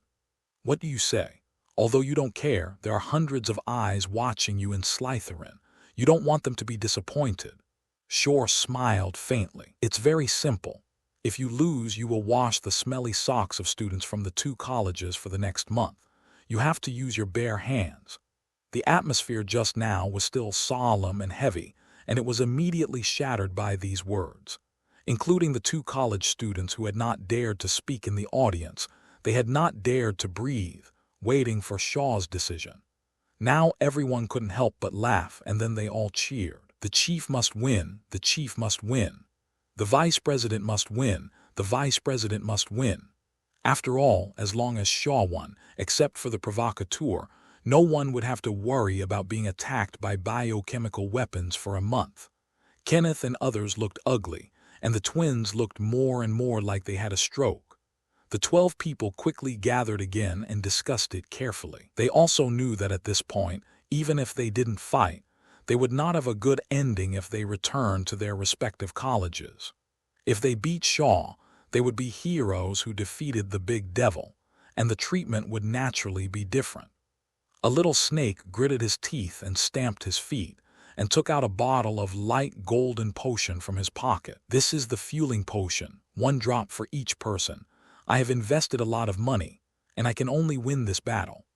With him leading the way, the others also took out the things they had in the bottom of the box, especially a few rich pure bloods, who provided perception potions, violent magic potions, and other good things, which could be regarded as a fight with their backs against the water. Shor looked at the dozen people who were mobilized and couldn't help but smile. Some of the dual principles that Professor Flitwick said were indeed very correct. For him, skills are only useful for people of the same level. For these people who want to defeat the strong, Shaw still believes in the truth that big is strong, showing off is handsome, and one force defeats 10 skills. After seeing them take the medicine and stand still again, Kenneth, who took the fueling potion, was more confident and arrogant again. "We are ready. Don't say we are bullying you because we have more people. You should strike first." Shor ignored the idiot, slowly pulled out the wand from his sleeve pocket, and gently stroked National Collapse with his other hand. "Today, we will fight side by side again." The wand trembled, and it was also very excited, and the purple-red spiritual light kept flashing. Shor shook his wand lightly, and as the magic power surged, the wand was quickly wrapped in purple magic light and quickly turned into a 3-foot-2-inch lightning sword. The flowing light and mysterious runes engraved on the sword made it so dazzling that it instantly caused a cry of surprise. "Merlin's crooked nose. What kind of spell is this? It looks so cool. Love it, even if the chief doesn't take action, he's still handsome. Well, is it the same as the legendary Godric Gryffindor's goblin sword? Damn, has Shaw become stronger again? This is not magic." The audience was clamoring and not mentioning him, but Kenneth and others not far away were somewhat doubtful and horrified. They just felt a lot of pressure, and the sweat and hair on their faces seemed to be electrocuted by the static electricity emitted by the thunder sword in the air. Kenneth knew that this was not the time to show off and shouted to others. "Intelligence error, rush to attack." Others understood, and several Gryffindors began to transform the gravel on the ground into birds and beasts. Sensitive leopards, eagles with spread wings, majestic brown bears, etc., appeared one after another. Thanks to Dean McGonagall, the master of transformation, the students of the Lion Academy learned the transformation better than those of other colleges. Although the internal structures of these animals were very vague, the formation was still first class and bluffing. Then these dozens of vivid animals roared and howled and rushed towards Shaw one after another. All petrified, shattered into pieces, smashed to pieces. After firing several powerful single spells, the Slytherins were ready to defend against the gorgeous cards spinning in the sky and the water that might appear around them. The audience was even more excited and nervous, watching the dozens of deformed beasts on the stage that shook the ground and quickly attacked Shaw, followed by 5 or 6 colorful spells. I wonder how this genius who far surpassed ordinary little wizards would respond. In the field, Shaw's black hair was blown up by the strong wind caused by the sudden change in air pressure. Looking at the approaching attack, his eyes flashed. He took a half step forward on one leg, leaned forward and twisted his waist. The wrist followed his body, and he drew a half-moon slash with the lightning sword in his hand. He also whispered coolly, "At this moment, the time of annihilation." Although Shaw's voice was light, it was full of contempt and arrogance, which made Kenneth, who was feeling proud, feel a chill and a little uncomfortable. "You said it." He twisted his stiff neck and waved his hand back, and 5 students came up from the lion and snake houses respectively. Among the Gryffindor students, the twins were there, and among the Slytherin students, the 2 who had just deliberately lost the game were also there, including Gloria Knott. The remaining rebels in the snake house felt a little guilty. After all, they had no scruples about the glory of the college. If they couldn't win, the consequences would be unimaginable. Not only would Shaw retaliate against them, but Dean Snape would probably poison them. The twins, with crooked mouths and squinting eyes, quickly took out the small alchemy props they had prepared and distributed them to everyone. "These are lightning-proof boots, and these are lightning-proof clothes. These are smoke bombs, and these are reinforced ears. This is an enhanced version of the big dung egg. For your own good, remember to wear a mask." Heir smiled but did not interrupt. In fact, strictly speaking, the twins are indeed talented, but their personalities are too jumpy. But they are still the ones who remember food but not beatings. It is difficult to change without experiencing great sorrow and pain. Kenneth assigned the positions of the people from the two colleges, roughly forming a three-talent situation to surround Heir. Kenneth nervously held the magic wand and said to Heir, who was still calm, "Heir, we are ready." Heir did not take out the magic wand but casually brushed off the non-existent dust on his shoulders and said in a slightly cold tone, "You challenge me, and if you win, you can discredit me, but on the other hand, even if you lose, it seems that there is no loss. This world is all equal exchange, so if you lose, you need to pay the price." Kenneth said with his neck stiff, "If you don't accept the challenge, we will make Slytherin lose the duel. Isn't that enough?" Shor's eyes were calm. "But so what? If I'm in a bad mood, why not end the duel in advance? You have an opinion, it's not important." Shor paused and his aura gradually radiated outward. Although his handsome face was calm, the coldness and contempt inside made Kenneth and others feel indescribably uncomfortable, and their faces flushed with shame. It was as if they were a group of monkeys who were jumping up and down to provoke a giant python. Yes, if Shor really didn't want to play with them, he could just cancel the game directly. It would not damage his dignity at all. This was originally organized by him, and even if there was a little loss, it would not be a big deal. And these people, they used something they thought was very important to threaten other people's games. It was really funny. Although Kenneth was a little embarrassed, the arrow was on the string and had to be shot. What do you say? Although you don't care, there are hundreds of eyes watching you in Slytherin. You don't want them to be disappointed. Shor smiled faintly. It's very simple. If you lose, you will wash the smelly socks of students from the two colleges for the next month. You have to use your bare hands.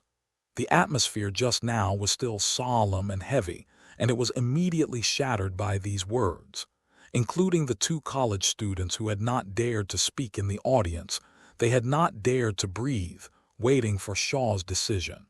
Now everyone couldn't help but laugh, and then they all cheered. The chief must win, the chief must win. The vice president must win, the vice president must win. After all, as long as Shor won, except for the provocateur, no one would have to worry about being attacked by biochemical weapons for a month. Kenneth and others looked ugly, and the twins looked more and more like they had a stroke. The 12 people quickly gathered again and discussed it carefully. They also knew that at this point, even if they didn't fight, they would not have a good ending if they returned to their respective colleges. If they beat Shor, they would be heroes who defeated the big devil, and the treatment would naturally be different.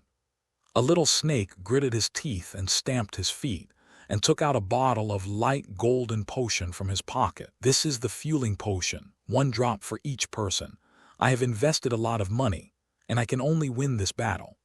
With him leading the way, the others also took out the things they had in the bottom of the box, especially a few rich pure bloods, who provided perception potions, violent magic potions, and other good things, which could be regarded as a fight with their backs against the water.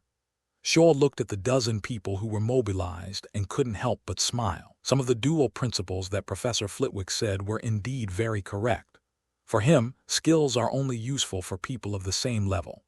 For these people who want to defeat the strong, Shor still believes in the truth that big is strong, showing off is handsome, and 1 force defeats 10 skills.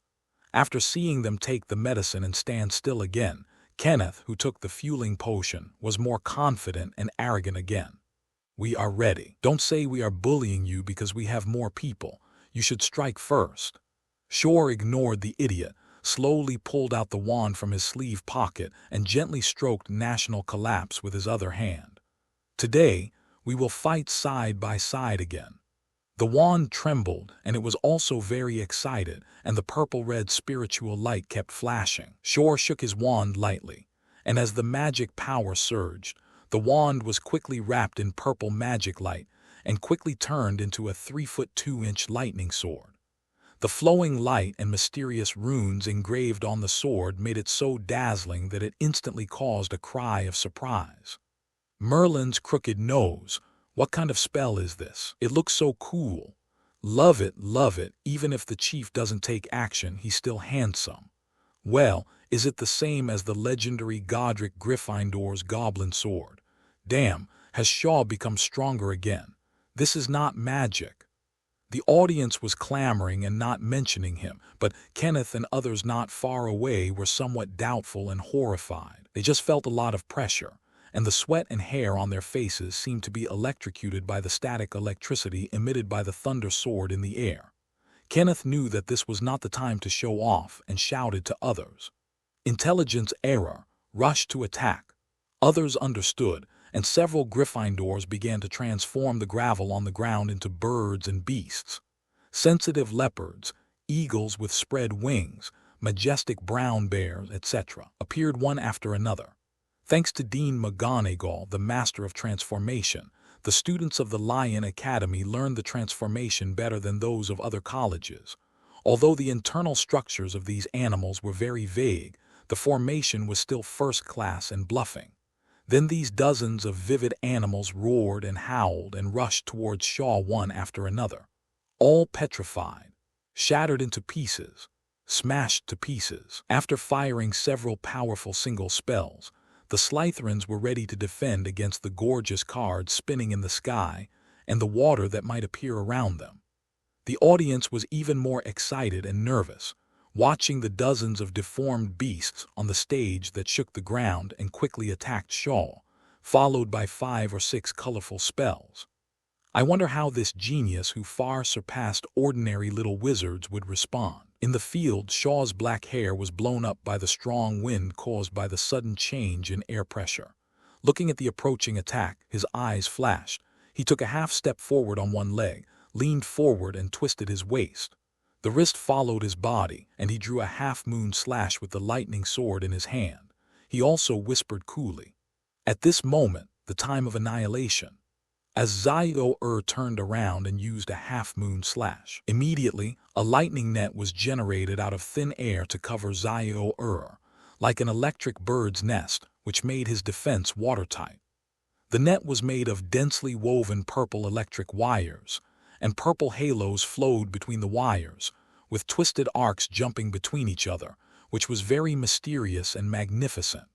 It looked like a cover, but this spell was not protective, and the net expanded rapidly outward, and those birds and beasts that rushed over collided with the electric net, without fierce collisions or violent explosions. The electric net was as transparent as a ball, lightly passing through various running and moving deformed animals, as if nothing had happened. But the next moment, after these deformed animals ran forward for a few steps, they began to disintegrate automatically, breaking into pieces, with smooth and flat cuts and purple streamers jumping on the cut surface.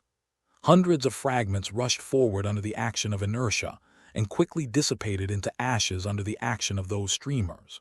This made the audience's hearts, which had just risen, become horrified. Such a strange and sharp spell. Then they saw the spells that followed and shot towards Shaw. The electric grid seemed to have an intelligent program. At the corresponding place of the impact point, purple light flashed frequently, and the density of the electric wire was smaller and denser. After the spell hit the electric grid, it actually shook violently, with flames surging and arcs crackling. Boom, boom, boom. Hiss, hiss, hiss. After a burst of uncomfortable and piercing sounds, these spells were blocked one after another. Then the electric grid continued to extend outward. Kenneth and the others were originally looking forward to the effect of decapitation by the transformed animals. Even if it was blocked, the students in charge of the transformation would continue to make transformed animals to follow. But unexpectedly, Shaw had a new trick. The effect was not as oppressive and powerful as the water prison technique, but the degree of mystery was even more breathtaking. Seeing the electric net approaching, he did not have time to think and gave orders. Defense, defense. All protection. *3. Each of the 3 teams was supported by a powerful person to set up a high-level defense shield, and the others quickly input magic power to assist in defense. Just before and after the electric net hit the dark blue shield, it was a confrontation between two shield-shaped spells. This time, the blue protective shield was not broken by the purple electric net. There was no earth-shattering explosion, but the surface of the blue shield was slowly stained with more and more purple halos, like sulfuric acid meeting iron, quickly melting the shield. This scene was so familiar. They were suppressed again. Even though Kenneth had taken the Felixir and was in great shape, he was so anxious that sweat broke out on his head. Shor was simply unethical. Where was the water prison spell? That way they could use the freezing spell to restrain him and then take the opportunity to talk nonsense. Well, now all the subsequent plans were disrupted, and seeing that the shield was about to break, Kenneth shouted helplessly. "We can't wait to die." Each group blasted a gap charge. "Get close." The deformed animals are also ready to charge with a big dung egg in their mouths. Even if we lose, we must make Shor stink to death. The people behind him immediately gave up inputting magic power into the shield. The three of them gathered their power and sent out 3 thunderbolt explosions. Kenneth also gave up the protective shield that was about to break in time. The 3 spells hit a certain point on the power grid with a bang, and the result was indeed as expected by Kenneth, who had taken the Felixir and had super accurate intuition. A big hole was blown open in the power grid, but the broken wires at the edge of the hole began to intertwine with each other like tentacles that came to life. Seeing this, Kenneth quickly lowered his head and drilled through, and the others followed suit. Just as they breathed a sigh of relief and felt that there was still hope, they looked up and saw Shor, who was standing in the middle of the field with a sword on his back, smiling mysteriously at them. Kenneth was stunned, and immediately heard the sound of water rushing above his head. He didn't have time to look up and said angrily, "Freeze, freeze." Unfortunately, it was too late. When these people were entangled with the power grid, 3 gorgeous playing cards floated above their heads, and the distance was so close. At this time, 3 blue water pythons twisted their thick snake bodies and fell from the sky, swiftly attacking the 3 teams. A quick snake coil encircled everyone in the snake body, and those people had no strength to resist. Well, that's not right. The lightning protection suits they wore still had some effect, and these people did not lose their combat effectiveness immediately. Everyone was suffocating and floating in the closed water, trying to chant a spell to break the water python's body. But there were very few people who could use the silent spell. In addition to Kenneth, Montague and another little snake used the silent disarming spell, a spell that Shor forced them to learn. It had some effect inside the snake body, but it was in vain. After all, this water python is too thick. It was built by Shor by extracting the magic power of the A-tide giant spider. Without consuming his own magic power, he can make it as big as he wants. Shor held the lightning sword upside down and controlled the 3 water pythons to roll the 12 people in front of him. Seeing that the electric current of the water pythons really couldn't do anything to these people, he chuckled, turned his wrist, and made a few handsome sword flowers. 12 purple daggers condensed and quickly merged into the water python, stabbing the 12 people. These people either held their breath and floated, struggling to resist the water pressure, or constantly hit the water python with silent disarming spells in order to escape. But at this moment, seeing the flashing purple lightning dagger stabbing, they were all terrified and could only pray that the equipment developed by the twins would be more powerful. But wishes are beautiful, and reality is skinny. These people may not have learned the principle of pressure. The electric current in the water attacks their entire face, so the lightning protection suit is effective. But the lightning dagger was like a nail. It only poked a little and pierced the defense of the lightning protection clothing very smoothly. So, the wonder of electric shock in water appeared again. The 12 people kept swaying in the water. Their hair stood up, their mouths were crooked, and their eyes were slanted, not to mention how miserable they were. Heir saw that these people had lost their fighting power and had no intention of continuing to punish them, so he smiled and waved the water python away. Plop, plop. The 12 students fell to the ground one after another and began to lie down and look at the sky, with only 3 questions in their minds. Who am I?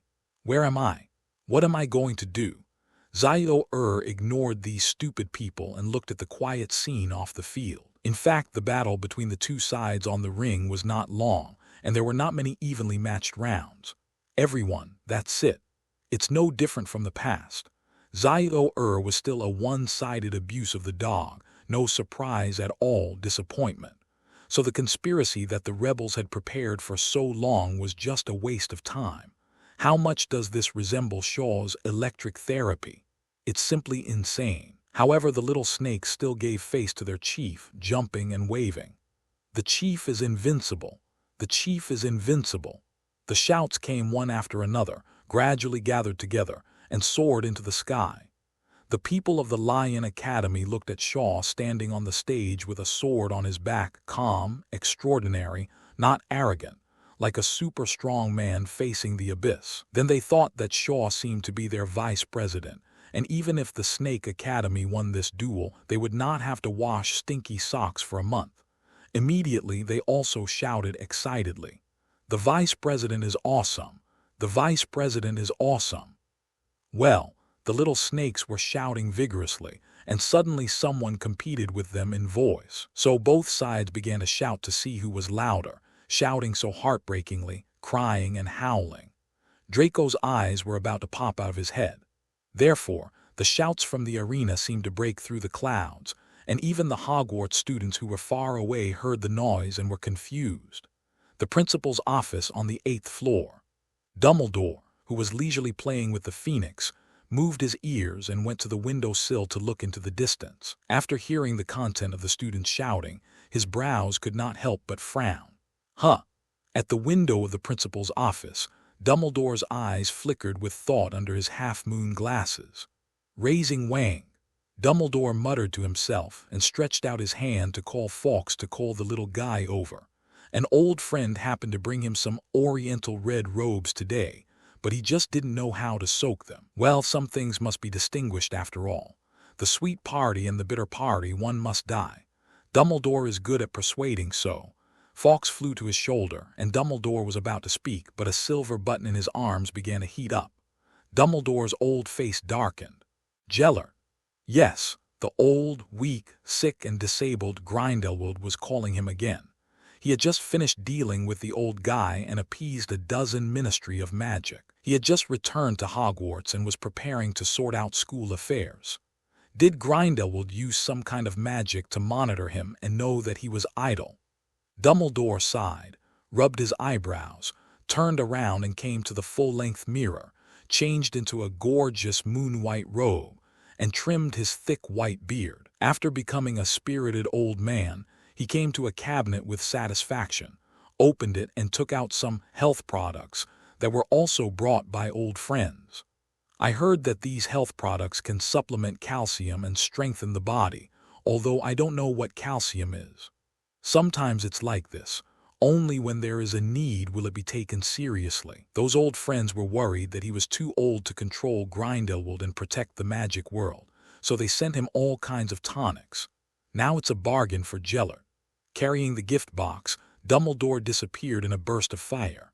10 minutes ago, on the ring outside the castle, Shor's scalp suddenly tightened, and he turned back to look at Hogwarts. Although he didn't see who it was, he knew in his heart who the divine inquiring eyes just now belonged to. After thinking about it in his heart, it seems that he can't let old Dumbledore be too idle, and he has to reveal more information to his pen pals. Unintentionally, Shor, Grindelwald and Dumbledore formed a restrained triangle closed loop. After Shor waved his hand to easily quiet everyone down, he shook his head at the 12 students who fell to the ground and pretended to be dead. He controlled the electric shock effect very well, so these people probably didn't dare to get up at this moment because of shame. Okay, you can lie down if you like, and remember to collect everyone's stinky socks and pants consciously. Don't use magic to wash them. Someone will supervise you. Shor teased, making everyone in the audience laugh, but some people couldn't laugh. Cedric was a little unhappy now. Should he organize the badger to practice? After thinking about it, forget it. Don't live so hard. Isn't it good to eat and drink well? Shor walked down the stage and went directly to the castle. Alice, who was in high spirits, followed the little snakes. Coincidentally, Shor and Mag, who had come out of the corner and was indignant, had a head-on fight. The two nodded to each other and quickly reached a tacit understanding. Mag then went to find trouble with the little lions angrily. Shor could still hear Mag's angry scolding faintly in his ears. You are so audacious. You have completely disgraced Gryffindor. Where is your courage? When did you become a conspirator? HMPH, you still have the energy to think about it. You still have the nerve to laugh at me. Everyone, do more practice, more questions. I will watch you finish even if I don't sleep. Shor mourned for the little lion for 3 seconds, and then he had no chance. Because a big bat floated out from the bushes at the corner, Snape first stared at Shor fiercely. Then he glanced at all the little snakes with a cold eye and said sarcastically, "You have really brought shame to Slytherin. We have to rely on 1 or 2 people to turn the tide. Ha, arrogant people may be proud. Proud. How can pride make a first-year student so arrogant? Draco, you really bring shame to the Malfoy family. Come back to my office with me later." Draco's hair was all blown up. He turned his head with a look of despair and looked at the omnipotent Shor for help. Shor seemed to have a telepathic connection with him and also turned his head to look at him, very synchronously. After Snape spit out a lot of venom again, he pinched Draco's neck like a chicken and went to school. The little snakes were trembling with fear. Shor laughed. Draco was unlucky and asked for it. When arranging the schedule before the game, Shor was ready to let Theodore do Harry in order to fulfill his promise with Snape 100%. But Draco, who had tasted the sweetness, had to fighting Harry once. Well, it was always hard for Shor to refuse his little cousin's request. Now he really deserved it. Thinking of Theodore, Shor thought of something else and turned back to ask Alice, "Where does Theodore usually practice spells?" Alice knew this and pointed in a direction. "On the east side of the Black Lake, on a pile of rocks. Theodore is indeed diligent and worthy of the trust given by the chief." "Well, everything is good, and you are not bad either." Shor nodded and let Alice, who was full of smiles, take the little snakes back to school first. He came to the east side of the Black Lake by himself and heard the sound of spells blasting from a pile of rocks. He walked over to take a closer look. Theodore's forehead was sweating and a little embarrassed, but his expression was very determined. This guy was running and jumping around a rock on the rugged, rocky beach. He didn't care if his hand was bruised, and he kept casting spells on the stone in the middle with the wand in his hand. And Shor also found some small animals running out of the forbidden forest nearby, such as rabbits and squirrels, which were eating some nuts nearby. One white rabbit had a bandage on its leg, which was obviously caused by Theodore. Theodore also found someone approaching, and he didn't care who it was. He turned his back and sent out a disarming spell with a wand. But when he saw the person clearly, it was a little late. Fortunately, Shor reacted quickly, pulled out his wand and flicked it casually, using the curse counter technique to pick up the spell. Then he looked at Theodore with a smile. Theodore hurried forward and bowed. "I'm sorry, Chief. I didn't know it was you." Shor waved his hand indifferently. "It's okay. Vigilance is very good. It deserves praise." Except for being a little passionate occasionally, Theodore is actually a person who is not good at speaking, and he couldn't answer for a while. Shor looked at the thin, pale boy, and a hint of madness flashed in his cold eyes from time to time. Recalling the conversation with Flitwick before, he didn't let the second half of his life heal his childhood. Shor was not a leader who would not listen to advice or tolerate suggestions. After self-realization, he also felt that he needed to enlighten the people around him. Although he liked Theodore's ruthless character and way of doing things, he didn't want him to die of madness. He reached out and patted Theodore's shoulder, speaking earnestly. "Theodore, who doesn't have a few pasts that need to be swallowed. Some people cried and admitted, but some people refused to obey. Look up and there is light. Look down and there is shadow. Sometimes life is the choice of that moment. So, I need you to be happier." Theodore was stunned, and many things that seemed to be unbearable to look back on flashed in his eyes. His father hated him for insulting and beating him. His father madly abused his beloved pet, and the day after day of being confined in a dark room. It was not until he saw the chief's brilliant light that he felt a glimmer of warmth and hope in the overcast sky. Theodore's face changed, and his pale and abstinent face was a little distorted for a moment, but he could feel the warmth of the palm on his shoulder.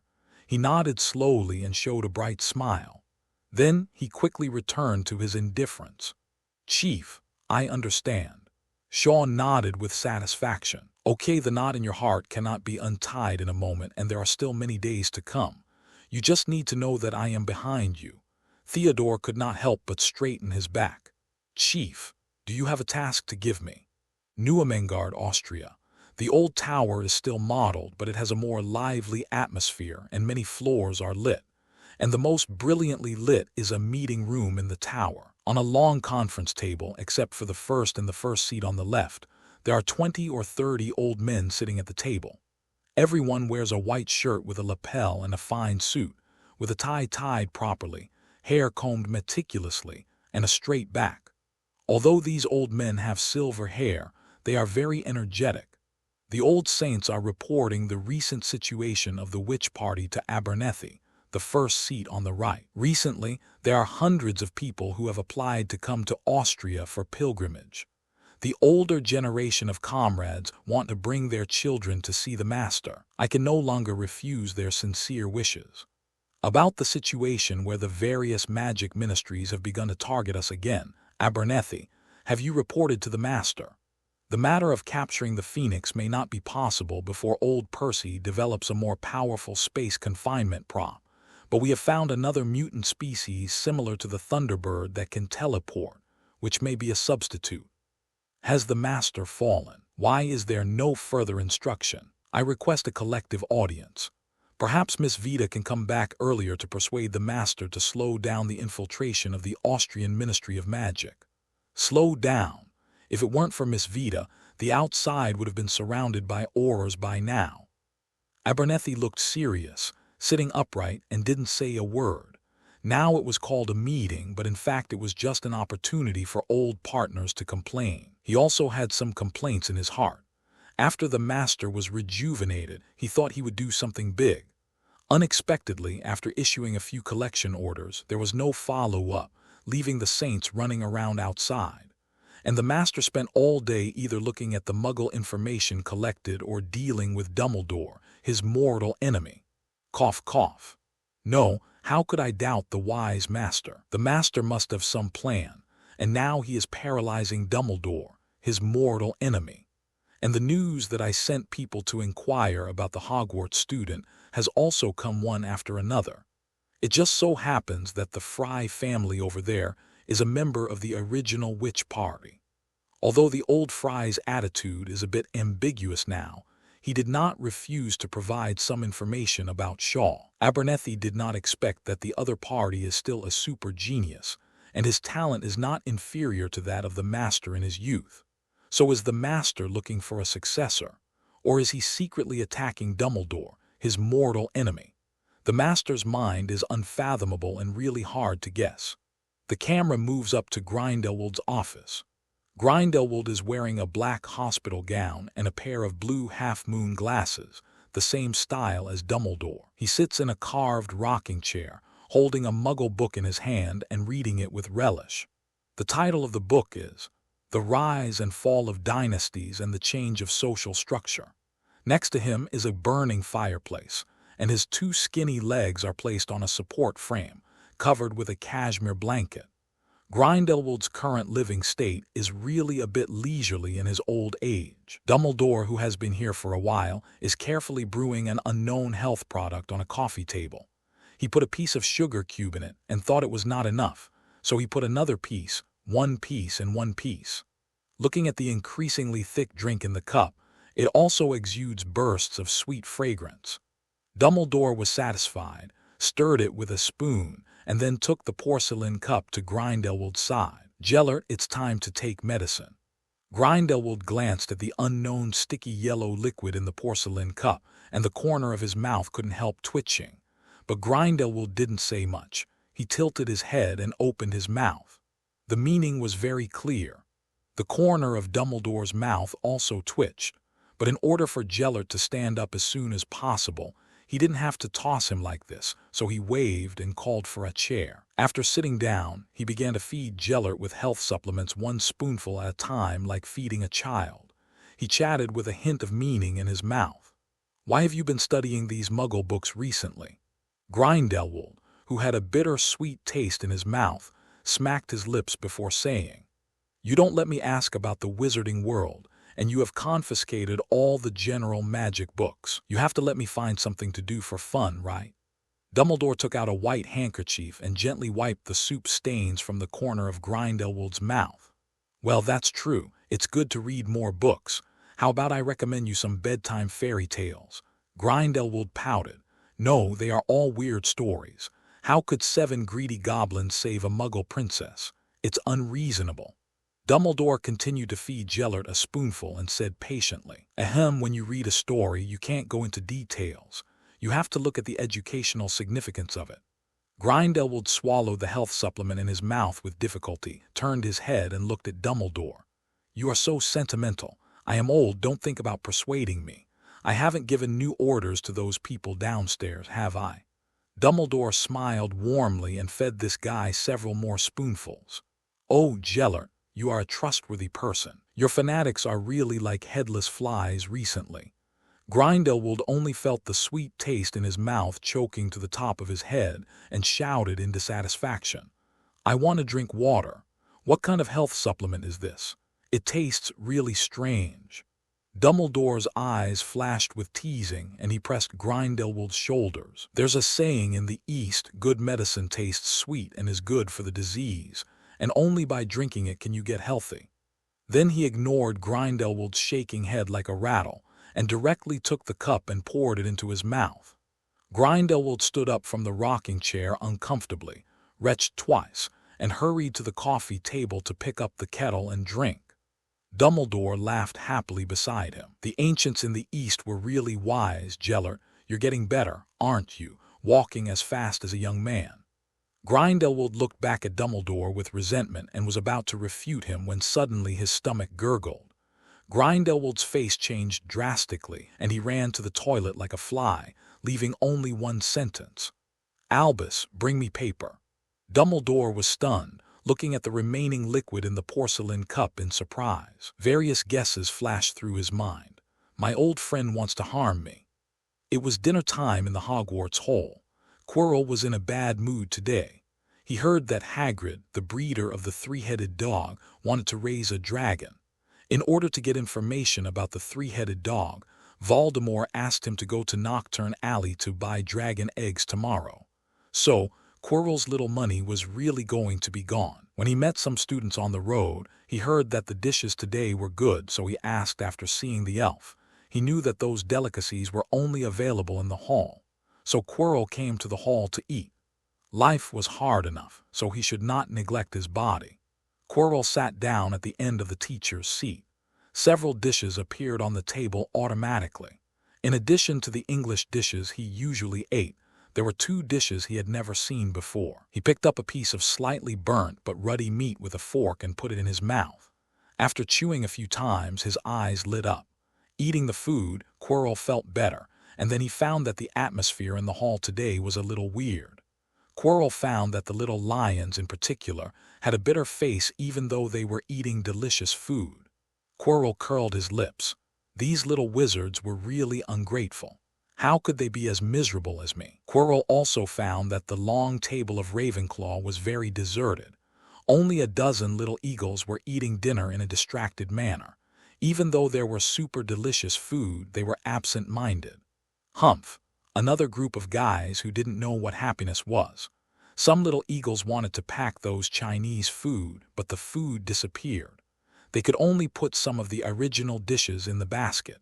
The basket was full. If you didn't know, you would think that Hogwarts was going to run out of food.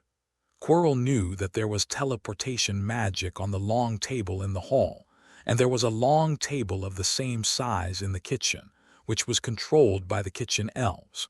So why didn't these elves allow people to take these unknown delicacies away? He was originally planning to take some back as a midnight snack. Hufflepuffs love gourmet food. These little badgers are eating very happily at this moment. They finish their own portion of Chinese food first before eating other food. Although the little badgers complained that the Chinese food in the evening was not as rich as that in the afternoon, they did not notice anything for the time being. However, the little badgers still looked at the head of the Slytherin table with envy from time to time, because there is no word limited here at Shor, but it is richer than usual, which makes the little badgers swallow their saliva for a while. It's so happy to follow Shor. Quirrell also looked at the Slytherin table from time to time, thinking of the chattering conversations of the little wizards he met on the road before. Quirrell understood why Shor was not afraid of him. Maybe he really couldn't beat him. He also understood why Shor didn't care much about the advanced black magic. After all, his tricks were also very strong, and he was suspected to have inherited Dumbledore's water prison. Quirrell was a little panicked. If Shor really had a good relationship with Dumbledore, he would have given Shor a notebook on dark magic. Slytherin long table. Alice and Theodore sat next to Shor, as well as several students who won the duel for Slytherin today. The dishes for these people were very rich, which was a kind of reward and win over. Well, Draco was not here. He was probably crying and dealing with sticky slugs at this moment. Shor wanted to help him, but he thought that even Hermione was in a state of fanaticism, but this broken child who lived with him day and night did not move. Then just suffer a little. Only when you suffer will you remember who is good to you.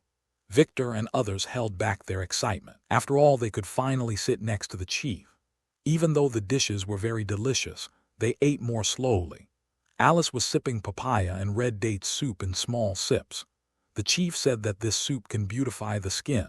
She has a good habit of body management, does not eat much Chinese food, and can control certain desires. After Alice finished her soup, she took out a set of tea sets and a small red clay stove from the small box she brought. Once the chief accidentally said that he did not like pumpkin juice and only liked tea, she taught herself tea art. Although Alice learned to make tea from a wild way, she is very elegant, and every frown and move is so elegant. In the fragrance of tea, Alice had just made tea and Zyor had finished eating. Seeing Zyor wipe his mouth, she gently pushed a cup of amber tea in front of Zyor, and everything was ready. "Chief, please have tea." Zyor nodded without being polite, elegantly picked up the teacup and sniffed it, then took a sip. "Not bad, there is progress." Alice smiled gently, glanced at Mrs. Meng at the other end of the long table and spoke. "Chief, Mrs. Meng wants to meet you after dinner. Maybe she wants to pledge allegiance to you." Short took another sip of tea and said after a pause, "Forget about pledging allegiance. He is not qualified to get the sequence poker. You can take him to work first. If he performs well, he can be developed into an outsider." Alice nodded without questioning, and then poured a cup for Theodore, who had also finished his meal. "Theodore, try it." The chief said that this oriental way of tasting tea means that after suffering, there will be sweetness. Theodore is not usually in this position, but he was forcibly pulled here by Shor today, which made him very uncomfortable. Looking at the white jade teacup, Theodore always glanced at Shor's way of drinking tea, and then learned to hold the cup and drink tea. Because of his inexperience, he drank a big sip, and did not feel the sweetness after suffering, but his tongue was burned and numb. But Theodore was a ruthless man. Except for raising his delicate eyebrows, he did not show any other painful expressions, and nodded in praise. "It tastes really good." After that, he stood up and bowed slightly to Shor. "Chief, I will go to complete the task you assigned." After getting Shor's approval, Theodore fled away. Alice covered her mouth lightly. "Theodore, in fact, it's quite cute." Shor nodded his approval and didn't mind Alice teasing Theodore more. Theodore needed more communication. After drinking tea, Shor told Alice a few things and then stood up and left first. He glanced at the other 3 long tables of the colleges. Their performance was expected. It's normal for the little lions to be unhappy. They are probably happy to go to bed at 12 o'clock tonight. As for the little eagles, in fact, after negotiating with Professor Flitwick, the door knocker received his instructions and didn't make things difficult for the little eagles today. But these little eagles were bitten by snakes one day, so now they don't even dare to go out. Only a few fearless little eagles come out to transport food and grass. As for Hufflepuff, they can only boil honey badgers in warm water. I saw Quirrell was there in the corner of my eye, and their eyes happened to meet. Shor gave him a malicious smile, and Quirrell's body trembled inexplicably. Voldemort, coward, a child scared you like this. Quirrell, Master, I'm not afraid. Voldemort, then why are you shaking? I thought you were in danger and woke me up from my sleep. Quirrell, Voldemort, well, what's wrong with this kid? He's not interested in advanced dark magic. Have times changed? Quirrell, as soon as Shor left the hall, he was stopped by Harry, who came from behind. The kid was still wiping his greasy mouth with his sleeves. Then Harry greeted him nervously. Zio, Vice Dean, hello. Seeing Harry so nervous, Shor touched his chin. Is he so scary now? He's still a little boy with red lips and white teeth. Maybe he was too harsh on Harry before, so he stretched out his hand and rubbed Harry's messy hair like an adult. Harry, is there something wrong? Oh, by the way, the disarming spell used during the day was good. Are you here to ask for a gift? Harry felt the rare warmth again, and he was no longer nervous. He smiled and said something that didn't mean it. No, I just saw that Draco didn't come to dinner, so I came to ask. Shor's eyes narrowed slightly, as if he had thought of a fun idea, and he complained to Draco. Draco? Well, he is suffering in Snape's office now. Do you want to help him share the burden? I heard that Draco has to deal with 2 large buckets of slugs. Harry became nervous all of a sudden. He had dealt with slugs once, and it was disgusting. Harry hesitated. Snape didn't like him very much and even targeted him. In the end, he nodded bravely. I'll go help Draco now. He was injured by me today, so he can't be too tired. Shor watched Harry run away and couldn't help but smile. Oh, it's so hard for me. It's all Harry's fault for being too brave during the day. Draco was also implicated by you. I hope Snape is satisfied with this gift delivered to his door. I also make up for the promise I didn't fulfill before. Shor felt a little guilty after muttering a few words, so he thought about going back to carefully prepare a mysterious gift for Harry. Thinking all the way, he went to the Slytherin lounge. Back in the dormitory, I found another super easy-to-talk fan letter sent by Owl on the desk. Dear Mr. Black, hello. You are right, Grindelwald, you are too narrow-minded. Regarding the greatest emperors in the world, you disdain to lash out at the 4 monarchs I proposed. Napoleon, Caesar, Alexander, and Hannibal. You also refuted people like Constantine, who combined politics and religion. You only admire the first emperor of China in the East. This week, I read a lot of Chinese history translated into English, and even asked someone to go to the British Museum to copy many rare books that were passed on to China, which are not recorded by the Chinese official. After careful reading and research, I found that you are right. There is no Qin Shi Huang in Europe. Even though Napoleon almost unified the European land, he did not unify the hearts of the people in European countries. Europe now has many large and small countries. It is true that there has not been a man of great talent and strategy in history who has fundamentally eliminated the cultural barriers in people's hearts. Not only that, I admire the magnanimity of the first emperor, even though he was a Muggle emperor. Not only those contributions such as the same writing system and the same wheel gauge. The first emperor was consistent for the China he created. He had 200,000 elite troops to defend the northern Xingnu and 500,000 elite troops to defend the southern China. However, the power center in the Central Plains had no soldiers available, allowing some scoundrels to steal the country's prestige. It was a pity that the Qin dynasty was destroyed. Recently, I had some difficulty reading the 6 Kingdoms theory you recommended, but I still learned a lot from the irregular translation. Forgive an old man who has lived in seclusion for too long. He's a little slow to accept new things. The progress of learning Chinese is not fast. For the time being, I don't have too many thoughts after watching 6 Kingdoms theory. By the way, as an ordinary wizard, I don't have much experience in the practice of elements exclusive to legends, so I can only provide you with some of my lifelong insights into magic. Elements in today's magic world, the most popular ones are indeed water, fire, wind, and earth, represented by the four founders of Hogwarts. Although I don't know the thunder element you practice, you can learn from other elements. When you practice normally. Your dearest fan, Peril Rouge. Shaw put down the letter and smiled knowingly. Those topics about the rise and fall of dynasties and the achievements of emperors were not brought up by himself. Grindelwald wanted to discuss them, as if he was instilling ambition in Shaw. Then Shaw criticized him in reverse, and took out the first emperor he admired most to counter-educate Grindelwald. And he also tricked this old guy into learning Chinese.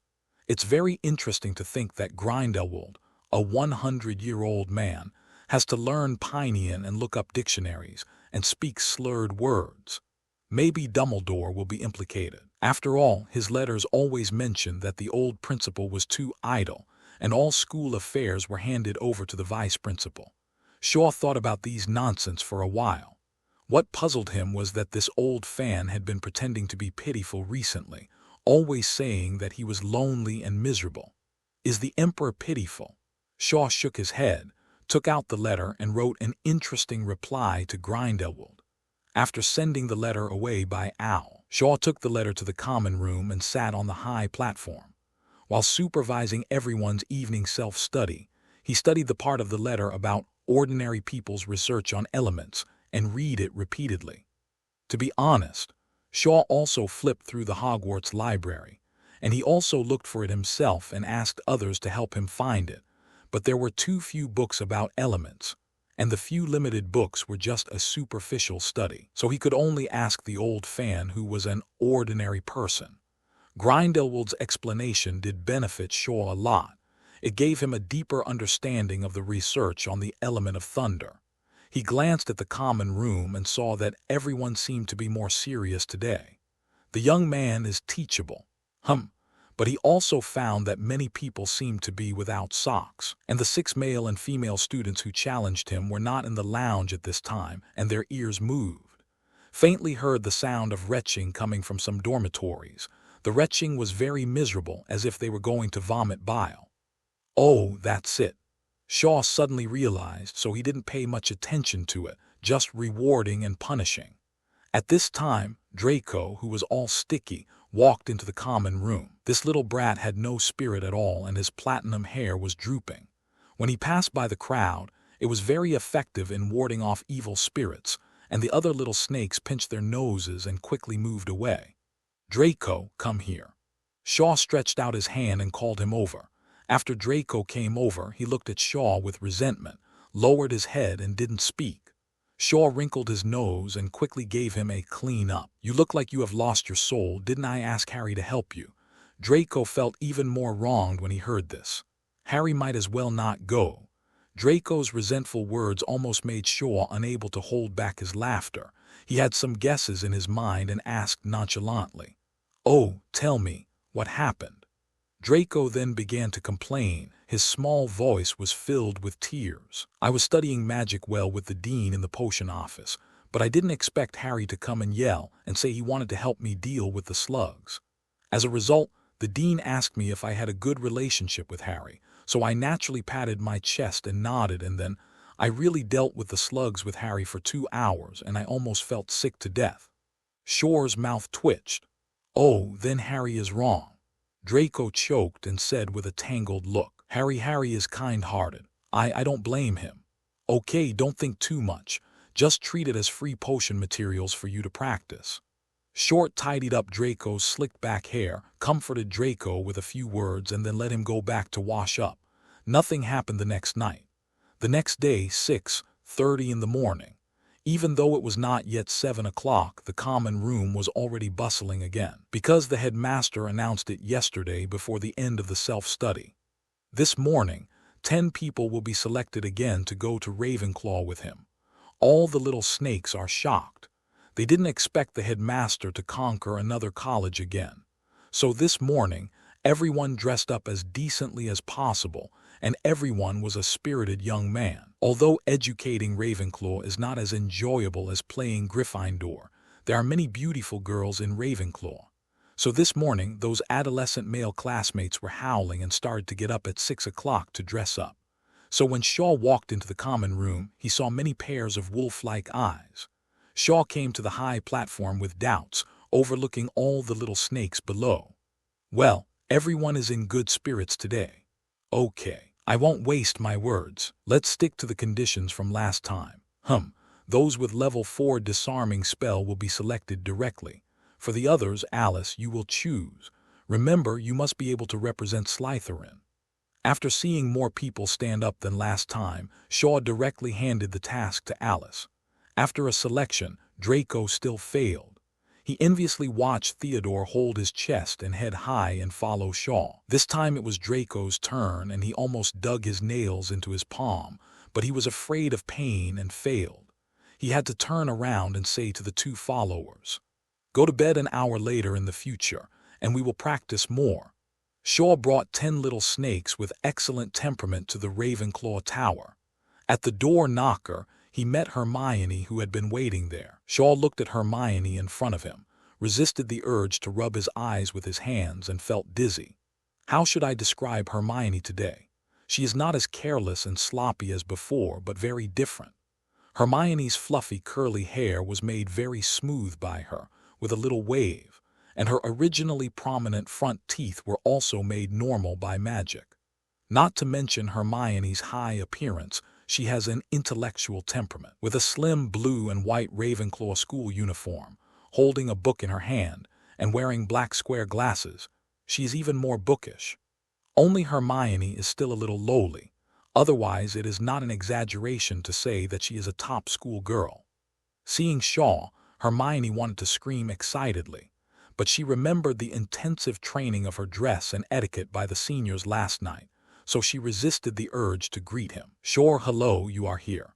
Shor also resisted the urge to reach out and rub the girl's hair, which was finally smooth, and praised her warmly.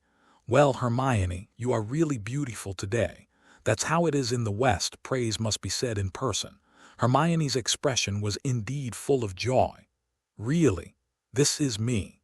Shor stopped Hermione from talking about how she was tormented by the seniors. "Okay, there is business to do, let's go in." Hermione immediately regained her composure. She walked to Shaw's right and gave Theodore a sweet smile. "Theodore." "Sir, I am Shaw's tour guide today. Can you please step back?" Theodore's stern face was a little surprised, but he was quite gentlemanly. He nodded and stepped back. Alice on the other side of Shaw. After Hermione stood still, she extended her hand to Shaw and made a ladylike invitation. "Please, the dean has been waiting inside for a long time." Shor looked at the interaction between his subordinates, said nothing, and stepped forward to answer the door knocker's question. Door knocker. 9,823 equals 3, 5,218 equals 2, 3,896 equals 4, 1,471 equals. The Ravenclaw common room is decorated in sky blue and bronze. The whole lounge is round, and the dome guarded by 12 white stone pillars is painted with stars. Between the pillars, from the arched windows with blue ribbon curtains, you can see almost all the scenery of Hogwarts, which is the best viewing point in the whole school. The furnishings in the lounge are more like a clean library, but today the seats in the middle of the field have been moved aside. When Shaw led everyone into the Ravenclaw common room, the young eagles had already stood in 7 rows in an orderly manner. Professor Flitwick stood at the front, short but very stylish. Shaw looked at more than 150 young eagles with a bookish air. About 70% of them were girls, all of them were graceful. However, the way many older sisters looked at him made Shaw a little flustered. He thought to himself, Eagle House should be easier to manage than imagined. Should.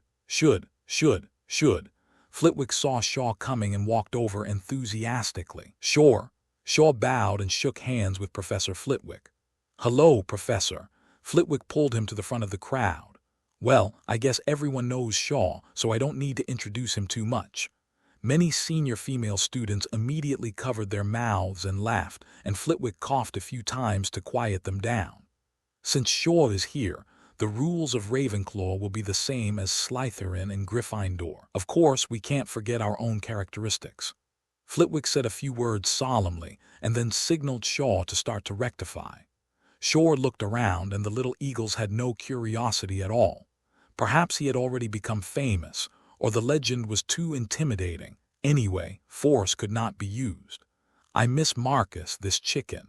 And the little eagles are all well behaved, and the lounge is still like a library, which is very curry. Shor suddenly felt that there was nothing to rectify about Ravenclaw. But since he was here, this college had to be molded according to his wishes. Shor stepped forward and said loudly, "Hello, everyone. Hello, Shaw. Come to Ravenclaw more often in the future. The senior sister will have delicious food." "Shor, do you really have to eat blood pudding every day?" "Shor, I've finished reading those elementary school math books in one night. When will the second set be distributed?" "Yes, I've finished reading them too. I even played with the door knocker for a while this morning. It's not difficult at all." "Shor," Hermione said, "you are a magician. Show me your skills." Well, Shor just said hello and then was drowned by all kinds of chirping sounds. Shor found that he was too optimistic. The eagles were quiet just now, maybe just to give Professor Flitwick face. The eagles are actually a group of people living in their own world, with strong curiosity and thirst for knowledge, and they don't pay much attention to the secular perspective. This kind of performance, well, the most prominent analogy is Luna. Shor's scalp tingled, watching the eagles getting ready to move, and they seemed to be about to surround him. He quickly took out his wand and built a water barrier around him, not for attack, but to protect himself. "Boys, you must protect yourself well outside." A 6th grade senior girl couldn't help it the most. She curiously reached out and touched the water barrier and was electrocuted. Except for the girl's friend who stepped forward to help, the other eagles didn't care at all. Instead, they were curious about the water flow spell and began to analyze it in detail. Well, is it an enhanced version of the spring-like water? Not only that, there must be a transformation spell, which is a compound spell. No, you are wrong. Look at Catherine's twitching. It also has an electric shock effect. Well, is it the spell itself, or is it for some other reason? Very interesting. I have to go to the library to check it out later. Shor looked up at the sky and was speechless. The eagles were so eager to learn that he didn't know how to rectify them for a while. Hermione walked to his side and whispered, "Shor, knowledge, knowledge, and more advanced knowledge." Shor nodded, pointed his wand to the sky, and a firework exploded in the air. Bang! "Be quiet." The eagles looked up at Shor blankly. Shor coughed. "Now is not the time for you to study the topic, but don't worry, there will be countless topics for you to study in the future. I promise that they are all unheard of by you." "Really? Then, okay, why not now?" Bang! Shor did not wait for them to finish and blew another firework into the sky. He deliberately said with a stern face, "Although you are very studious and this habit is very good, it does not mean that you can ignore my authority. From now on, you are not allowed to speak unless I ask." He, Shor is so domineering, sister likes it. "Okay, don't be mean to us, we just listen." Shor's forehead was full of black lines. The male students of Ravenclaw seemed to be okay, but these female students were a little too lawless. It is estimated that they were spoiled by Professor Flitwick. He resisted the urge to give these female students an electric shock, but he promised Professor Flitwick. But if it was a punishment of a sea of questions, it seemed useless. Didn't you hear what the 2 top students just said? They finished elementary school mathematics in one night. Without restrictions and rewards and punishments, this authority cannot be established. Hello, everyone. As we wrap up this video, I want to share a quick note. I have a Patreon account. If you'd like to support me and enjoy on-demand audiobooks, you can become a Patreon member. Alternatively, you can check out my Google Drive link, which has 500+ novel audiobooks available through my Ko-fi or Patreon shop. I appreciate your support.